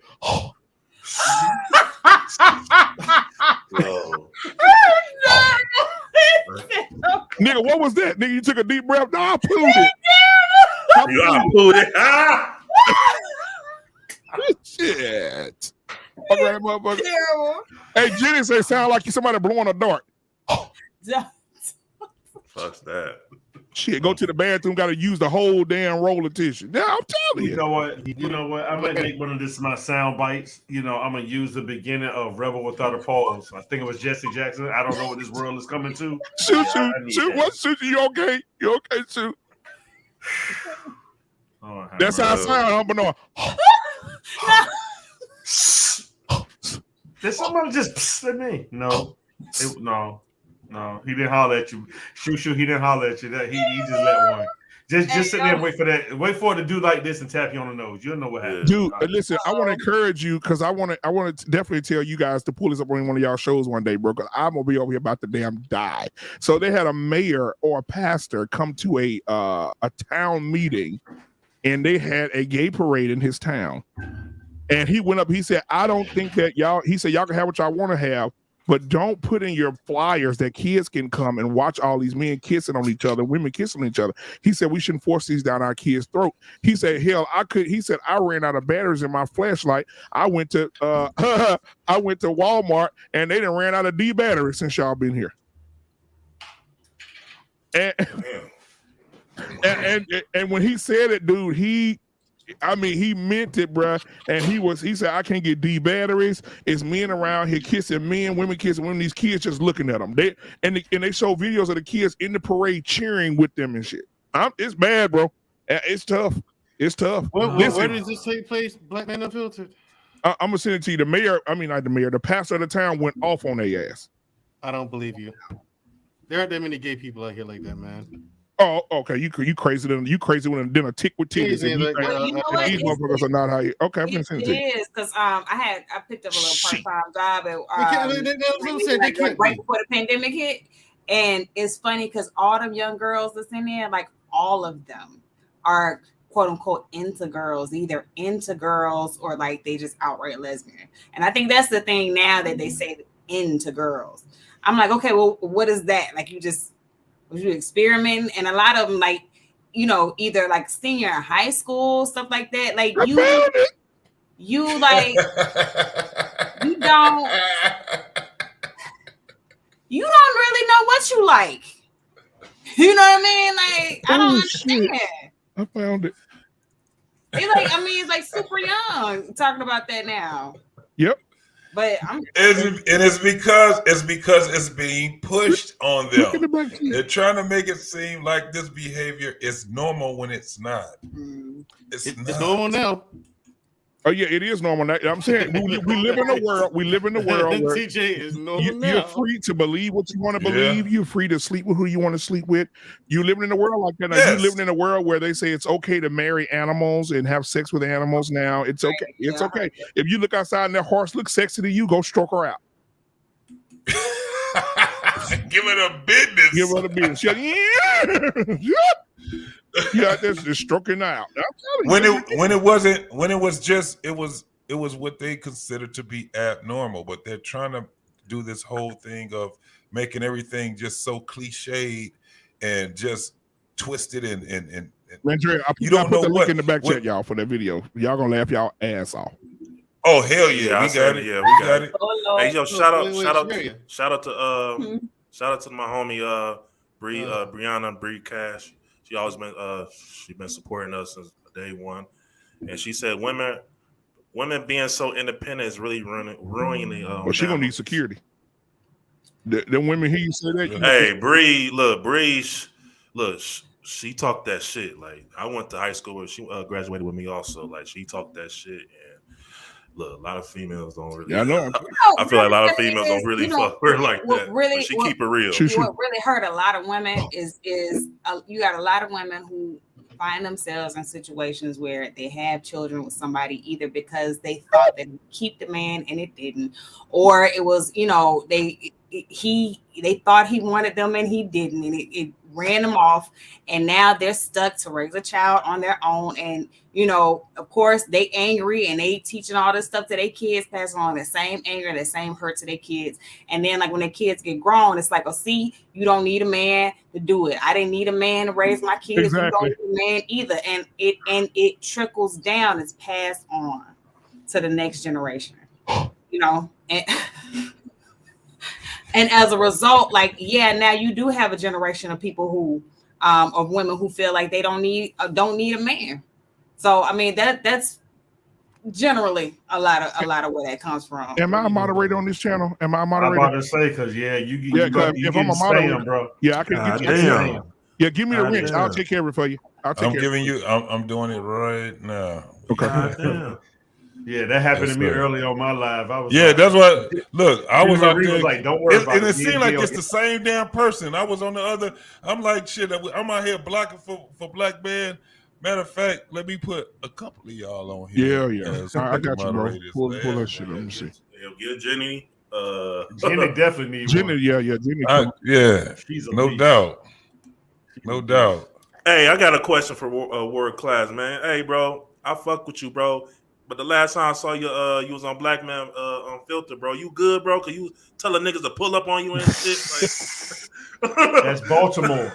That's Baltimore. That's Baltimore. You got to remember. Hey, anytime you hear somebody use, see, y'all got to remember that is where they shot that show at for HBO, The Wire. The Wire.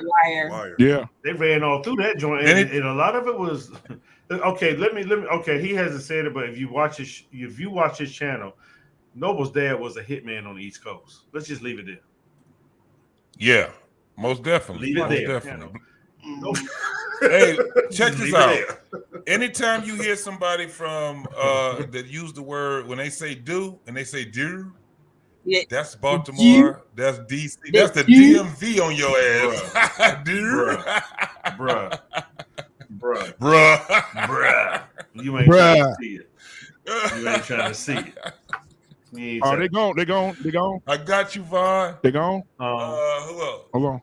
I'm trying to see it, baby. Hell yeah. I think I got I got. Yeah, they gone. Yeah. Yeah. Black man, I don't see you in the chat though. Hold on. He's like all the way up there. He all the way up at the top. Yeah, he all the way up there. Yeah. But yeah, definitely. Jenny handled mine real quick on the show. Her and Gail, they were like, you see me now? I got you. Yeah. Yeah, they don't play. Oh, so I got world class is good with it too. And every time, I got him on there. I knighted him. It's a common denominator. It's Mandrell, bro. That's who it is. Every time that nigga say, every time he say that Q word, we get these motherfucking people coming in here, love chatting adult dating sites. I'm telling you, every time he say that Q word, they come. They come. That Crawford chick, I got you. I've already had you as a moderator, so you got the power too. You absolutely got the power. Mandrell, what's gonna happen one day, man? You shopping in the store for food. Vaughn, you got the power too. And 5 or 6 of them Vaughn is good too. Vaughn is real good too. And Brianna got the power too. And 5 or 6 of them pull up on you, Mandrell, and be like, "We heard what you said on YouTube, bitch." It is. Thanks for your support. Good Oh, you think it's a game? I'll slap the shit out of you, bitch. That's nice to hear. Have a good day. Don't sleep. They can fight. Hell yeah, some of them punks can fight now. Hey, some of them in the gym just as much as I am. Some of them in the gym just as much as I am now. Y'all think it's sweet over there. Well, it is sweet. But y'all think it's soft over there. You know what I'm saying? It's still a man. Yeah. Hey, y'all know that Dr. Pepper commercial? It's the sweet one. Oh, right. That boy said, "Little sweet on a tiny horse." Woo. Bruh.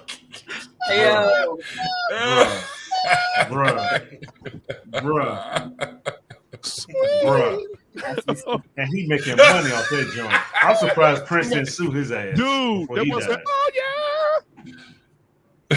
Dude, and he got kids too. He has kids in real life. I'm like, you watching your daddy do that? And that's the dude from that didn't win the second runner up on American Idol.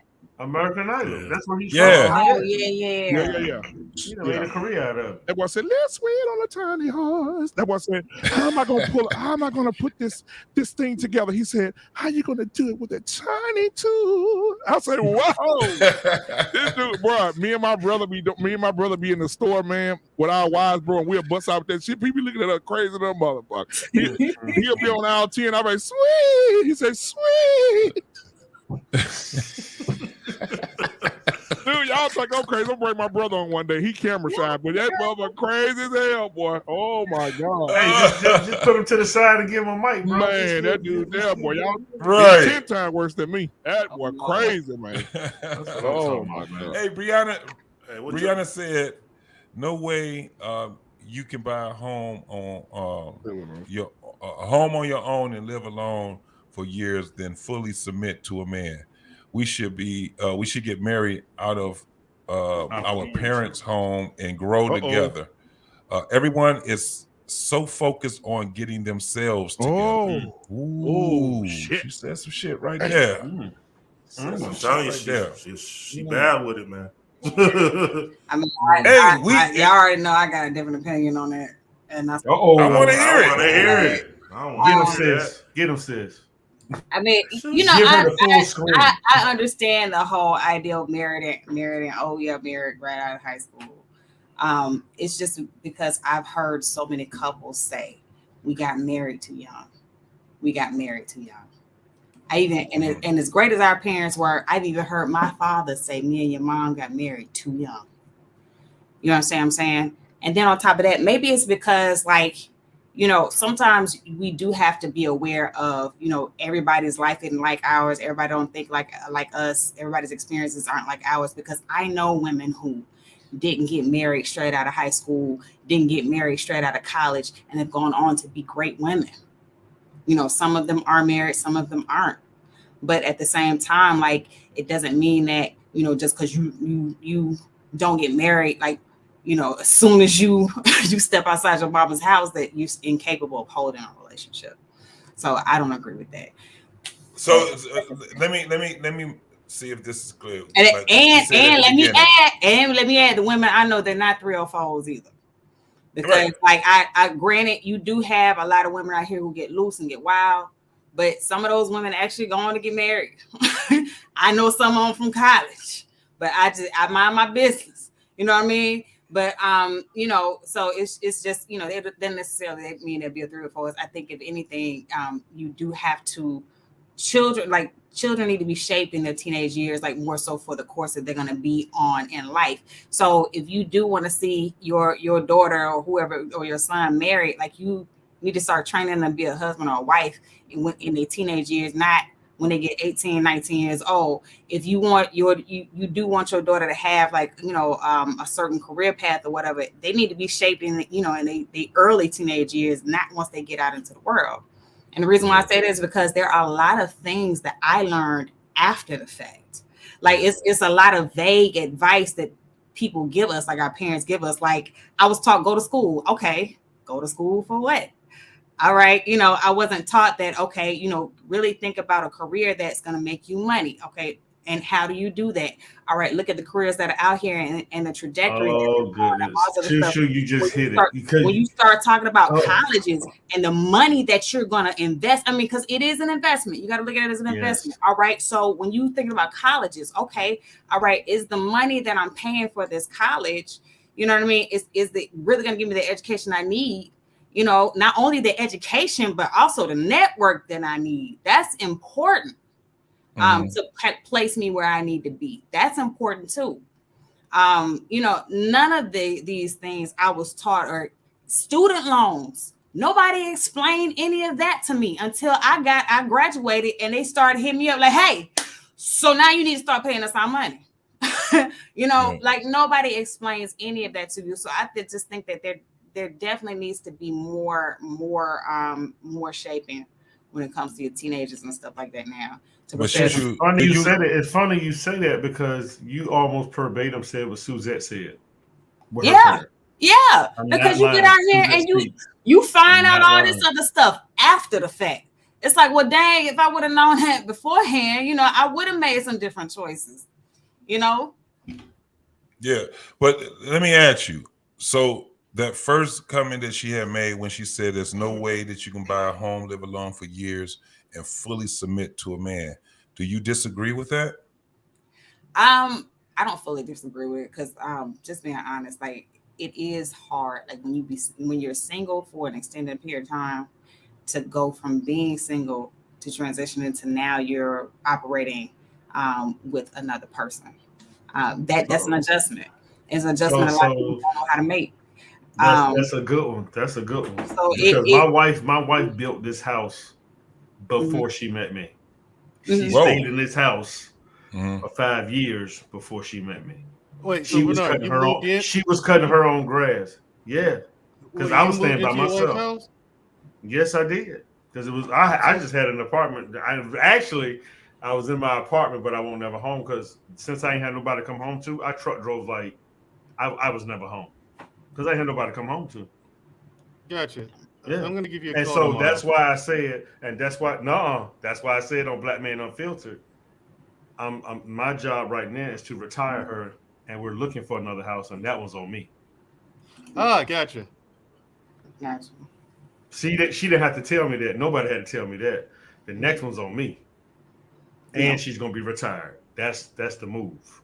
So we're looking as we speak, and I'm looking at some land and stuff right now. So no, I came in with a plan. You see what I'm saying? So, and when I was staying by myself, and it took her about it took her about a good yearish but she knew she wanted to be married. Right. Yeah. She threw all that other stuff out the water. Like I didn't even have a car when I met her because I didn't need one. I just drove my truck everywhere. Right. I drove for 14 years, so I just drove everywhere. Mm-hmm. And now 2 trucks later and 2 trucks in the yard, and my wife's never co-signed for nothing for me or nothing. So you have to go in with a plan. So I don't ever feel bad about moving into her house because she was like, watch this. She was grateful that there was a man in her house so she could feel protected. Right. See all that bullshit everybody be talking. Oh, I can't believe that's why we married. Right. That's why we married because we didn't have to deal with. I didn't have to hear all that. Well, we can be in the baddest argument or disagreement. She had never said, "This is my house." She's never said that. Right. Yeah. Ever. Right. She's like, "This is our house." Right. So I don't mind ever telling my story because you have to have a plan. You have to know where you're going. You have to know what you're doing. And she's proof, and I believe Shoo and some others will be proof too, that she said, because it's funny, I met her at a wedding because I was shooting a wedding, honestly. Oh, wow.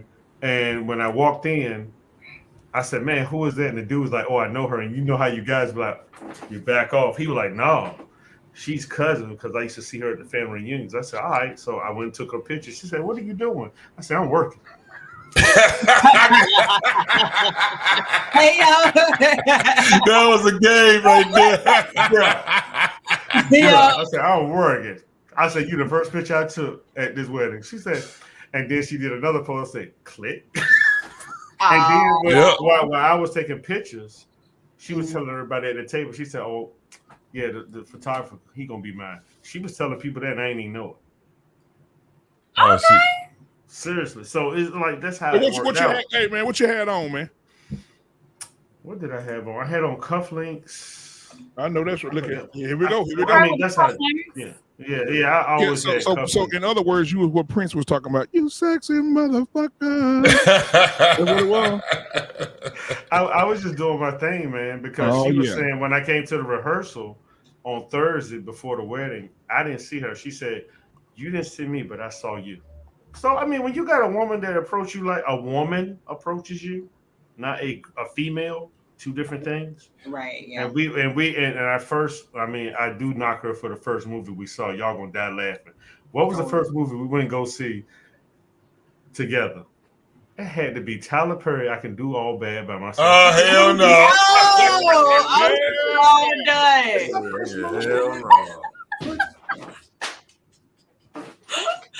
Oh my god! What? I could do that.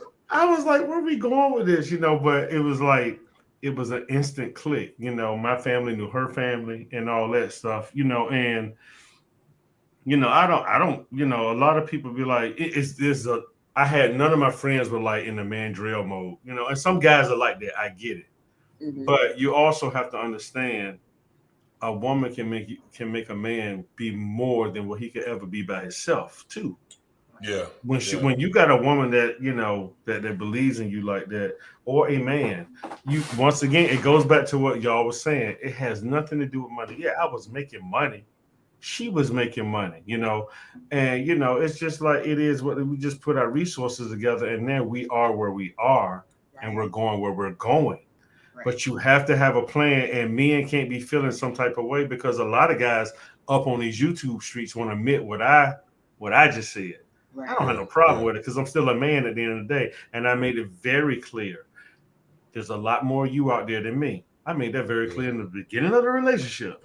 Right. Seriously, I'm just being honest. I wasn't being cocky. I'm just like, and once she got past that, and I ain't have to say it like more than 3 times.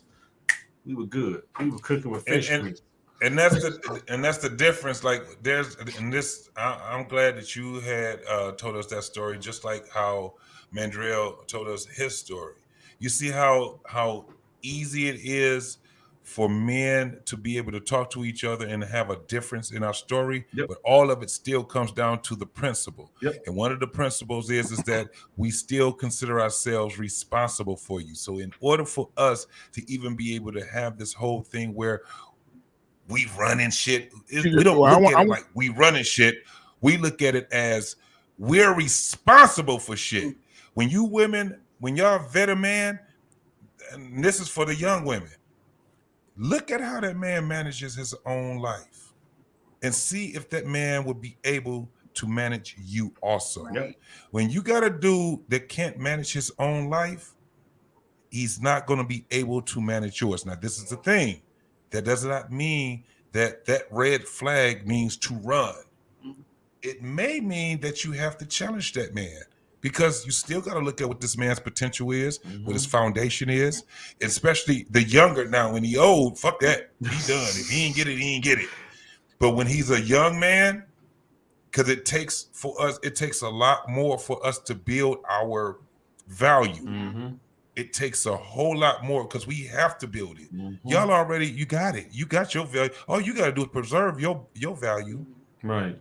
With us, we got to build ours. Right. So it takes a man a little longer for him to get it. And if you can see the potential in him, and you can see that this man has a great foundation behind him, and he's struggling to follow that with that foundation has built for him, that's when it comes down to you actually, I can't say inspire, but you got to challenge that man to greatness. Right. And it may take 4, 5, 6 years before you can marry him. But you got to be at a point where you tell that man, I do want you, but I require something. Well, we were at the Kevin Samuels thing 2 years. I did the promise ring. Then I did it all in order. And I went and talked to her dad. I did it all in order. I was old school. I did it all in order. You know, I have the promise ring pictures, and the same cousin that was with me of hers when I was doing the wedding, he took the promise ring pictures because we were I went to Pat Robinson CBN library. It's very beautiful with the staircases and stuff. And we went up and I said, look, I got to go up here and do something right quick. And he just rolled up with the photography camera, and I just got on one knee with the promise ring. And she was just like, she was done. She was like, all right, now let's go get something to eat, you know. And then with the engagement, I did it on Christmas Eve, 2010, at this place, called Imperial Palace. And the video guys came in, the whole restaurant went crazy. And she was just like, I'm like, yeah, this is how I roll. So you can't judge a book by its cover if you don't never open it and read it. That's what I'm saying.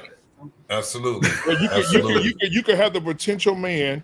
You can have the potential man or woman you want. Now listen, I ain't saying be no damn wool of the foo-foo. I'm just saying that sometimes you can have a man that's a great man, or you can have a woman that's a great woman and you run from him. Now I'm not saying listen to me. When it comes to leaving at the restaurant, I still believe in that. I believe in that. And how Hank said, leave their ass at the damn restaurant. Hey dog, hey dog, hey dog, hey dog, listen dog. Let me tell you, dog. You know, because I still believe in that, because you still have some women that were taught very, very, very, very badly on how to be with a man, how to conversate with a man, how to talk to a man. And some women want the position, but they don't want to do the work. Exactly. Yes. And exactly. Here's the thing, too. I think it's something I realized. A lot of women they look forward to the wedding, but not the marriage. Come on, yes. So, because I used to watch this show all the time called Brides. It was like WeTV. Sundays was like wedding day for WeTV. Like all their shows had to just something to do with weddings. And like when you listen to all those women, they talk about my day, but it's what I want. But this is my day, and this is what I want. And it's like, okay, you're so focused on the wedding, but like, what about the marriage? And when you hear people like, quote all these old wives' tales, like, oh, if it rained on your wedding day, that's bad luck. I mean, your marriage will break up. I'm like, well, what does that have to do with the marriage, though? You know what I'm saying? Because it rained on your wedding day. How many people got married on sunny days and divorced? So, like, I mean, a lot of people a lot of young girls look forward to the wedding, but not the marriage. And I think more so the emphasis should be placed on the marriage instead of the wedding. Well, see, that is. I'm glad you said that because I'm actually do a show on that of people getting caught up on the moment. Right. Right. Getting caught up on a moment, not thinking long term.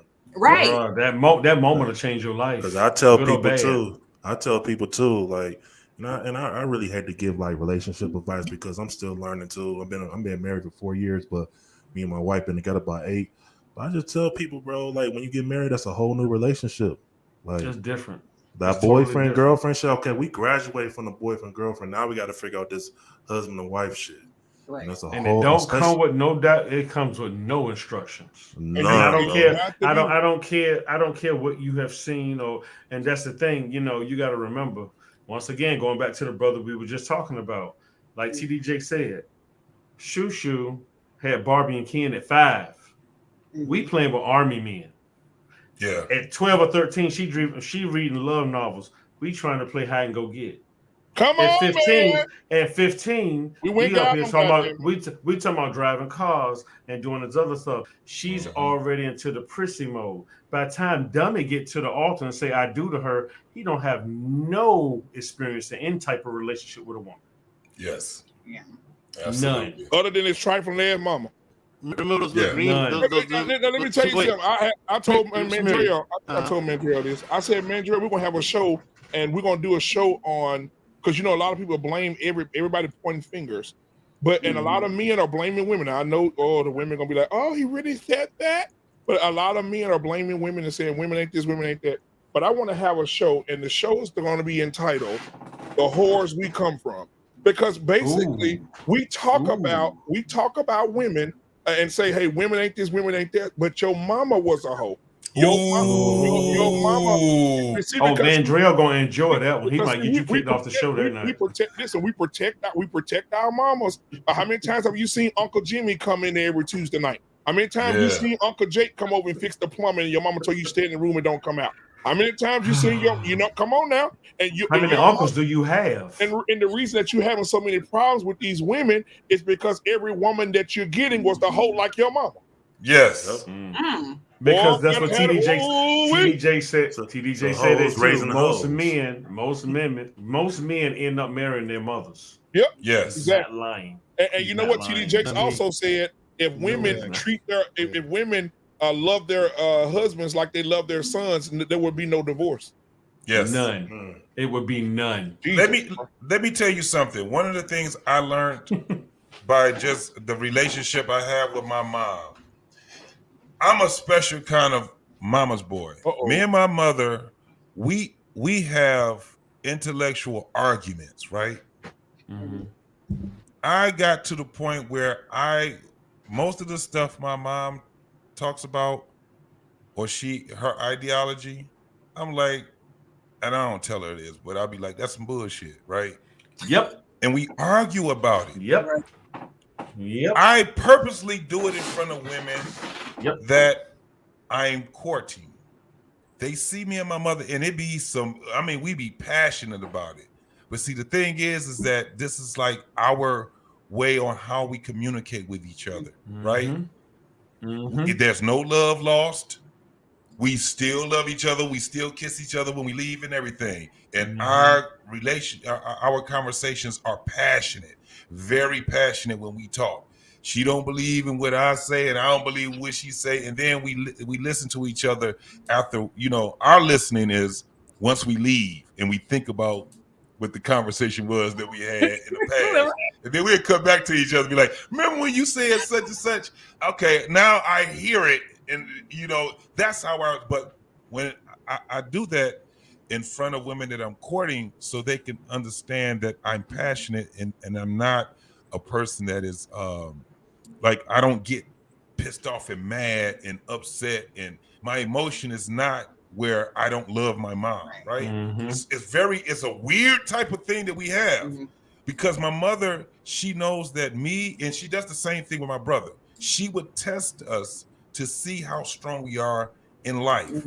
One of the reasons why is she looks at it as I'm not going to be here forever for y'all. Mm-hmm. So she's always tested us in that way. And she does it by, it's kind of like you would think she's picking with us, but she's not really picking with us. She's testing us. It even goes to the point of, if it's a woman that we've picked and she really don't approve of them, she'll come and she'll pull me to the side and be like, "You sure that's what you want?"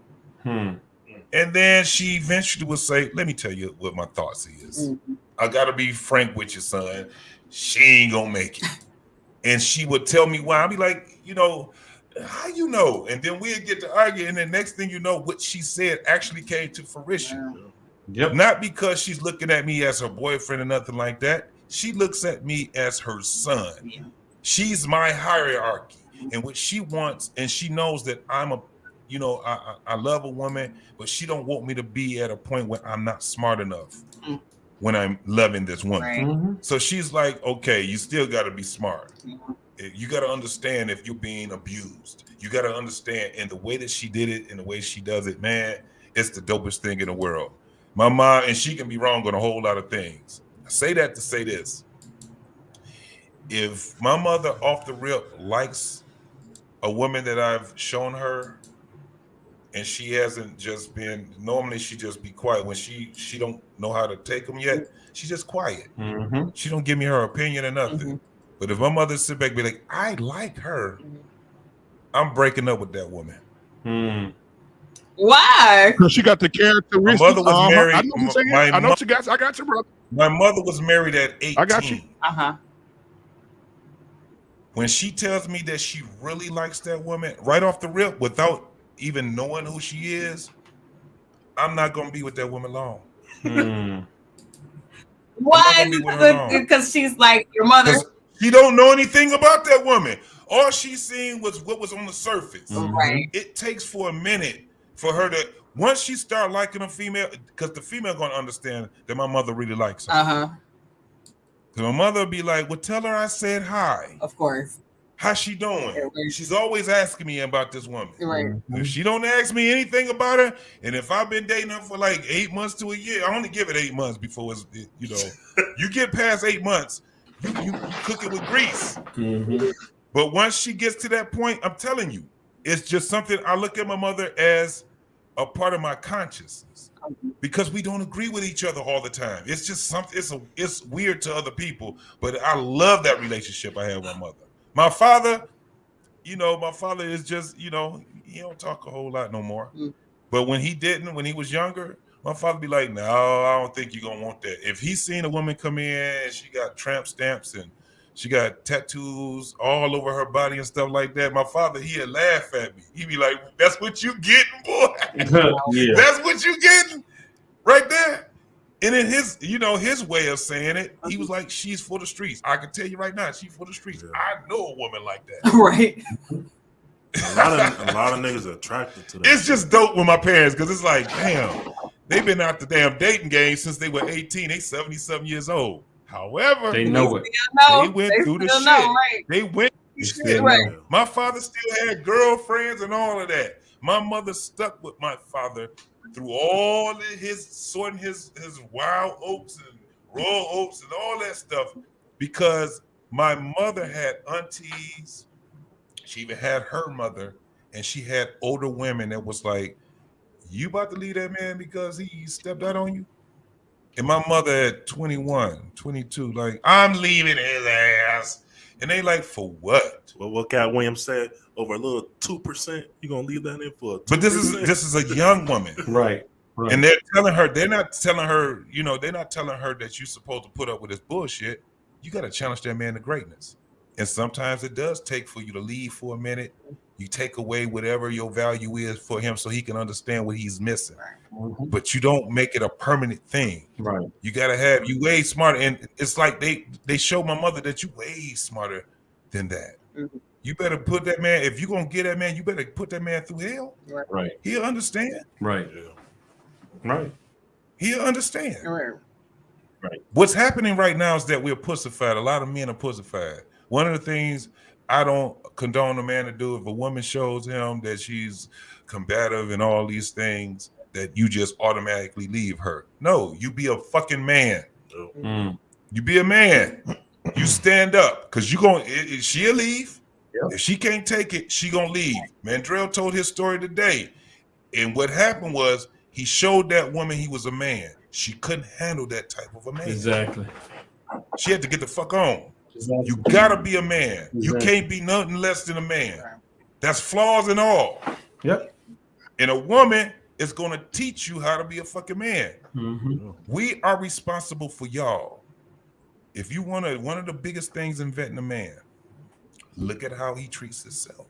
Look how his life is. Right. Mm-hmm. You should never be attracted to a man that's out there just struggling his ass off, especially the older he gets. Oh my goodness. The older that man gets, at some point in his life, he can't be struggling. He may be a good guy, but as a woman, you have to be at a point where you can say you're good, and you give him his, you give him his letter. You tell him that, I appreciate you applying. Okay. However, I regret to inform you. Okay. It's the same thing, and we say that to men also. Mm-hmm. That way, we don't have to keep having all this bullshit. Right. Men ain't shit, women ain't shit, all these different things. Right. You be a woman, he be a man. You don't ever have to be a person to demand anything. Demanding something means that you're entitled to. Right. Yeah. This require. Exactly. If you require, it's something totally different. Right. Yep. Demanding, you don't want that. And then command, guess what command is? It's not even something that you tell somebody. Right. A command is actually what the fuck it means. It means that if you command respect, it's how you carry yourself. Right. When you walk into a place, a lot of dudes will look, but they ain't gonna come and be like, "Hey, shorty." Right. Hey, Red. Hey, Red. Right. Yeah. If the motherfuckers do it, the way that you carry yourself is gonna command that motherfucker to give you respect. Yep. You ain't gotta be like, motherfucker. No, you're gonna make him disrespect you even more now. Right. Yeah. Mm-hmm. I like using the Felicia Richard, Claire Huxtable type of woman. She don't play. But she don't even have to raise her voice. She's smooth. That's my that's my wife. She's so fucking smooth with it. Right. Oh, that's my because she commands it. Yeah. That's the power that y'all got, man. That sexual power that y'all got is you ain't never gotta be in competition with a man because it ain't that we can't do nothing nearly as you can in your natural form. We can't fuck with it. Mm-hmm. Yeah. Actually, we can't fuck with actually, TD Jakes said for us to be in charge is actually a real good deal for women. Because, it is because if like when my wife and I explained that to my wife, I said it's the best benefit package there is. She's like, "What you mean?" I said, "If I made a decision and something goes down, it's on me. It's never on you." Yes, yeah, absolutely. It's on me. It's 100% on me. The problem is that if my sister Shushu or any other, let's see, Shushu or Suzette, they the two that I do know that are single. If you don't meet a guy like me, that's where the problem is, because not you two, but some women are already established or get desperate and end up taking care of that Negro. Yeah. And then you got him at home like this, because I said that on my show today. I always told my niece and my daughter, I said, look, no man wants to come home to a dirty house. I don't care how old you are. So both of them are living with a dude, and they now sending me pictures of food and the house being clean because I taught them how to cook, right? Mm-hmm. And me and my wife and the village did. And I said, but let me flip that. It'd be some days when my wife will come home, I make sure there's no dishes, or I've cooked for her, or I've ordered food for her. Yeah, there's nothing to be talked about. Yeah. There's nothing to be talked about. Nothing. Yeah. It's marriage is a verb. Yes, absolutely. It's a verb. It's an action verb, actually. Yes. It's an action verb. If you want to go English on it, it's to merge. It's to merge. It's work. It's work. But I can't expect her just to be, have that mentality like, well, this should be no. Sometimes I can burn, I can cook, so it helps her out a lot, because I just be like, all right, what you want? What you? Because I don't eat meat, but even if she wants a steak, I'm already marinating it for 2 days or whatever. Yeah. Like, all right, look, you're gonna have, baby, don't worry about it. Then I hit the mashed potatoes, whatever she want, right? But you know, some she wasn't used to that when she met me. That I mean, because I was just cooking like I lost my mind. She was like, "You cook that?" I'm like, yeah. Well, why you put that on that? I said, because I have what you call memory taste. I cook so much, I know what goes with what. Right. But you know, since I went, you know, vegan, I'm still enjoying my food. And we you know, I advocate for men and women to work together and not to bash each other. That's what I advocate. And they have to change. They have to change the wiring in their mind, because this is the thing. It is very, very fun to be a couple. It is very fun to co-parent. You have to change it. You have to change. Understand that there's two things we're in between. One is pain, and the other thing that we're in between is pleasure. Right? We in between it. We either running from pain or going towards pleasure. Right. So when we are going towards pleasure, what do we use as pleasure? You drink, smoke, have sex, go to the club. All these different things is what we look at as pleasure, right? You put that on the list, and then you put what's painful on the other list. You take the things that's pain and you turn them into pleasure. Take the things that's pleasure and you turn it into pain. I'm telling you, it changes the way that you think about life. Yeah, and that's why I I respect. You know, I haven't talked to Shamiria offline like I have with Suzette a few times. With my wife knowing that, let's throw that out there. But she knows I'm always. I'm throwing it out there.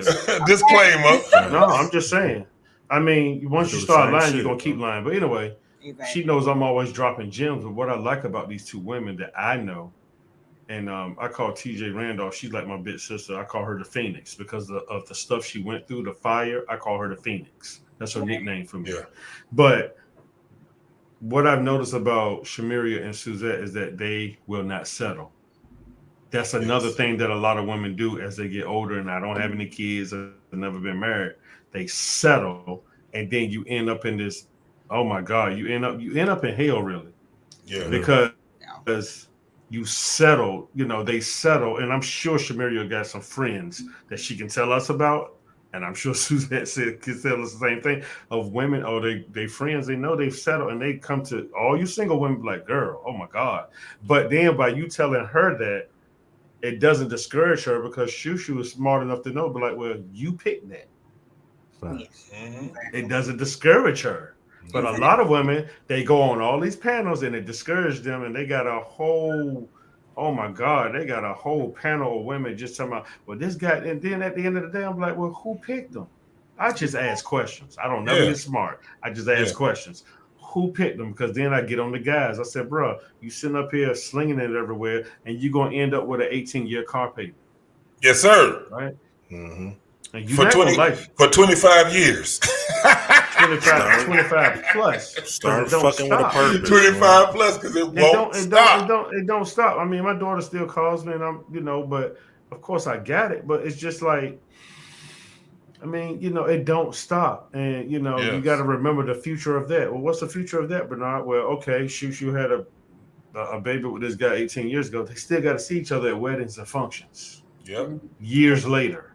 Yeah. And then every time I did a wedding, I did a consultation with the couple. I asked these exact questions. I asked the groom first, because I know the woman is ready to go. The mom and dad still together? Yeah. Your mom and dad still together? No. And I do not like my dad's new wife. Okay, got it. So when I get to the reception, I go to the father. I'll be like, hey man, she wants the original family picture. I'm just letting you know.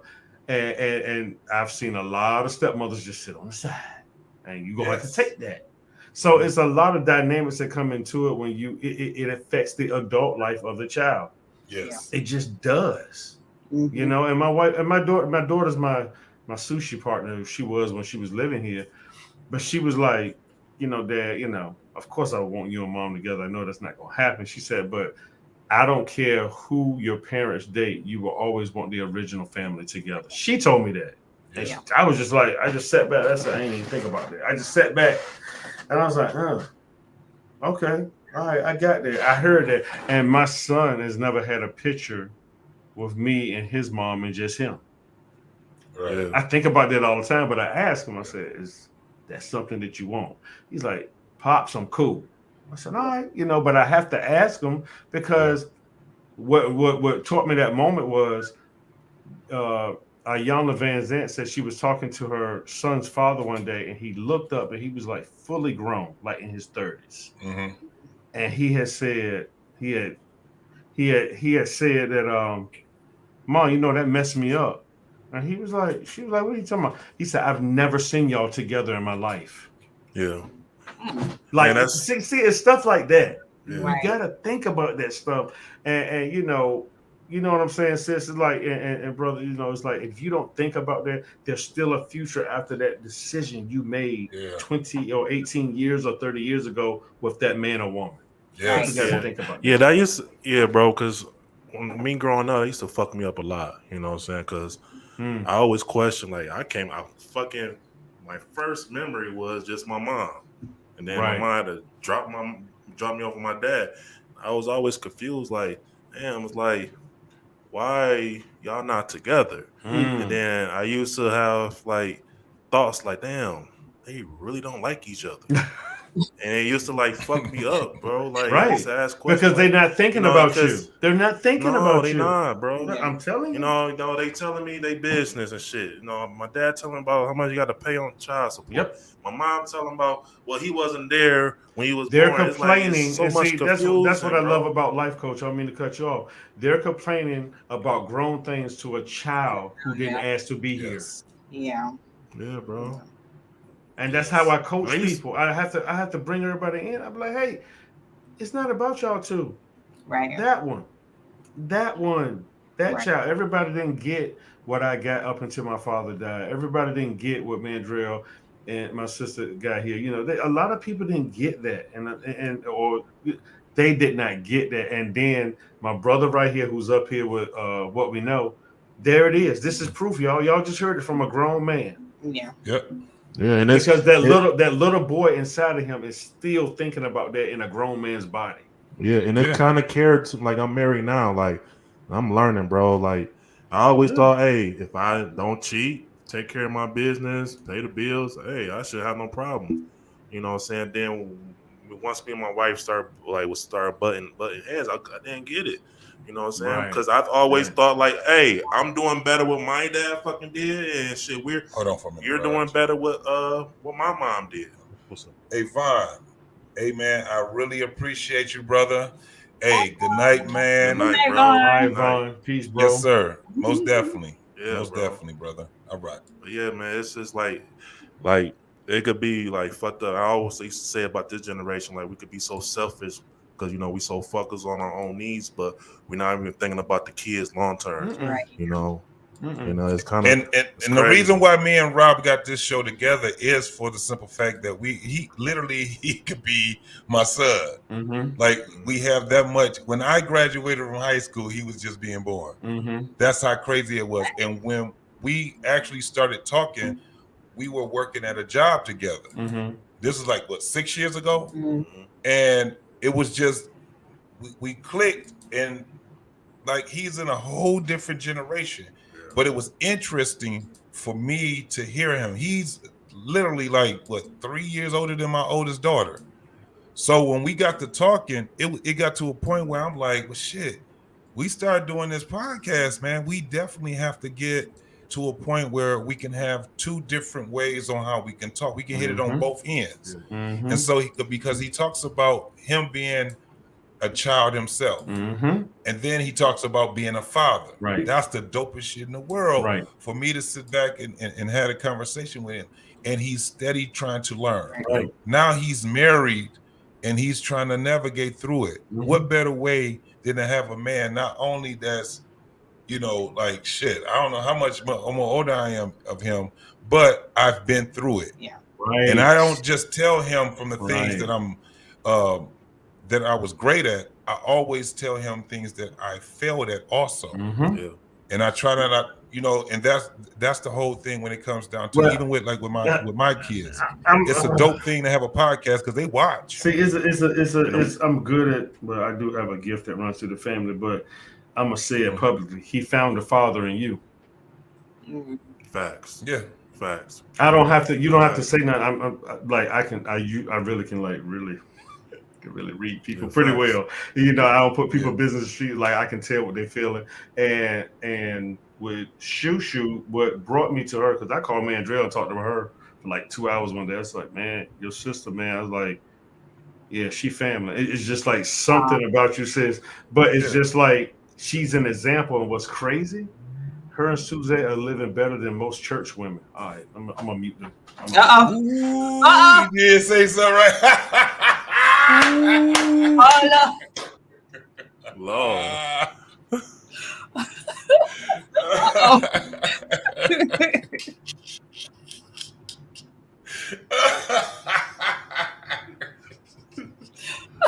Lord. But you can see it in y'all eyes, man. We can see it in folks' eyes, man. We're not trying to talk to be heard anymore. We're not trying to, we're not trying to be combative just to be right anymore. We really want to understand it, and we actually and like when I tell Rob, me and him, we talk about. I say, man, listen. These doggone videos we got, these gonna be on here forever, bro. Yeah. And you're gonna have people going back and they're gonna be watching this stuff. You have no idea what's gonna go viral and what's not gonna go viral. You know, and right now the shift is happening. It may seem like it's very bad, but it's actually very, very good right now. Because all of the things, think about, and my parents, baby boomers, it was what they were missing was people to be able to talk the way that we talk right now and be able to, this stuff is global. They used to have to talk, in the basements, on the corner, in buildings and stuff like that. And now we can have those same conversations that they were having, but now we can do it on a global standpoint now. Right. And what they were talking what we talking. They won't talk what we're talking because you've I'm also seeing this too, so I'm not trying to be crazy with it, but you indirectly saved his life too by being in his life. Because when you grow up as a confused child and you're growing up without no direct, it doesn't come with instructions. Now you become a man with no instructions. Now you become a husband with no instructions. Nobody thinks about this stuff. I always think about the stuff that everybody does not think about.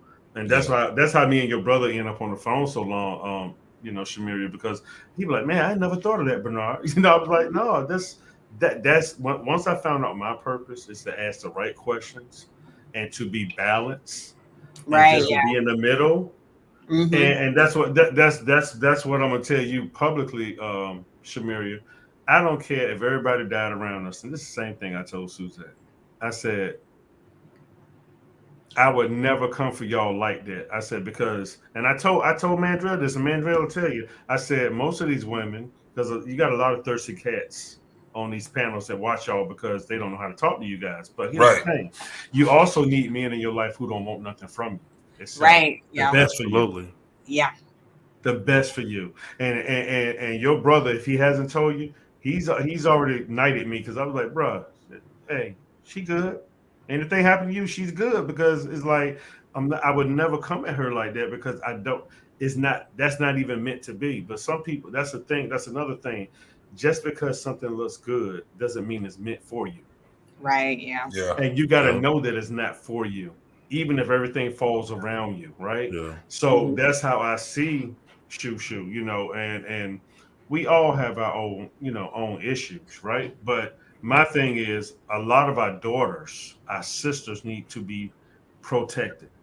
And, they need to have men in their life that don't want nothing for them or for their bodies or for their looks. Now, I'm going to throw a blanket statement out here, and it's late, but I'm going to do it again on my show. But a lot of these faces, like the lady in the chat, like my sister up here, y'all just use them on your panels because they're a beautiful face and you have no content.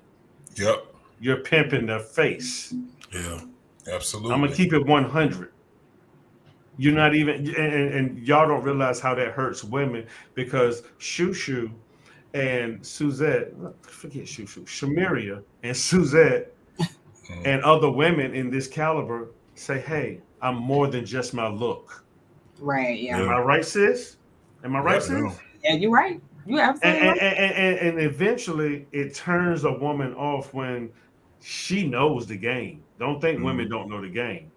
Yeah. But they're more than their look. Yeah. And I'm once again, Mandrell, I just gave them the answers. They're gonna still fail the damn test. Yes. We gotta rewire what we gotta rewire what's attractive to us when it comes to men and women. Well, when you find somebody that you love or that you can be with, you usually find your mind's best friend. Yep. I'm gonna let that simmer. Y'all just think about it. Yep. Let me pick it back what you said earlier, bro. The challenge. I got what you said. I'm right there with you, dog. Let me pick it back what Bernard said earlier. How you changed my life, bro. Because I remember we was working at Home Depot, and I was just having my daughter, my first daughter, and he was telling me, so y'all getting married, and I was always told him, look, man, I broke it down like, hey, man, I didn't want to get married too quick, because I always the reason why I didn't want to get married too quick, because I felt like me and my wife had been through enough, everything, because 8 months in, like, we already was moving in together, and we had a baby, and it was like, when I found out she was pregnant and shit got real, like, damn, then people talking about marriage. I'm like, wait a minute, this shit, I've seen this before. So I was like, we need to go through some shit, saying the honest, like, I always say this, like, if you get, this is when you're just the person for you. If you can deal with the bullshit, you know what I'm saying? And there's levels to the bullshit. Yes, it I is. feel like if cheater's not involved, you can really work that shit out. You know what I'm saying? So once I realized, like, you know what, I could deal with that. You know what I'm saying? Because there's a whole bunch of other females more fucked up. There's a whole bunch of niggas way fucked up than me. Right. You know what I'm saying? So that's why I didn't rush to get married. But till I met him, he was like, I was telling him, like, well, we're not ready yet. We're not ready yet. Like how will you know? You never been married. You know what I'm saying? You never been married. You know, so he was like, y'all already living together. Y'all got a child. Y'all share the same seed. Man, marry her, bro. And I have to think and reflect, right? Went home, like, reflect on my childhood. And one thing, and I realized one thing I don't want. My biggest fear was my daughter asked me, why do you and mine don't have the same last name? And once that registered to me, I was like had to make a decision. My decision was, if I'm gonna be with her or I'm not. You know what I'm saying? Right. I'm not about to be playing house with her. Right. You know what I'm saying? Right. And the year, when we get married, 2017. Okay. Beginning of 2017, I was like, you know what? I told my wife, I don't know when, but I'm gonna marry you. I'm gonna ask you to marry you. I don't know when, because I'm a type of person, I like the shit natural. That shit just gotta hit. Right. You know what I'm saying? But towards the end of the year, like before Christmas, I proposed to her in front of her parents and all that good shit, and it felt good, you know what I'm saying? And now, like, seeing my daughter, like, seeing us together, we don't argue in front of our fucking kids or none of that shit. Exactly. But we have to understand, like, we have to take certain sacrifices. Surprised the shit out of me, because he was like, hey, man, I'm about to get married, man. You gonna come down. They had a nice wedding too. What was your nigga, we did a courthouse, nigga. Oh, we talked about that last night. Those are the ones that last the longest. That was it, the courthouse. People go to Here go the thing. Now they got 3 kids. Now here go the thing. The courthouse, her idea, because I was like, Mandrell, what you eating? Because we was they look good, because he doing a commercial right now. He's like, man, Andrea's the snack king. If you're hungry, do what you can. All right, look, you know what fuck with you. I know you already explained it. You ain't got to explain it no more, bro. But I'm gonna fuck with you every time I see you eat. What I did was I made 2 sandwiches and I put them in the oven. Who doesn't like a hot sandwich?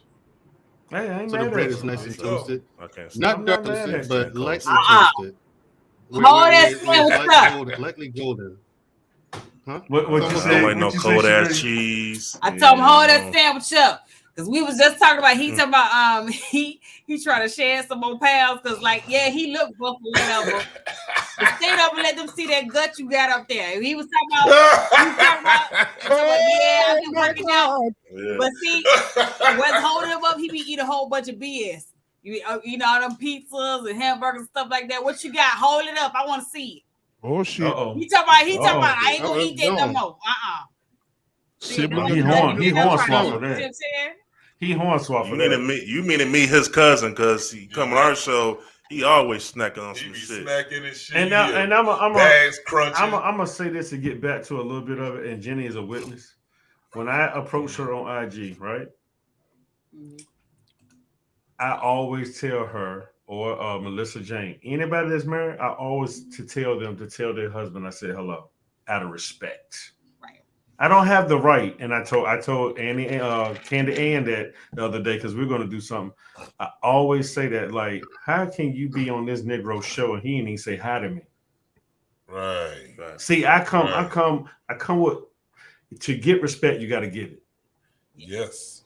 That's just like if I went to BMU's wife, I was like, hey, tell your brother, tell your husband I said hello. You know, maybe we can spark up a conversation, whatever. But every woman that I approach in these streets, I always make sure that dude took the time out to tell my wife to tell me hello and ask how I was doing. Absolutely. Ain't that some crazy shit where somebody can be right there in your presence and they don't even acknowledge that your ass is there by saying hello, hi. Once again, if you go on certain channels, with these ladies that are married with pretty faces, first of all, this one individual never, I don't even know I think he just wears a ring to have a ring. But anyway, nobody, there's no respect there. There's no respect there. And so why people, see, a lot of you guys don't know the history, but it took me, I did my real intro on Super Bowl Sunday. I didn't do my first video until my daughter's birthday, May 14th, on purpose, because it was her birthday. But my wife's birthday is November 14th, and my wife's mom's birthday is on the same day as my daughter's, May 14th. And my best man at my wedding, his birthday is on May 14th. My mom's birthday is July 14th, right? I do everything strategically, but when I was watching YouTube, I kept seeing hamster wheel conversations that I'm still seeing. Right. Me and Mandrill talked about this. Oh, the women ain't doing this. Women ain't doing that. Doing this, and the men ain't doing. It's hamster wheel conversations, people. You keep running in place. We're not going nowhere. This is conversation. This is content. Yes. And this is how I talk on my channel. Everybody tell you. And I came up on my channel this morning. I laid the rules down. I said, hey, y'all, I don't do beef. I'm vegan. So you keep your beef out my chat. Right. And you go do your beef with somebody else on your channel, because we don't do that over here. It's about lifting each other up in my chat. Jenny Marie was there. She'll tell you. Gail will pop right in. And we just lift each other up. Like last Saturday, I was talking about the weight thing. I was like, okay, so me and Mandrill talked about this. Watch this, brother. The brother that's married. Watch this. And BMU, I haven't talked to you about this. Watch this. So I asked my wife, I said, we were just talking. I said, so do you think it's fair? And I wasn't even coming at her. I said, so do you think it's fair that one spouse works out and eats right and the other one don't? And then you retire and you can't travel because the other one got sick and now you taking care of them? Damn. I just ask, but see, people don't think about that in marriage. They get too comfortable. See, that's where I be going, brothers and sisters. You know what's so crazy? I was in a relationship one time. I'm sorry to interrupt you. You good? I was in a relationship one time like that, and the guy I was with, like we were in a serious relationship, but like we were talking about marriage and like what we were expecting and stuff like that, and like working out and stuff. And like I work out, so and I eat healthy, I eat a certain way, but he doesn't. Well, he didn't, and I was like, well, you don't want to consider your health, you know what I mean? Like together. We talk about being together for a long time. I want you here for a long time. He was like, well, what I got to worry about that for? That's why you here. He was like, because I get old, you going to take care of me. I was like, seriously? That's what you think? Yes. Like you really voluntarily handicapping yourself because you looking for me to take care of you. You have a heart attack or stroke. You looking for me. Wow. To take care of you, like. Yeah, and that's stressful. That's and real they stressful. said, did they say over see, Bernard, this is that. I'm the master. This is the apprentice. This is that teaching. This is one of the techniques I taught her. Man sitting there self-sabotaging himself, eating bullshit, not working out, getting fat, just because. Oh, I ain't worried about that. You'll take care of me. Everybody, you gonna take care of me? I was like, seriously? No. And I told her, see, because you are his. As I told Shemay, you are his responsibility. It ain't the other way around. Right. Exactly. He has to, in order for that to go, in order for that to even happen, trust. He has to put a lot of investment in you. Yes. It gotta be a lifetime of investment that he has to put into you in order for you to even get to that point. Listen, that's just brother, what it is. That's why I had I suggested for everybody to give Noble a clap in the chat last week. That brother was 245, 250. He's 151 now. Oh wow, really? That ain't nothing. Ain't nothing. No. Let me tell you why. It's hard when you do that with no trainer and you do that by your damn self. I've done it. It's hard. That's discipline. Wow. That's discipline. Mandrell, you know that's discipline. Where's his muscle? Hey, Jenny said, you know what I'm saying? Why ain't hit the weight? Guilty. That nigga's guilty. That nigga's guilty. You ain't hitting the weight now. Where you gonna put the goalpost? Right. Hey, you know what? When it comes to Bernard, let me get Jenny's thing out before I let y'all go again. All right. So Jenny she said one quick suggestion: if you ever argue with or have a discussion without the kids present, go in the shower. You can't be angry with your spouse if your guys are both butt freaking naked. That's the truth. That is the truth. That's true. Let me ask. That energy is gonna change. That passion is gonna change. Hey, somebody about to get pregnant again. hey, before you say something, let me say something. Let me piggyback what Shushu was saying, right? Because that's fucked up. Like he would say that because let me tell you something. I'm 31 and me and my wife 31. And we trying to get our shit together on our health. You know what I'm saying? We don't have really bad health, but we know we both realize our weight. We trying to lose some weight. But we also want, because we think of long term. Right. The reason why I say that because my mom, she died when I was 19. And I saw the stress that my stepdad had to go through just taking care of her. Not because he took it like he was passionate taking care of my mom. And I appreciate him for doing that. You know what I'm saying? But I start seeing him going in the corner of the room just by himself. Like I could open up my room door and hear him just breaking down and shit like that. You know what I'm saying? That shit was stressful. Going to the hospital every week, seeing her through chemotherapy. You know what I'm saying? 1 minute she's getting better. Then next minute, when she was bad, the shit was bad. You know what I'm saying? And then once she passed away, that shit, he really was that shit fucked him up. And it took him a long time to get where he at now. Now he's married, you know what I'm saying? He's cool now. But I tell people bro, all that shit talking about, well, you gotta take care of me. Fuck that. Y'all should be working together. You know what I'm saying? Get that shit together because me at 19, that shit, it fucked me up without me even knowing it fucked me up because I was 19. Now I'm really on my own. Yep. You know what I'm saying? Yep.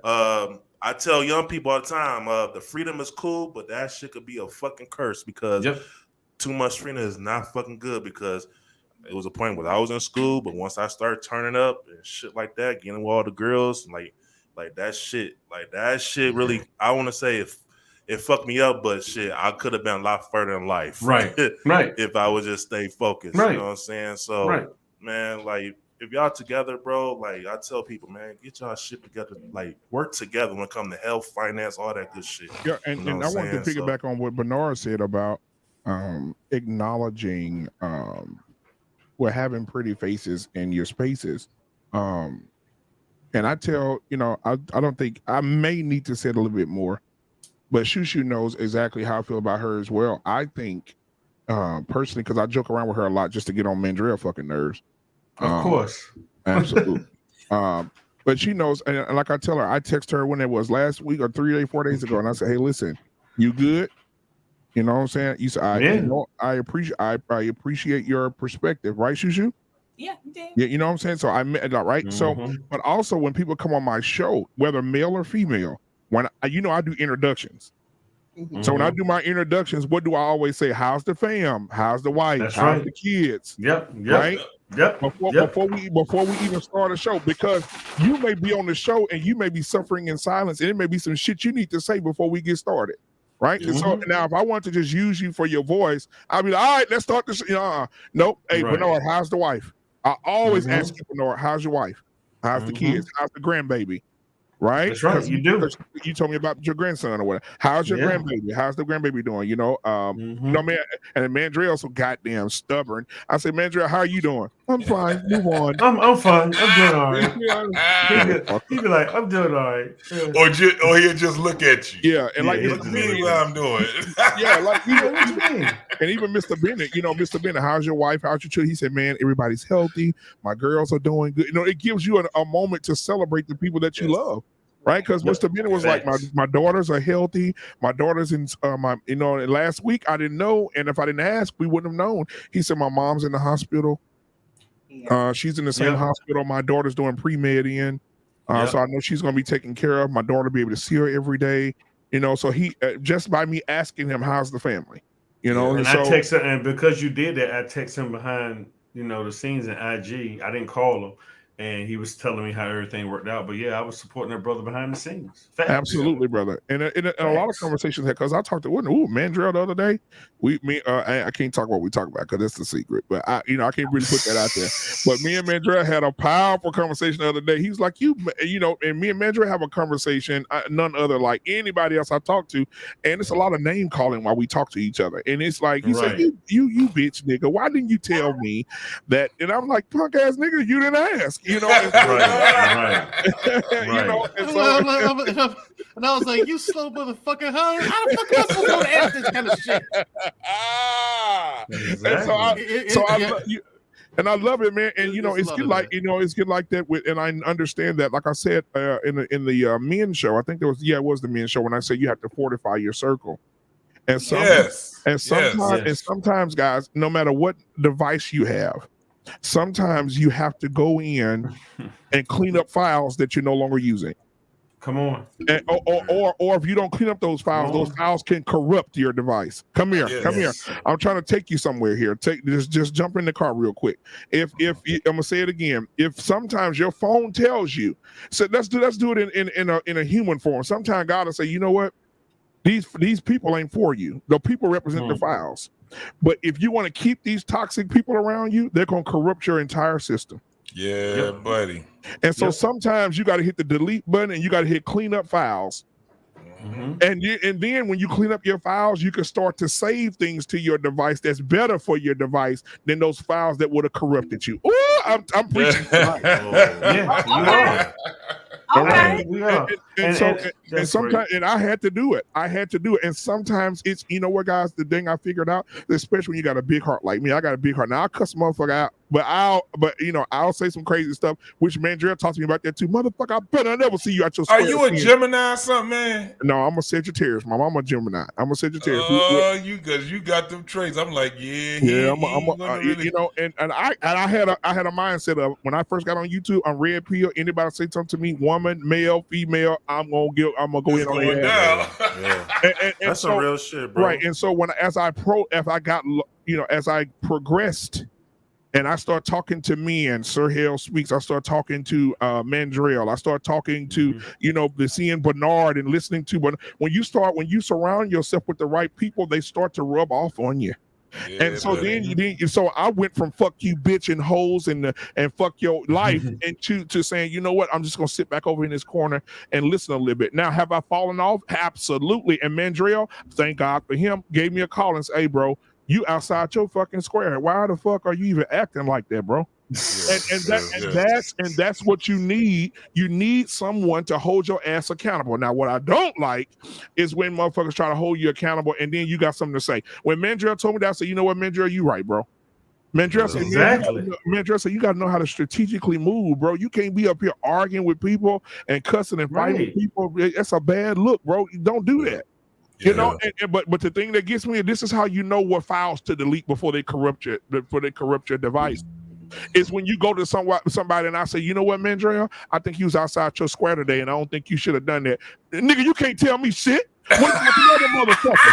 And the other motherfucker is doing the same goddamn thing. That's how you know when you be like, you know what, you right. Hang the phone up and delete their ass. Those are facts. It's like, shoot.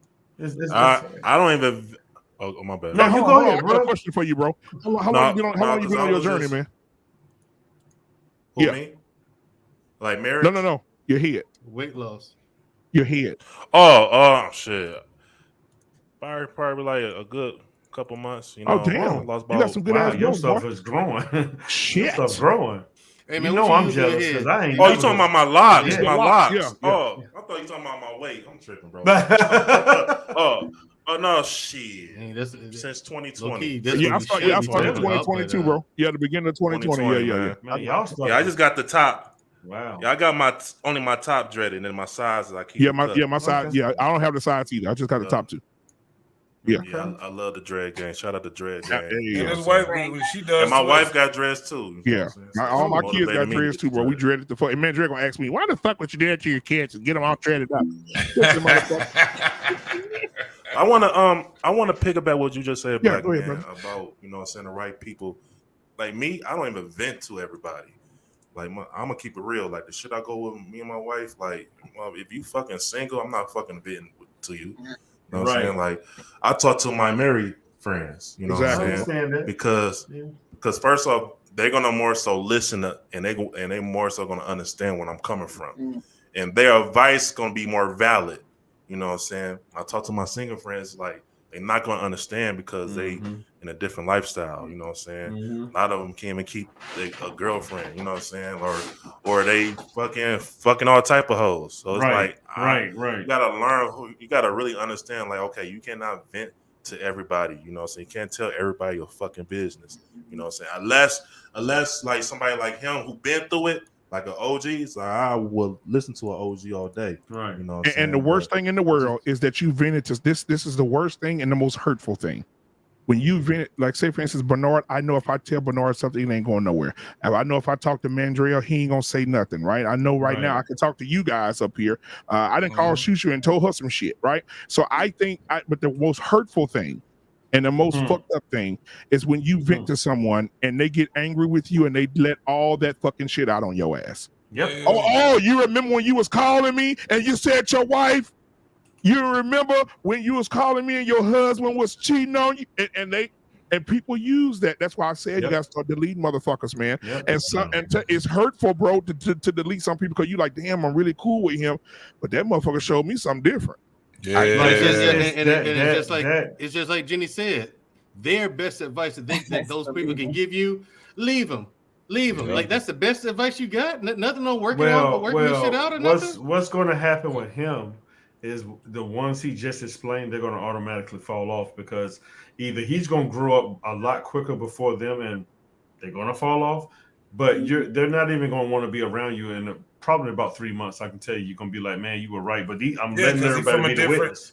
Yeah, you're around elders, even from my sister, Shamiria. She might can tell you why your wife did stuff because she's a woman. A woman, right? You see what I'm saying? Exactly. I'm just saying you're spoiled right now, and I'm being honest. Right. Because but hold up, it's not like you don't deserve it. Right. Let's go there. Right. Because if we were not needed in your life, we wouldn't be here. Exactly. So everything because I had some very betrayal things happening in the beginning of the year, and I was just like, man, this hurts. This really hurts. But it did. It hurt, and it's from it was it was a situation with a dude I thought was real cool, but you know, I still got to work with him. But you know, it's like being that I'm a life coach, I was able to use my own stuff on myself and get some And extra work books through and it. stuff and Right. work through it. You see what I'm saying? Uh-huh. And that's why I talk the way I talk, because I could easily outcuss any of y'all, but I've learned how to. I don't know now. I don't know, bro. Bro, I was out there. It'll be a versus. I was out there. Nigga, It'll be a versus. Nigga, I can build a pyramid over here with this shit. But you know, but I've learned. I got some combinations for your ass. And see, that's where the power of it is in. And Mandrell's gonna understand this analogy I'm about to use. Just like when you know how to defend yourself, first thing I'm gonna try to do is talk my way out, talk you out of me. We even us going there. I'm gonna try to walk away, but I use my cuss words the same way. Everybody now knows if I cuss, okay, he might be ready to hit somebody. Because I don't do all that talking. I've never done all that talking. Everybody up there cussing, talking about your mom. When I grew up fighting, I ain't talk. You doing all that talking, that's too much wind wasted.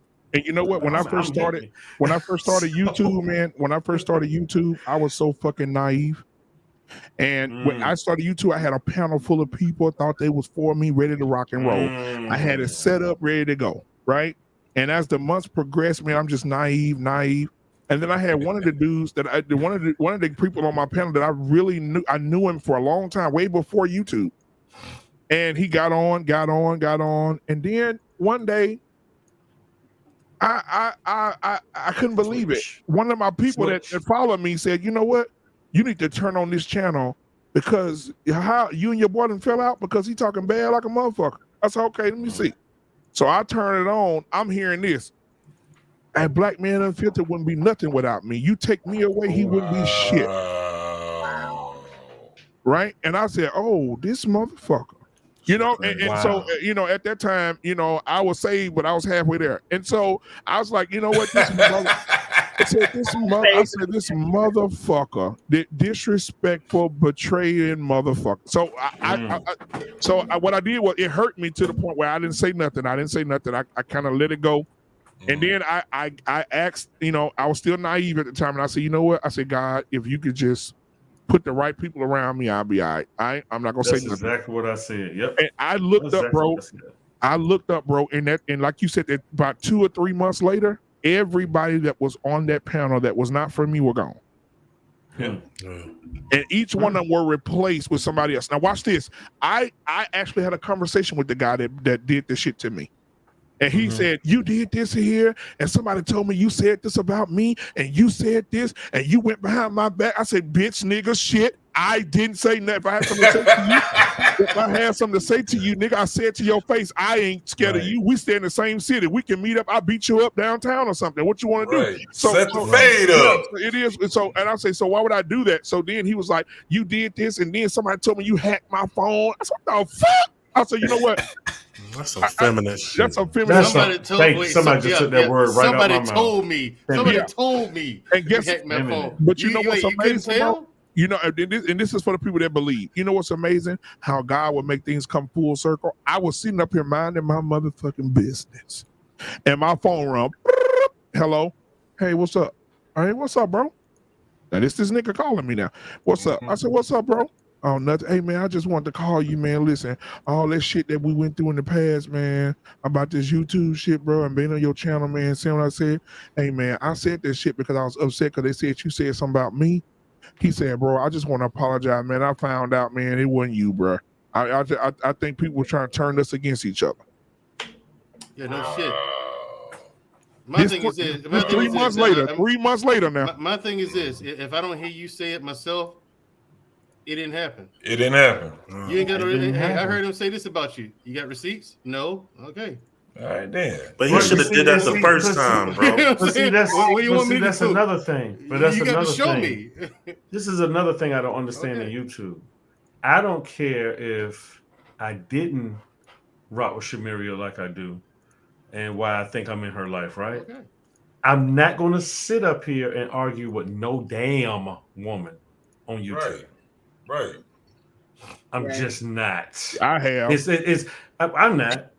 No. I ain't saying can do it. I'm saying I have. You have to learn. Yeah. Like the other day, I told on my show, I said, listen, I'm I no longer saw arguing with no females. Period. Exactly.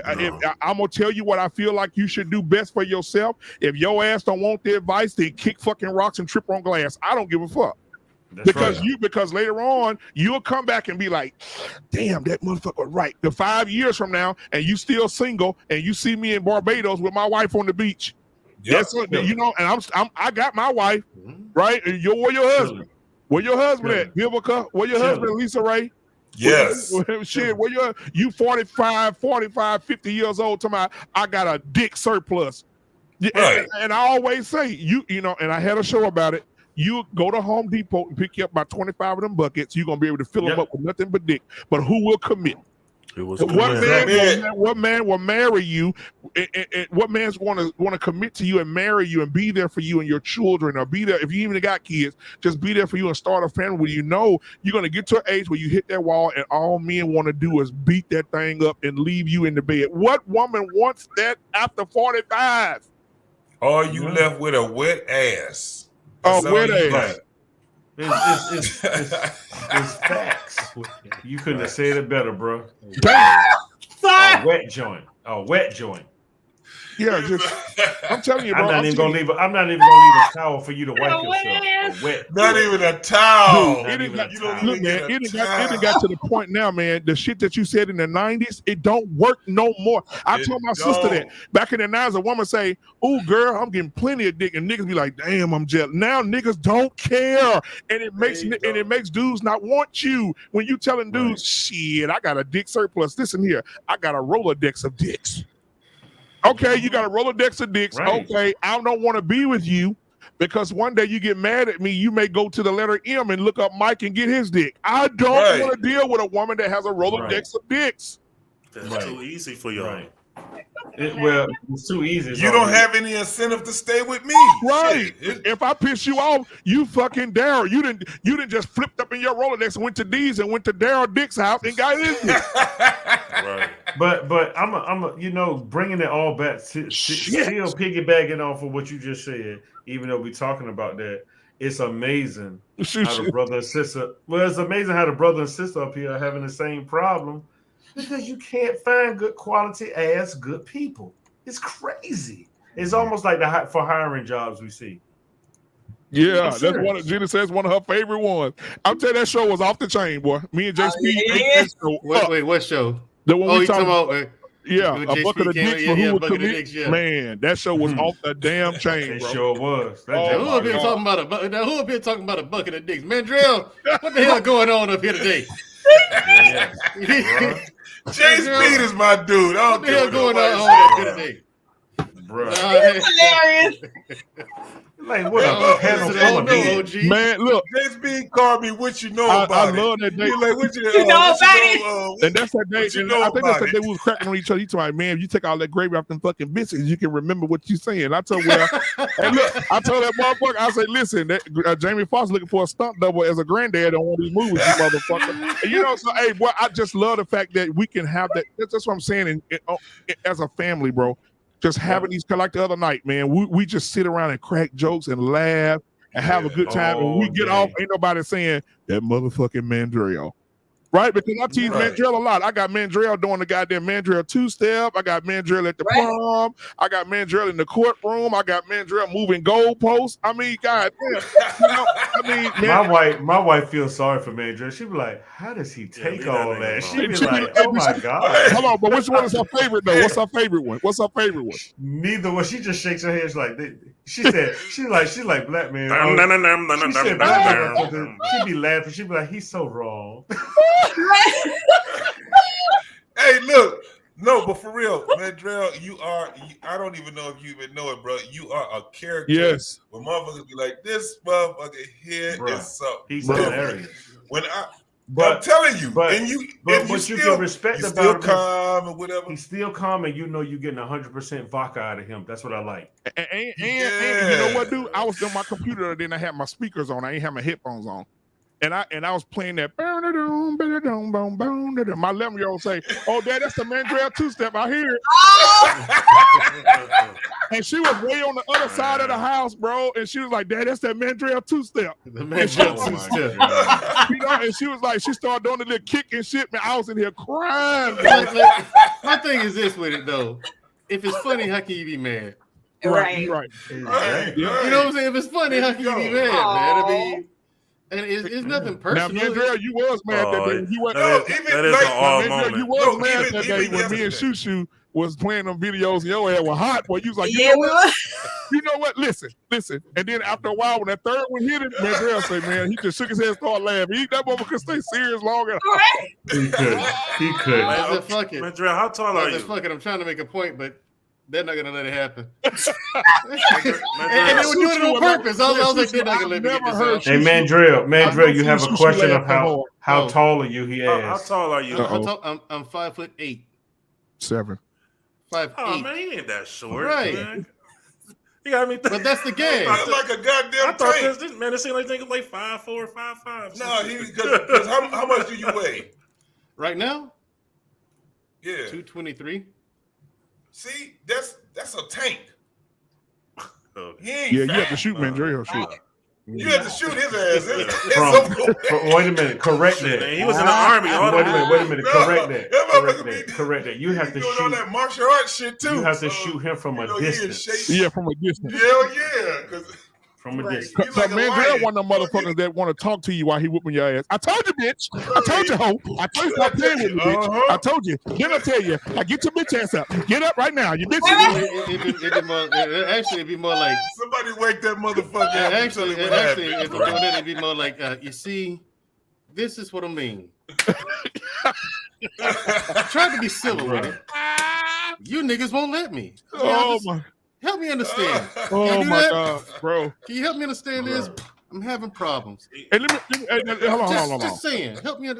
Now I don't mean to change the subject, guys, but this just popped up on my damn Alexa device over here, so I'm gonna ask y'all, especially you, Shushu.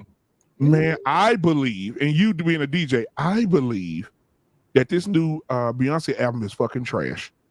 Now, my wife said that. Have you heard that album? First off, I don't listen. Yeah, she dropped another album. It's like 80s disco music. This shit is. I don't know if she's trying to change up her tune. Shit, that shit is trash. Wow. Y'all know they're going. What they had to do was they had to deal with, and they have to. Her and Drake both. His shit was trash too. But what they're doing is that music is for the happy people. Yep, you're right. That music is 100% for the happy. That's their theme album. You sure right, brother. Those two albums is for the happy. I didn't look at it like that, but if you go listen to the music, it does sound like gay clubs.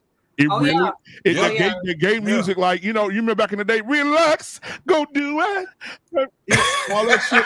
I think no. Wait a minute, I'm about to mess with what we know. Oh, Lord. Question, why is it that every other 30 minutes you hear the same song? Man, fuck that. Oh, that is forever ago. Wow. I used to hate that song.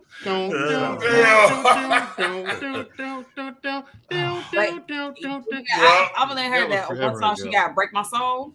And that is very does sound very happy. Happy. Yeah. It was happy. It's happy. But Khalees is mad at her because one of the songs on the album, she sampled a song from Khalees. And Khalees is like, she just felt like it was just disrespectful because I guess Beyonce didn't come. Oh, and I was so you got that explains the stuff on Facebook. Then I didn't know. Yeah, I saw that too. What was going on Facebook? Khalees is mad because she sampled one of her songs.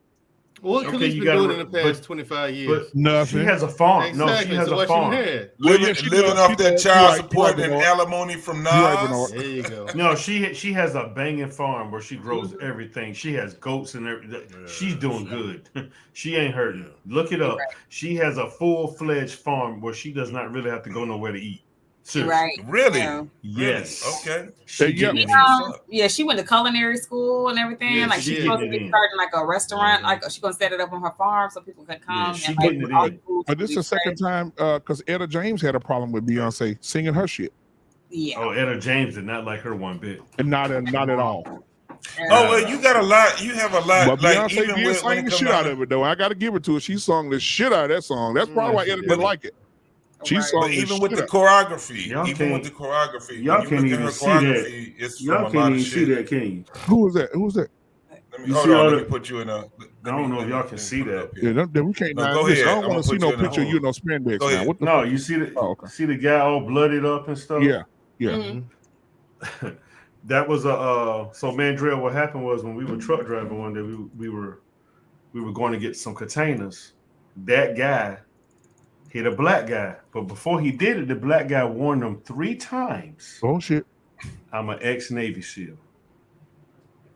The ex-Navy said he swung the crowbar. He broke the black guy's arm. That's what he did with one fucking arm. God damn. Yeah, and people ask me. One arm. Damn. People ask me all the The time. other like, arm was broke. Damn, Mandrell, some fail hit you. It's one of them. A bitch. It's a sound absorber. I have them all on the walls here. Hey, you jump like a motherfucker. No, I Yeah, thought it I absorbs can't sound. get that. You know what I'm I saying? take Like- 8 hours to get that, Mandrell. I can't help No, it. I know it absorbs sound. So when I talk and whatever sound's going up, it doesn't bounce off the wall and come back into the mic and create a feedback loop.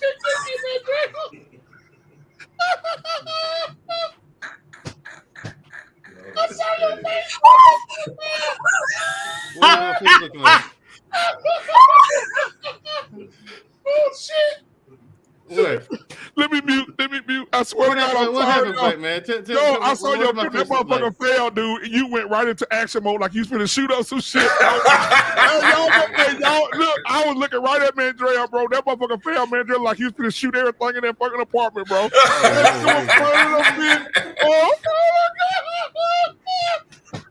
Fuck around, you want to? Oh, He was about to be holes all in the wall. Oh shit! I remember that night we was on YouTube, and me and Mandrell, we started taking all our guns, our cocking them bitches, and loading them on the fucking YouTube channel that night. Oh hell no! Hey, Mandrell, pull this shit out. I pulled my shit out. We was in them mother cocking them and loading them and everything. Boy, they were firing that bitch. Oh my god! Poppy Blanco saw the gun I had. He's like, "Damn, Mandrell, where'd you get that big motherfucker from?" I was Poppy Blanco was like, "Man, that's a big fucking gun, That's a big man. ass gun, bro." See, Mandrell, There's a Mossberg. Hey, see what we know. See what we know. He just ran into that one again. You never had a woman tell you that though. Hey. Oh my god! Hey, yo! Let me see that big y'all gotta gun. stop this shit. God damn, boy. You walked into that, Mandrell. You walked into that. You walked into that. I gotta definitely get the Bernard. Y'all niggas ain't worth 2 cents. You hear me? Oh my god, that shit is hilarious. Hey, I still got. I'm about to call it a night. Before you go shoot, let me show y'all this real quick. I want Mandrell to see this shit. I need him to tell me what the fuck this is. Because I saw it earlier today. Watch this. Look at this shit. Hey, put me on the big screen real quick. I want to show y'all something. Hold on. Oh shit. Watch this. Oh, it ain't no new pictures. Scared? Yeah, it ain't no new pictures of Oprah or nothing. All right, hold on. No, that's a Papa Blanco. He loves her. Yeah, Papa Blanco, she can get all his meat. Oprah. He ain't lying. He loves him some Oprah. All right, Hey, here we go. hey, All right, look I at was this. trying to get them Mandrell, coins. what kind of fucking gun is this, bro? Damn. That's a Barrett 50 cal. Looks like it. God damn. It look like a 50 cal. Look like Yeah. a Barrett 50 cal. Well, he was banging Without that a tripod. Yeah, he was banging that bitch. Bop, Yeah. bop, bop, bop, bop, bop, nigga. Woo, shit. How much one of them hit me for, Mandrell? I need to buy one of them. How About much? 13. About 13. That's about 13 Hit a motherfucker with that. Yeah. Yes. Shit. Damn. That's a tank You hit a buster. motherfucker with that shit. You gonna Wait, start doing a hold Harlem on. Shake. The thing is, that's a tank buster, dude. You can hit Yeah, somebody. that's an AT. You can blow someone's arm off from a mile away with that thing. Imagine, You man, know- some shit go down, you pull that bitch out the trunk, you'll clear a whole parking lot. Yeah, the thing Like, is, check you this can out. blow It's someone's against the arm law off to from a shoot mile a away city with with that. that. It's against the law at wartime to shoot motherfuckers with it. No, it's not. That's the disabled. I mean, they're gonna get done. Yes, I've shot one. But that's the disabled. That's the disabled tanks and shit. Here's the thing, though. Here's the thing, though. You can use it. Just depends on the circumstances. Indirect fire. Yeah, indirect fire. Depends on the circumstances. Shoo, you got to work in the morning, sweetheart. Actually, I had to work today. I know you sleepy. I know you sleepy, sure. Hey, and look, she got Bartholomew over there in the background ready to rub her feet. You know what? Let me tell you something. The other night, that's who was whispering. They were like, the other night, Bartholomew came in. That's who you was looking at. She gonna tell me I'm lying. She was on the live the other night. I messaged her ass. I said, "Who's that in the background talking?" She said, "Nobody. It's just me." I heard a nigga in the background ask you for a piece of chicken. You don't lie to me. That's a piece of chicken. She was laughing her ass off. I said, "It's a dude in that background whispering for some chicken." She said, "No, ain't nobody over here but me." I said, "Okay, I heard that." Was it Higgins? Uh-oh. No, not Higgins. Oh, he got that name. But it was somebody. Whoa! She said when you said Bob Higgins, the Builder? when you said Higgins, her whole body changed. Was it Bob the Builder? He said, "Was it Higgins?" She said, "No, it's not Higgins." What about Bob the Builder? Was it him? No. Call Bob the Builder. Bob the Builder. Oh, now he sounds like he just come. He sounds like he come to the door just with a tool belt on. I've never seen Shoo. I've never seen Shoo. My brother call him that. It's some Timberland. My brother call him that because he works in construction. He's like a site supervisor. Hey, you know what? I've never seen Shoo blush like this. You know, because you just told us something I wasn't supposed to know. Apparently. We're gonna have this talk tomorrow. Hey, before you go, let's shout out promote your shit. You know what I'm saying? Oh yeah. Tell them about the cocoa butter. That's right. You know what I'm saying? We got the cocoa / shea butter coming out. You know what I'm saying? To a store near you. You know what I mean? David gonna be mad the motherfucker because he got the Canadian bear oil coming out. So he mad. I'm gonna tell you now, Shoo. Let me tell you now. You're horrible. Let me listen. Man, leave that nigga alone. Really? I am from New York. Okay, bro. Okay, bro. Wait a minute. You know, in our country, we didn't do stuff like that. Oh man,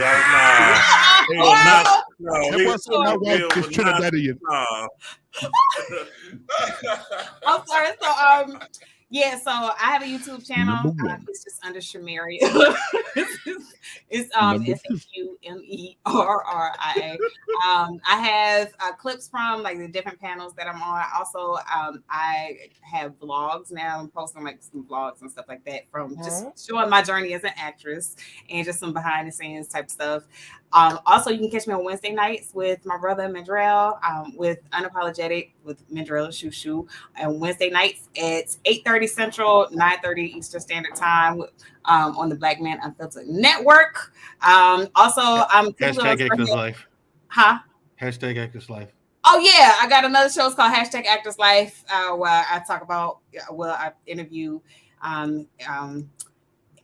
industry professionals from, just actors, directors, producers, like from all aspects of the film industry. Good stuff. We talk about behind the scenes types of stuff that like nobody ever tells you about the film industry. Shoo, I want you to get a movie deal so fucking big that I would have to go through I would have to ask for your autograph. I want security to be like, Shamira don't know you. But you can come in and get an autograph. I want you to get one of those deals where you in a movie with Angela Bassett and you playing her daughter or something. We don't speak that. We don't speak that. Because you know what? It's frustrating, but like, it's just I feel like I'm at a point where I just keep almost getting stuff. Like you get there. It's like she'll compete with like the people that she's like in the final running for, like, and she's always in the final running. And that's always against somebody like Nia Long or like Eddie Murphy's daughter for Coming to America too. Yeah, because it was up to her and Eddie Murphy's daughter. So it's like what role did you apply for now? Captain America. Coming to America too. For the role of Eddie Murphy's daughter. Damn. And they got the role, so it's like, okay, there's nepotism. I auditioned for Almost Christmas. The person who got it was Carrie Hilson. What else? Oh God, I've auditioned for a lot of stuff. And she Matter of fact, hit the wall too. the last time Carrie filmed, the latest one that they just released on Netflix, that one, it was like the lead character in that role. I auditioned for that. And it was crazy because like I knew it was a Medea movie because it was untitled at the time. But like a lot of people he wanted for that film didn't even said no. So fuck Tyler Perry. That's what you get. They had pretty much and one of the scenes they had Medea in it, so I knew it was gonna be that. What else? God. That's what you get. There's a lot of stuff. Like the most talented person in the room. You turned her, I'm gonna go in another direction. And everybody you wanted to come into the movie said, no, Tyler, I ain't with that shit. That's what you get. Karma. So, you got a Lord work. Look at God. So Shushu, and just think about if Tyler Perry wanted to add you to sisters or add you to brothers or some shit like that. Actually, I auditioned for Bruh, for one of the main characters in Bruh. It was when it was a pilot. Yeah. Girl, you be working shit. Oh yeah, I auditioned for a lot of stuff. So yeah. And you know what? I go and watch. What's the name of the show you were on with J-Lo and Shades of Blue? Yeah, Shades of Blue. I just go watch that part just to see your ass at that desk. I said, look at her. I know her. Hey, and look. Listen, I sent it to my mama. I said, Mama, I know her. My mama said, are you serious? Yeah. My mama said, you a damn lie, boy. I said, hold on, Mama. I'm gonna show you the clip. I said, watch it. My mama say, I didn't watch this show. You told me to watch this show. It's a pretty good show. I hate they canceled it. And my mama seen you at the desk. She said, you don't know that girl. I said, hold on a minute. And I sent her a clip of the show with you on it. She said, you motherfucker. I said, I know. I told you, Mama. I know. But shoot, actually, your work is. Was that CSI that you have on IG? Was that a scene that you had? Law and Order. Great. You on code. Man, you ain't playing? Shit. That's what's up. She does her thing, man. She does her thing. She does great work, man. Jenny said I saw her on I'm Not Your Negro. Yeah, I was in that. It's a documentary about James Baldwin called I Am Not Your Negro. Whoa, you on there? You lying? She's in that too. I watched that several times. Where are you at? You didn't know at the time. You know, it's a part at the end, like where they're when he talks about like, you know, just the future of Black people, and it's like showing like, you know, just different everyday Black people, like Black families, like, you know, like Black women, Black men, Black children, and like I'm in that. Okay. I mean, like it was two of the scenes. Hey, y'all know what? Then a lot of those prominent men like that back in the day were goddamn gay. Yep. James Baldwin, Langston Hughes, Dolomite, all them guys were. Rudy Ray Moore. Yeah, Rudy Ray Moore was was man. definitely. Damn, bro. You already knew Richard Pryor was gay. Richard Pryor did a stand up, and when his opening was, "You ever suck dick for crack?" Yeah, he was like, "Nah, I'm just playing." Right, and what's his homeboy name that just died? What's his homeboy name? The Paul Mooney was. He said Paul Mooney was there. Paul Mooney was definitely. Oh yeah, he was gay as shit. Absolutely. And didn't nobody care. We knew it, and didn't nobody really care because they were doing their work. Yeah, why would you say that about me and I'm dead? Yep. Right. I can tell you right now. I tell you right now. I can tell you. White women. Hey, listen, I remember one of that nigga jokes. He said, one time, he said, I always say a joke to make the white people leave. One time, there was a white boy, went inside and talked to his mother. His mother was doing a chocolate cake, and he took the damn whipping off the cake and put it on his face. He said, Mama, look at me, I'm Black. The mama slapped the shit out of him and said, you go tell your father what you have done. The little boy went over to his father and said, Father, I went in the kitchen and put some of Mom's cream on my face, the chocolate cream, and I said, I'm Black. The daddy slapped him. He said, you go talk to your grandmother because she outlived those people. And the grandmother said, Grandmama, I put the chocolate on my face and I said I was Black. My mama slapped me, my daddy slapped me. And the grandmama said they had every right to slap you because you're not Black. And she slapped him. She said, now go back to your mother and tell your mother what you've learned today. He went back to the mother. The mother said, I slapped you, your daddy slapped you, your grandmother disciplined you. What have you learned today? He said, Mama, I've been black for 30 minutes and I already want to kill 3 of you white motherfuckers. Dude, that shit was funny as fuck, bro. It was though. And some of his jokes, bro, like even Rudy Ray Moore, when Rudy Ray Moore had the music in the back of his shit, and he was like, there was this man that beat his motherfucking wife. He went to prison. And the motherfucker got a letter in the mail that said his wife was fucking somebody else. The motherfucker escaped the prison, jumped over the first goddamn fence. He was running. He jumped over the second. He was running. And they released a goddamn panther. They had a panther. They released a panther to chase after him. The man kept running. The panther was chasing his ass. He was on his ass. And all of a sudden, the man got to the end of the prison wall, to a fucking wall he couldn't jump over. And he got down on his knees and he started praying. And the panther came up beside him and got on his hind legs and started praying beside him. The man looked over at the panther and say, "Oh, you praying to escape too?" The panther looked at the man with juicy looks in his eyes and said, "No, motherfucker, I'm saying grace because I'm about to eat your black ass."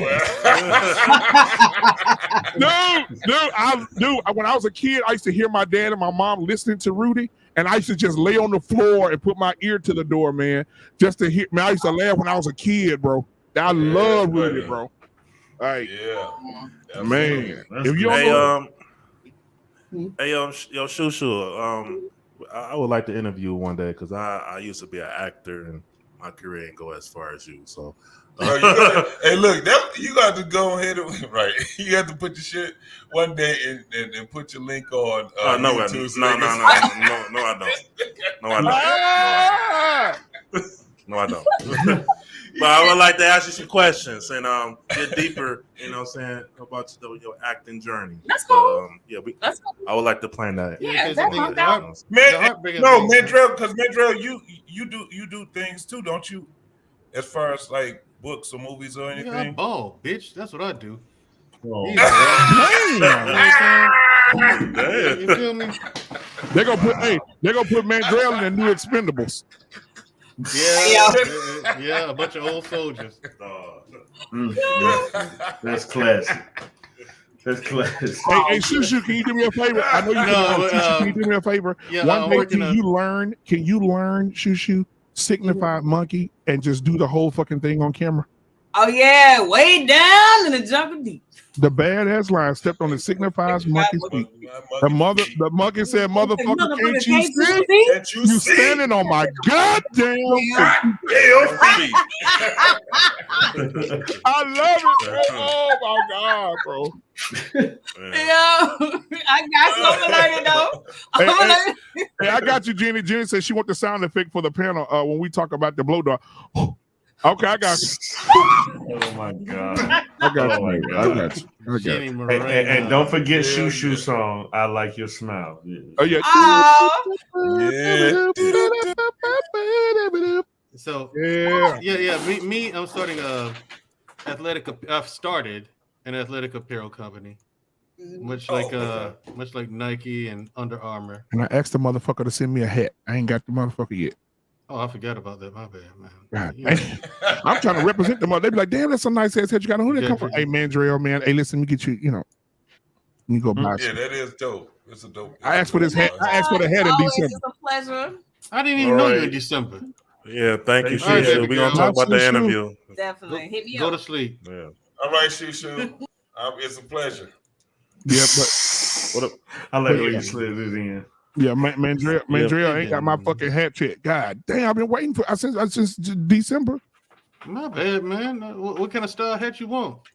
She just sent me into one of them. I just want to support your company, man. God damn. Okay, fair enough. Okay, well let me skip across all that. Maybe I'll get it before you. How much they cost, Mandrell? Oh, no, okay. Look at this. Look at this shit. Look at these niggas. Y'all just like TD Jakes. God damn it, you motherfucker. Go ahead. I mean, since they just prototyped this, I give you a discount. Hallelujah. You know. No, hold on now. But no, let me tell you what the bastard told me. I'm just starting my, when he get real proper when he talk about his business. I'm just starting my apparel company, and I have a few hats over here and some prototypes for some sports bras. And I said, okay, cool. He said, you know what? I'm going to send you a hat, and you tell me what you think about it. I said, okay, no problem. All right, cool. I got you. Now, if I got to buy the motherfucker, I'll buy it, Mandrea. Hold on. You forgot the SpongeBob. 10 years later. 10 years later. 10 years later. No hat. 10 years later. And that's the symbol right on your head. That's your that's the logo. Logo. Okay. Mm-hmm. Hey, dog, I want to share something with y'all, bro. My kids had tournaments today in basketball, and they continue tomorrow. Oh, Lord. And at the game, there was a coach. Last week, my daughter's team beat his team. And their team has been rocking for years, like in the playoffs. So my daughters beat their team to get into the last slot of the playoffs. And he was like, "Oh, y'all don't worry about it. Wait till Saturday." Because this dude coach a lot of teams. So he's like, "Wait till Saturday. Them girls, they ain't deserve that win, blah, blah." Just talking, these are kids. So then I was like, dude, what the fuck? Like, so anyway, he said, "Wait till Saturday. We're gonna when we whoop your boys, you know, they're 13-year-old boys." I was like, okay, cool. Well, my son's on that team. And so I was like, okay, cool. I told my son, go shake his hand. I said, this is the man that's going to shoot your goddamn eyes out Saturday. Right? So then today we go and play today. And he was sitting, and my son was banging their ass up. My son was banging their ass up. My son and it's another two guys on the team, bro. They just so gelled so much together. They was banging their asses up. And so we end up winning the game. Here go the coach. I say, good game. Hey, man, got nothing to say to you, man. But stay away from me, bro. And I was like, dude, what's the problem, bro? He was like, stay away from me, man. You always teasing me, bro. You teasing me, man. And I'm tired of being teased, bro. I'm like, dude, you grown, bro. Like, you a grown-ass man. You sensitive as fuck, bro. No, you teasing that man, Blake. And he told me, you a hater. I've never seen someone hate you. And the whole time you were cheering and being loud. I said, first of all, my son played for the team. You know I'm going to rock for my son. Come on now. Let's not do that. Right. And he was like, I can't believe that, you know, you teasing me and all. I said, dude, bro, wait, what man tell another man you teasing me? Wow. You teasing me. That would apparently. So, this sensitive shit, man. That he was teasing. He was teasing me. And I told him, I say, dude, you're sensitive, bro. Because I said, you know what, bro? I said, it's nothing but love. And when I was cheering at the game or whatever, I said, it's nothing but love. Because, you know, because I was screaming out all kind of, you know, I'm a comedian. So I was screaming out all the time and shit. I said, hey, Alexa, play It's Over Now. You know what I'm saying? When they were losing and shit. So I was saying, look, now Alexa playing this shit. Alexa, shut up. But anyway, you know, I was saying different stuff like that. So I guess it bothered him. But then the caveat to the thing is, I told him he was sensitive. I said, dude, it was all love. And I said, I didn't mean anything towards you personally. It's just a competition thing. He's like, bro, I still don't want you to say nothing to me. I said, well, fuck you then. I mean, I ain't finna play with your sensitive ass nigga. Hey, look, man. And so tomorrow, my daughter in the playoffs, and guess who my daughter playing tomorrow? His female team, the same dude. Oh, man. I'm coming. I'll be hard. I'll go really hard on his ass. I'm gonna go so hard tomorrow, bro. Oh my God, bro. Sensitive ass. Look, I'm in the game. I already got the fans, right? The kids' parents and stuff sitting over there with me. I already got the fans already into the game. Like today, when my son hit a 3, I said, yeah, baby. Everybody in the gym. I like it like that. Oh shit. Hey man, you know, I'm a video and I'm gonna post it to my YouTube channel, bro. Tomorrow. Hell yeah. Going down, bro. When I tell you I go hard for my kids, bro, my son just be smiling, bro, because they're not used to seeing black fathers in their children's lives like that, bro. And I take it very seriously, man. I want my kids to know that I love them. And even today with my 11-year-old son, they lost in the second round of the playoffs. And my son was so angry. And I just, I pulled him to the side. I hugged him. I said, hey, bro, come on. You did your thing, man. Y'all lost by 2 points. Y'all did your thing, though, man. You know, I gave him a hug, told him how much I love him. You know, I said, we can move on. I said, you live to fight another day, man. You young. You're 11 years old, bro. You'll be playing again next year, bro. You done. Y'all, you know, even though y'all got put out or whatever. So, you know, that should build character for him. Hell yeah. So you don't want to lose again. And I hate when mamas be like, these dudes, like today, these dudes too loud. Oh my God, they don't know how to act. No, I'm cheering for my same son. thing. They do the same thing with LeVar Ball and Ja Morant did. Yep. And they was really on his ass. He got 3 sons in the NBA, and they still talking about he a trash ass dude, bro. I don't get it. You got 3 goddamn sons that's millionaires. Man, millionaires. They don't ever want anything from you, never. He deliberately went and got a woman and said, because you're tall and you're beautiful, I'm going to have some kids with you, and they going to be some athletes. You an athlete, I'm an athlete. We both tall, we got this. And he deliberately did that. And then he took the sons and deliberately told them, fuck getting a deal. We're going to get you a deal. You're going to do something that ain't nobody else did. Yeah. We're going to get you a deal, and you ain't never stepped a foot in the NBA. We're going to get you a shoe deal already. And people thought that he was crazy. I'm like, nigga, you know how cold you got to be able to do some shit like that? He predicted his son going first to the Lakers, bro. He said my son will be a Laker come time for the draft. And he said, and even if it didn't happen, the confidence he had in his children, that shit is overwhelming. And when you don't have a parent that have that type of confidence, I said, man, this motherfucker, look, they can call him arrogant or whatever. If one thing that I do understand, as men, it's at some point in our life, we have to have narcissism and arrogance. But we have to have a balance of it. And that's how you do it. How the fuck, and I told a person, they was like, you hear this, when they take these words. Narcissism is the new word. Yeah, I don't like a person that's narcissistic. I said, let me tell you something. In order to be a brain surgeon or a goddamn heart surgeon or any one of these surgeons, you know the level of narcissism you gotta have to get your ass in there and grab those damn organs like that and do what the fuck you do. You have to be narcissistic to do some shit like that. That's why most surgeons are assholes. And arrogant. They're arrogant. They're assholes. But they're great. You cannot stop that from being great. That's just what it is. And they are. And he know his kids. Because LeVar said, my oldest son gonna get picked first. He's decent. He good. My middle son, he's gonna have to work his way in. He said, but my baby boy will be better than both of them. And look at him now. Better than both of them. Oh my God. Yeah, he right. His baby boy's a bad all-star second year. Hey bros, I'm gonna shut it down.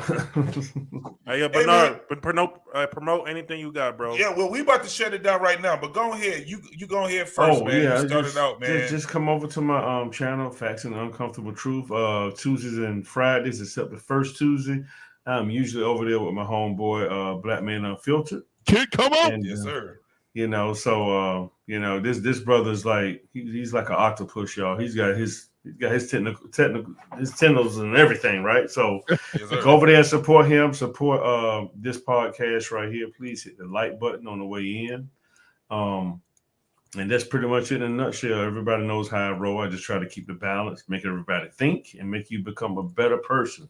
And I will end it like this: you might as well just be you because everybody else is already taken. There you go. Absolutely, my man, Bernard. Ike Turner. Hey, before you go, Bernard, we need to do an all-male show about this new shit that came out on Tina Turner, boy. What? They said every fucking thing she said was a fucking lie by Ike, bro. And they got receipts. They got receipts. And they got background singers that said we have all that shit you see in the movie. We have never seen Ike touch her. He ain't never beat her. He ain't never, man, bro. That shit. I'm gonna send you whoever gonna do the show. Let me know which one y'all gonna want to do the show. I'm going to send Black Man you Unfiltered. a clip of. I got y'all do it. I'm gonna send you a clip of Judge Joe Brown 3 years ago. Said that exact thing. He said that bitch ain't shit. She ruined Ike Turner's motherfucking life with those lies. Wow. He was the one that said it. That was 3 years ago when he and said the background singers, I'm telling you, everybody else around, the producers, everything. He said it the whole time we were married. Ike said this in an interview now when that movie came out, it ruined him. It ruined him. He said he lost Bro, he don't even kids, look he like- went bankrupt, all type of shit. And he said he hit Tina one time. He said, and he said they were in the limo, and she kept talking, running her mouth, putting her finger in his face. He said he slapped the shit out of her to shut her up in the limo. He said that part was true. He said all that part where we fighting and getting out all bloody, the cake and all that shit. Yeah, he He's said like, all we that ain't never eat the did cake that. and all that shit was fucking a lie. Yes. He don't even look like the type of dude who'll do some shit. Yeah. No, he Damn, don't. this cake good. Damn, this cake good. Hey, and he that boy I'ma said- holler at y'all, that said, man. if you die, I choose. All right, Bernard. My man, All right, Bernard. Bernard. Peace. Hey, I'm gonna get. Yeah, we finna get out of here, everybody, right? Black man. All right, bro. Yeah, you and Mandrell promote your Yeah, shit, bro. yeah, absolutely. Hey, listen, guys, thank you guys for coming on this channel tonight. You know, I got to give it up to What We Know podcast, man. Come on, let's give it up.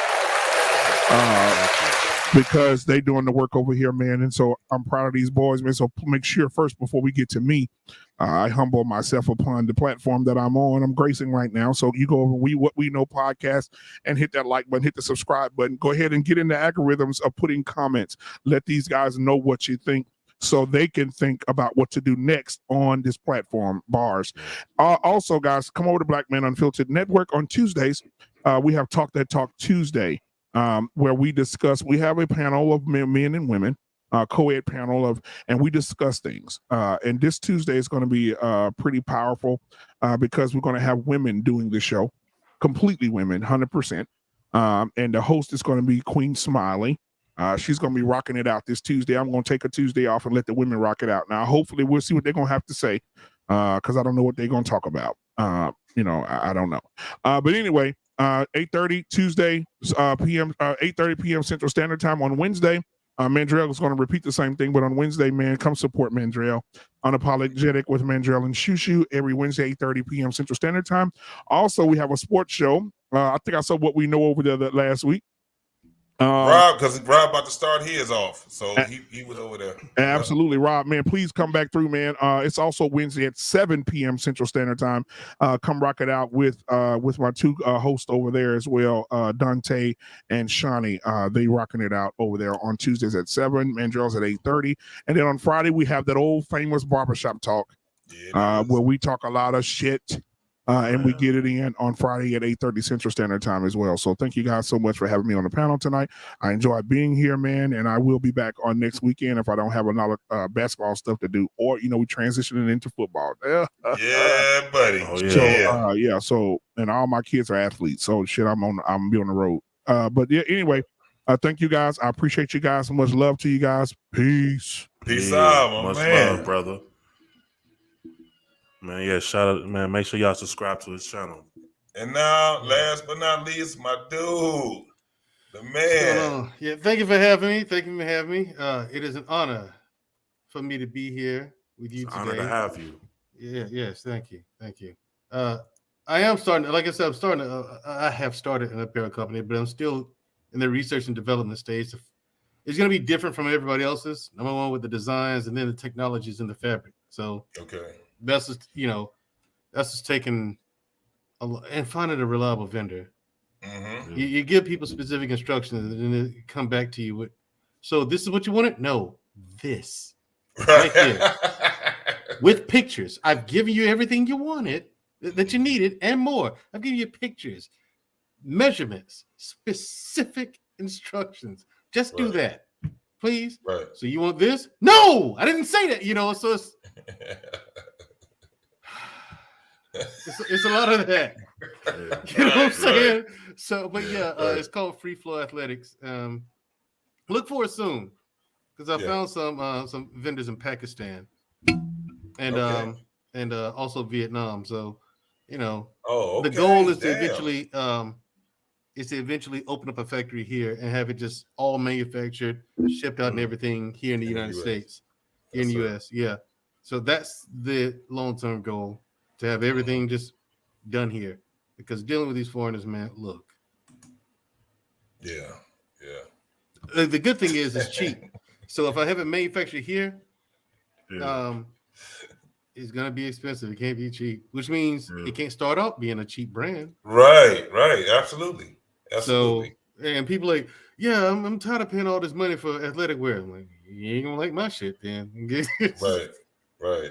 But Yeah, it's going to be competitive with Nike and Under Armour, companies like that, Reebok. Okay.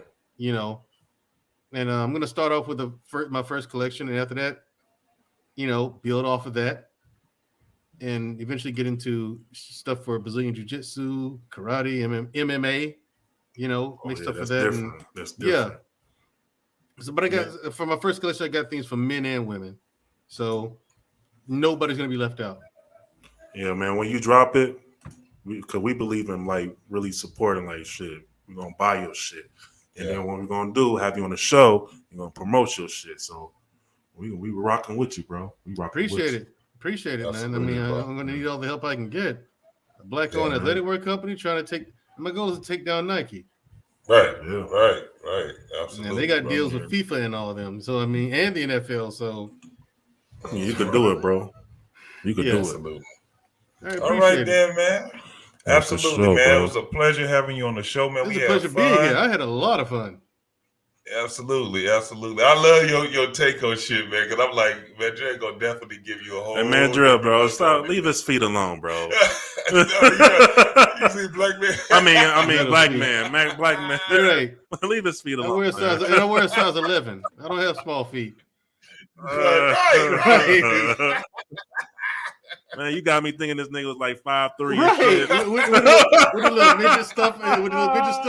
No, where that came from is that we were on the panel one night, right? And for some reason it came up high. I said, "Wait, how?" Someone said, "How?" I think Tommy said how tall he was. Tommy B is 6'6". Jesus, right? Is he? Yes, Tommy B is 6'6". I did not know he was. He don't even look. Yeah, sitting down here. So I was like, God damn! I said, "Well, wait." I asked somebody else on the panel, "How tall are you?" He said, "How tall he was." "How tall are you?" And I asked Black man, "How tall are you?" You know, everybody was like, I think the shortest person was like Over 5'11". Everybody else is 6 foot and up. I said, "What? Yeah, fuck all you tall niggas, man." You know what I'm saying? So, I said, because Hink is like 6'4", ain't he? Hink, yeah, Hink is over like 6 foot 6'4". tall. Damn. I was like, fuck all you tall niggas, man. You know that? They was like, wait, how tall are you, man, Dre? I said, I'm 5'8". Ah, you the shortest guy on the panel, man. I'm 5'9", shit. You know, so everybody's laughing, you know what I mean? So from then on, it's been short jokes, not because I'm actually short, right? But I was the shortest guy. Taller than me. Yeah, everybody was taller than me, you know. That was the thing. It's all good. When they get old, they gonna have fucked up niggas. Right. Look, Rob, you see how the chest sitting? He looked taller than me. I'm 5'11". He 5'9". Yeah, but look at the chest sitting. I'm just swole. Right. I'm just swole. Like me. That's all. Yeah. Yep. Yeah, I'm just. Yep, that's what I said. You like a tank. Yeah. That's what I'm like. Shit. Yep. Yeah. That's an average size though. So that's why. Yeah, well, it's pretty cool though, man. But I enjoy having you on here, man. I'm looking forward to future shows and everything, man. Yeah. Oh, my man, Black Man. Shout out to man. $5 super chat, man. I really appreciate it, brother. I really appreciate it. See, I ain't got all the bells and whistles yet, but we gonna have that shit popping. Yeah. Working on it, most definitely. But it's definitely appreciated. And I said this earlier, bro. It's an honor to just be being around y'all, to be a part of this community y'all built. So, yes, and me and him trying to do the same thing, bro. And I just want us to keep moving forward and shit, building together, bro. So, yes, sir. But all right, Mandrell, man, it's a pleasure again, brother. Thank you for having me. I appreciate it. It was a lot of fun. No problem, man. It really was tonight. Yeah. Absolutely, brother. Appreciate it, man. Always welcome. All right, my brother. Have a good one, Mandrell. All right now. God damn, my longest show. Man, it was just fun when you have it, and I love being around these brothers, man. I love being around people and sisters. Yeah, you starting to see people look. We all from different parts of the United States. Shit, it'd be people that'll be from different parts of the world also. And before we about to close this out, y'all. One of the things that we were trying to do when it came down to this whole thing with Bishop T.D. Jakes was to show that you have to start vetting the information that you're getting. Absolutely. Whether you agree with the man or you don't agree with the man, if you're gonna have something where you don't agree with him, at least be right there where he's at. Don't make shit up. You don't have to make shit up. Yep. You know what I'm saying? So that was the only thing that we were trying to do. I don't invest in people that I see as celebrities, because this is how you get disappointed with folks. That's just what it is. But the biggest thing, the biggest message that he was trying to give was men just, pour into the women. That's all he was trying to say. Whether you agree with the tactics on what he used or not, that was the whole thing. It was not to demonize women. It had nothing to do with demonizing women. If anything, just like Black Men has said, it had a little more to do with telling men what they ain't doing. But you don't hear us complaining about it, because at the end of the day, the man is doing it the way that he does it, and he's trying to do whatever he needs to do to build the community that he's with too. Shout out to the homeboy, Big Bad Bull. I'll be seeing you, homie. Most definitely, bro. Yeah, bro. Appreciate it, bro. Yes, sir. Yes, sir. I can give him the horn right quick there, horn. Yeah. Good ass show, man. And should we be back next week? Yeah. So I want to thank again, Black Man, Unfiltered, Mandrell, Shoo, Allison, Big Al. Yeah. She came out there. Shout out to Bree in the chat. Yeah, Bree in the chat.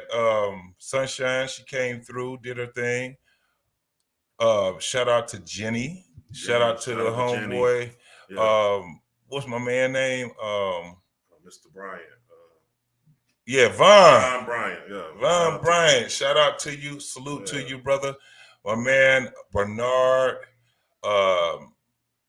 World class. Fuck you, whoever it is that keep putting all that damn porn shit, advertising that shit. World class. Shout out to you, brother. Most definitely. And my baby, she was supporting for a minute while she was turning up. That shows dedication. You know what I'm saying? Gemini Podcast, y'all know we always got love for y'all. You know what I'm saying? We definitely got love for y'all. So shout out to my wife. Yeah, man. You got to shout out to the number one. And shout out to my homeboy Rob, man. We out here doing it big over here, boy. Oh yeah. My dude. Yeah, we out here, man. We doing it, man. Most definitely. So we want to also everybody that supported us on YouTube, everybody that supported us on Facebook. Hey man, shout out to y'all. Shout out to you. My mom, she always support me. I love my mama. My cousins that's on there, my brother Clee. You know what I'm saying? My man, comedian DY, that's my homeboy too. All of these folks that locally I know, personally. We've broke bread pretty much personally, man. But we about to get on up out of here, y'all. Yeah, man. Like I said earlier, follow us on Instagram, What We Know _podcast. Follow me on Instagram, Thankful_Robert. Sports channel coming soon. Sports Talk with Rob. And yeah, you know what I'm saying? And that's it, man. We out of here. We out of here. Peace out. What we know. I can feel the blood creeping up from the heathens. Got will, got fight, got pride, got reason. If they wanna go eat, then you know I'm gonna feed them. If you're coming for me, hope you're ready for a demon. I got eyes in the back of my head, I'm seeing. Take me for granted and you know I'm leaving. I'ma take what's mine with the webs I'm weaving. I could take this crowd from seeing to believing. Got a taste for blood and my tongue keeps bleeding. From the words I spit, so sharp, so freezing. So cold, behold, frostbite they feeling. I could tear you apart or I could go heal them. Don't believe in fate, don't believe in ceilings. I just need a taste and my mind starts peeling. I don't pace myself, I grind on kneeling. Got lust for change, I just love the feeling. I ain't gonna give up. Got too little time, I'ma live up. Head down, push forward through the tough times. Cause anything worth doing is a tough climb. And I ain't gonna give up. Got too little time, I'ma live up. Head down, push forward through the tough times. Cause anything worth doing is a tough climb. Cause I'ma live life for the fight, yeah, I'm here to get it. I got drive, got sight, always have a vision. I go by at night, I be in my feelings. I'ma be fine, need time, and I'll soon be winning. I live life for the fight, yeah, I'm here to get it. I got drive, got sight, always have a vision. I go get my feelings, I'ma be fine. Need time and I'll soon be winning. I can feel the blood creeping up from the heathens. Got will, got fight, got pride, got reason. If they wanna go eat, then you know I'm gon' feed them. If you're coming for me, hope you're ready for a demon. I can feel the blood creeping up from the heathens. Got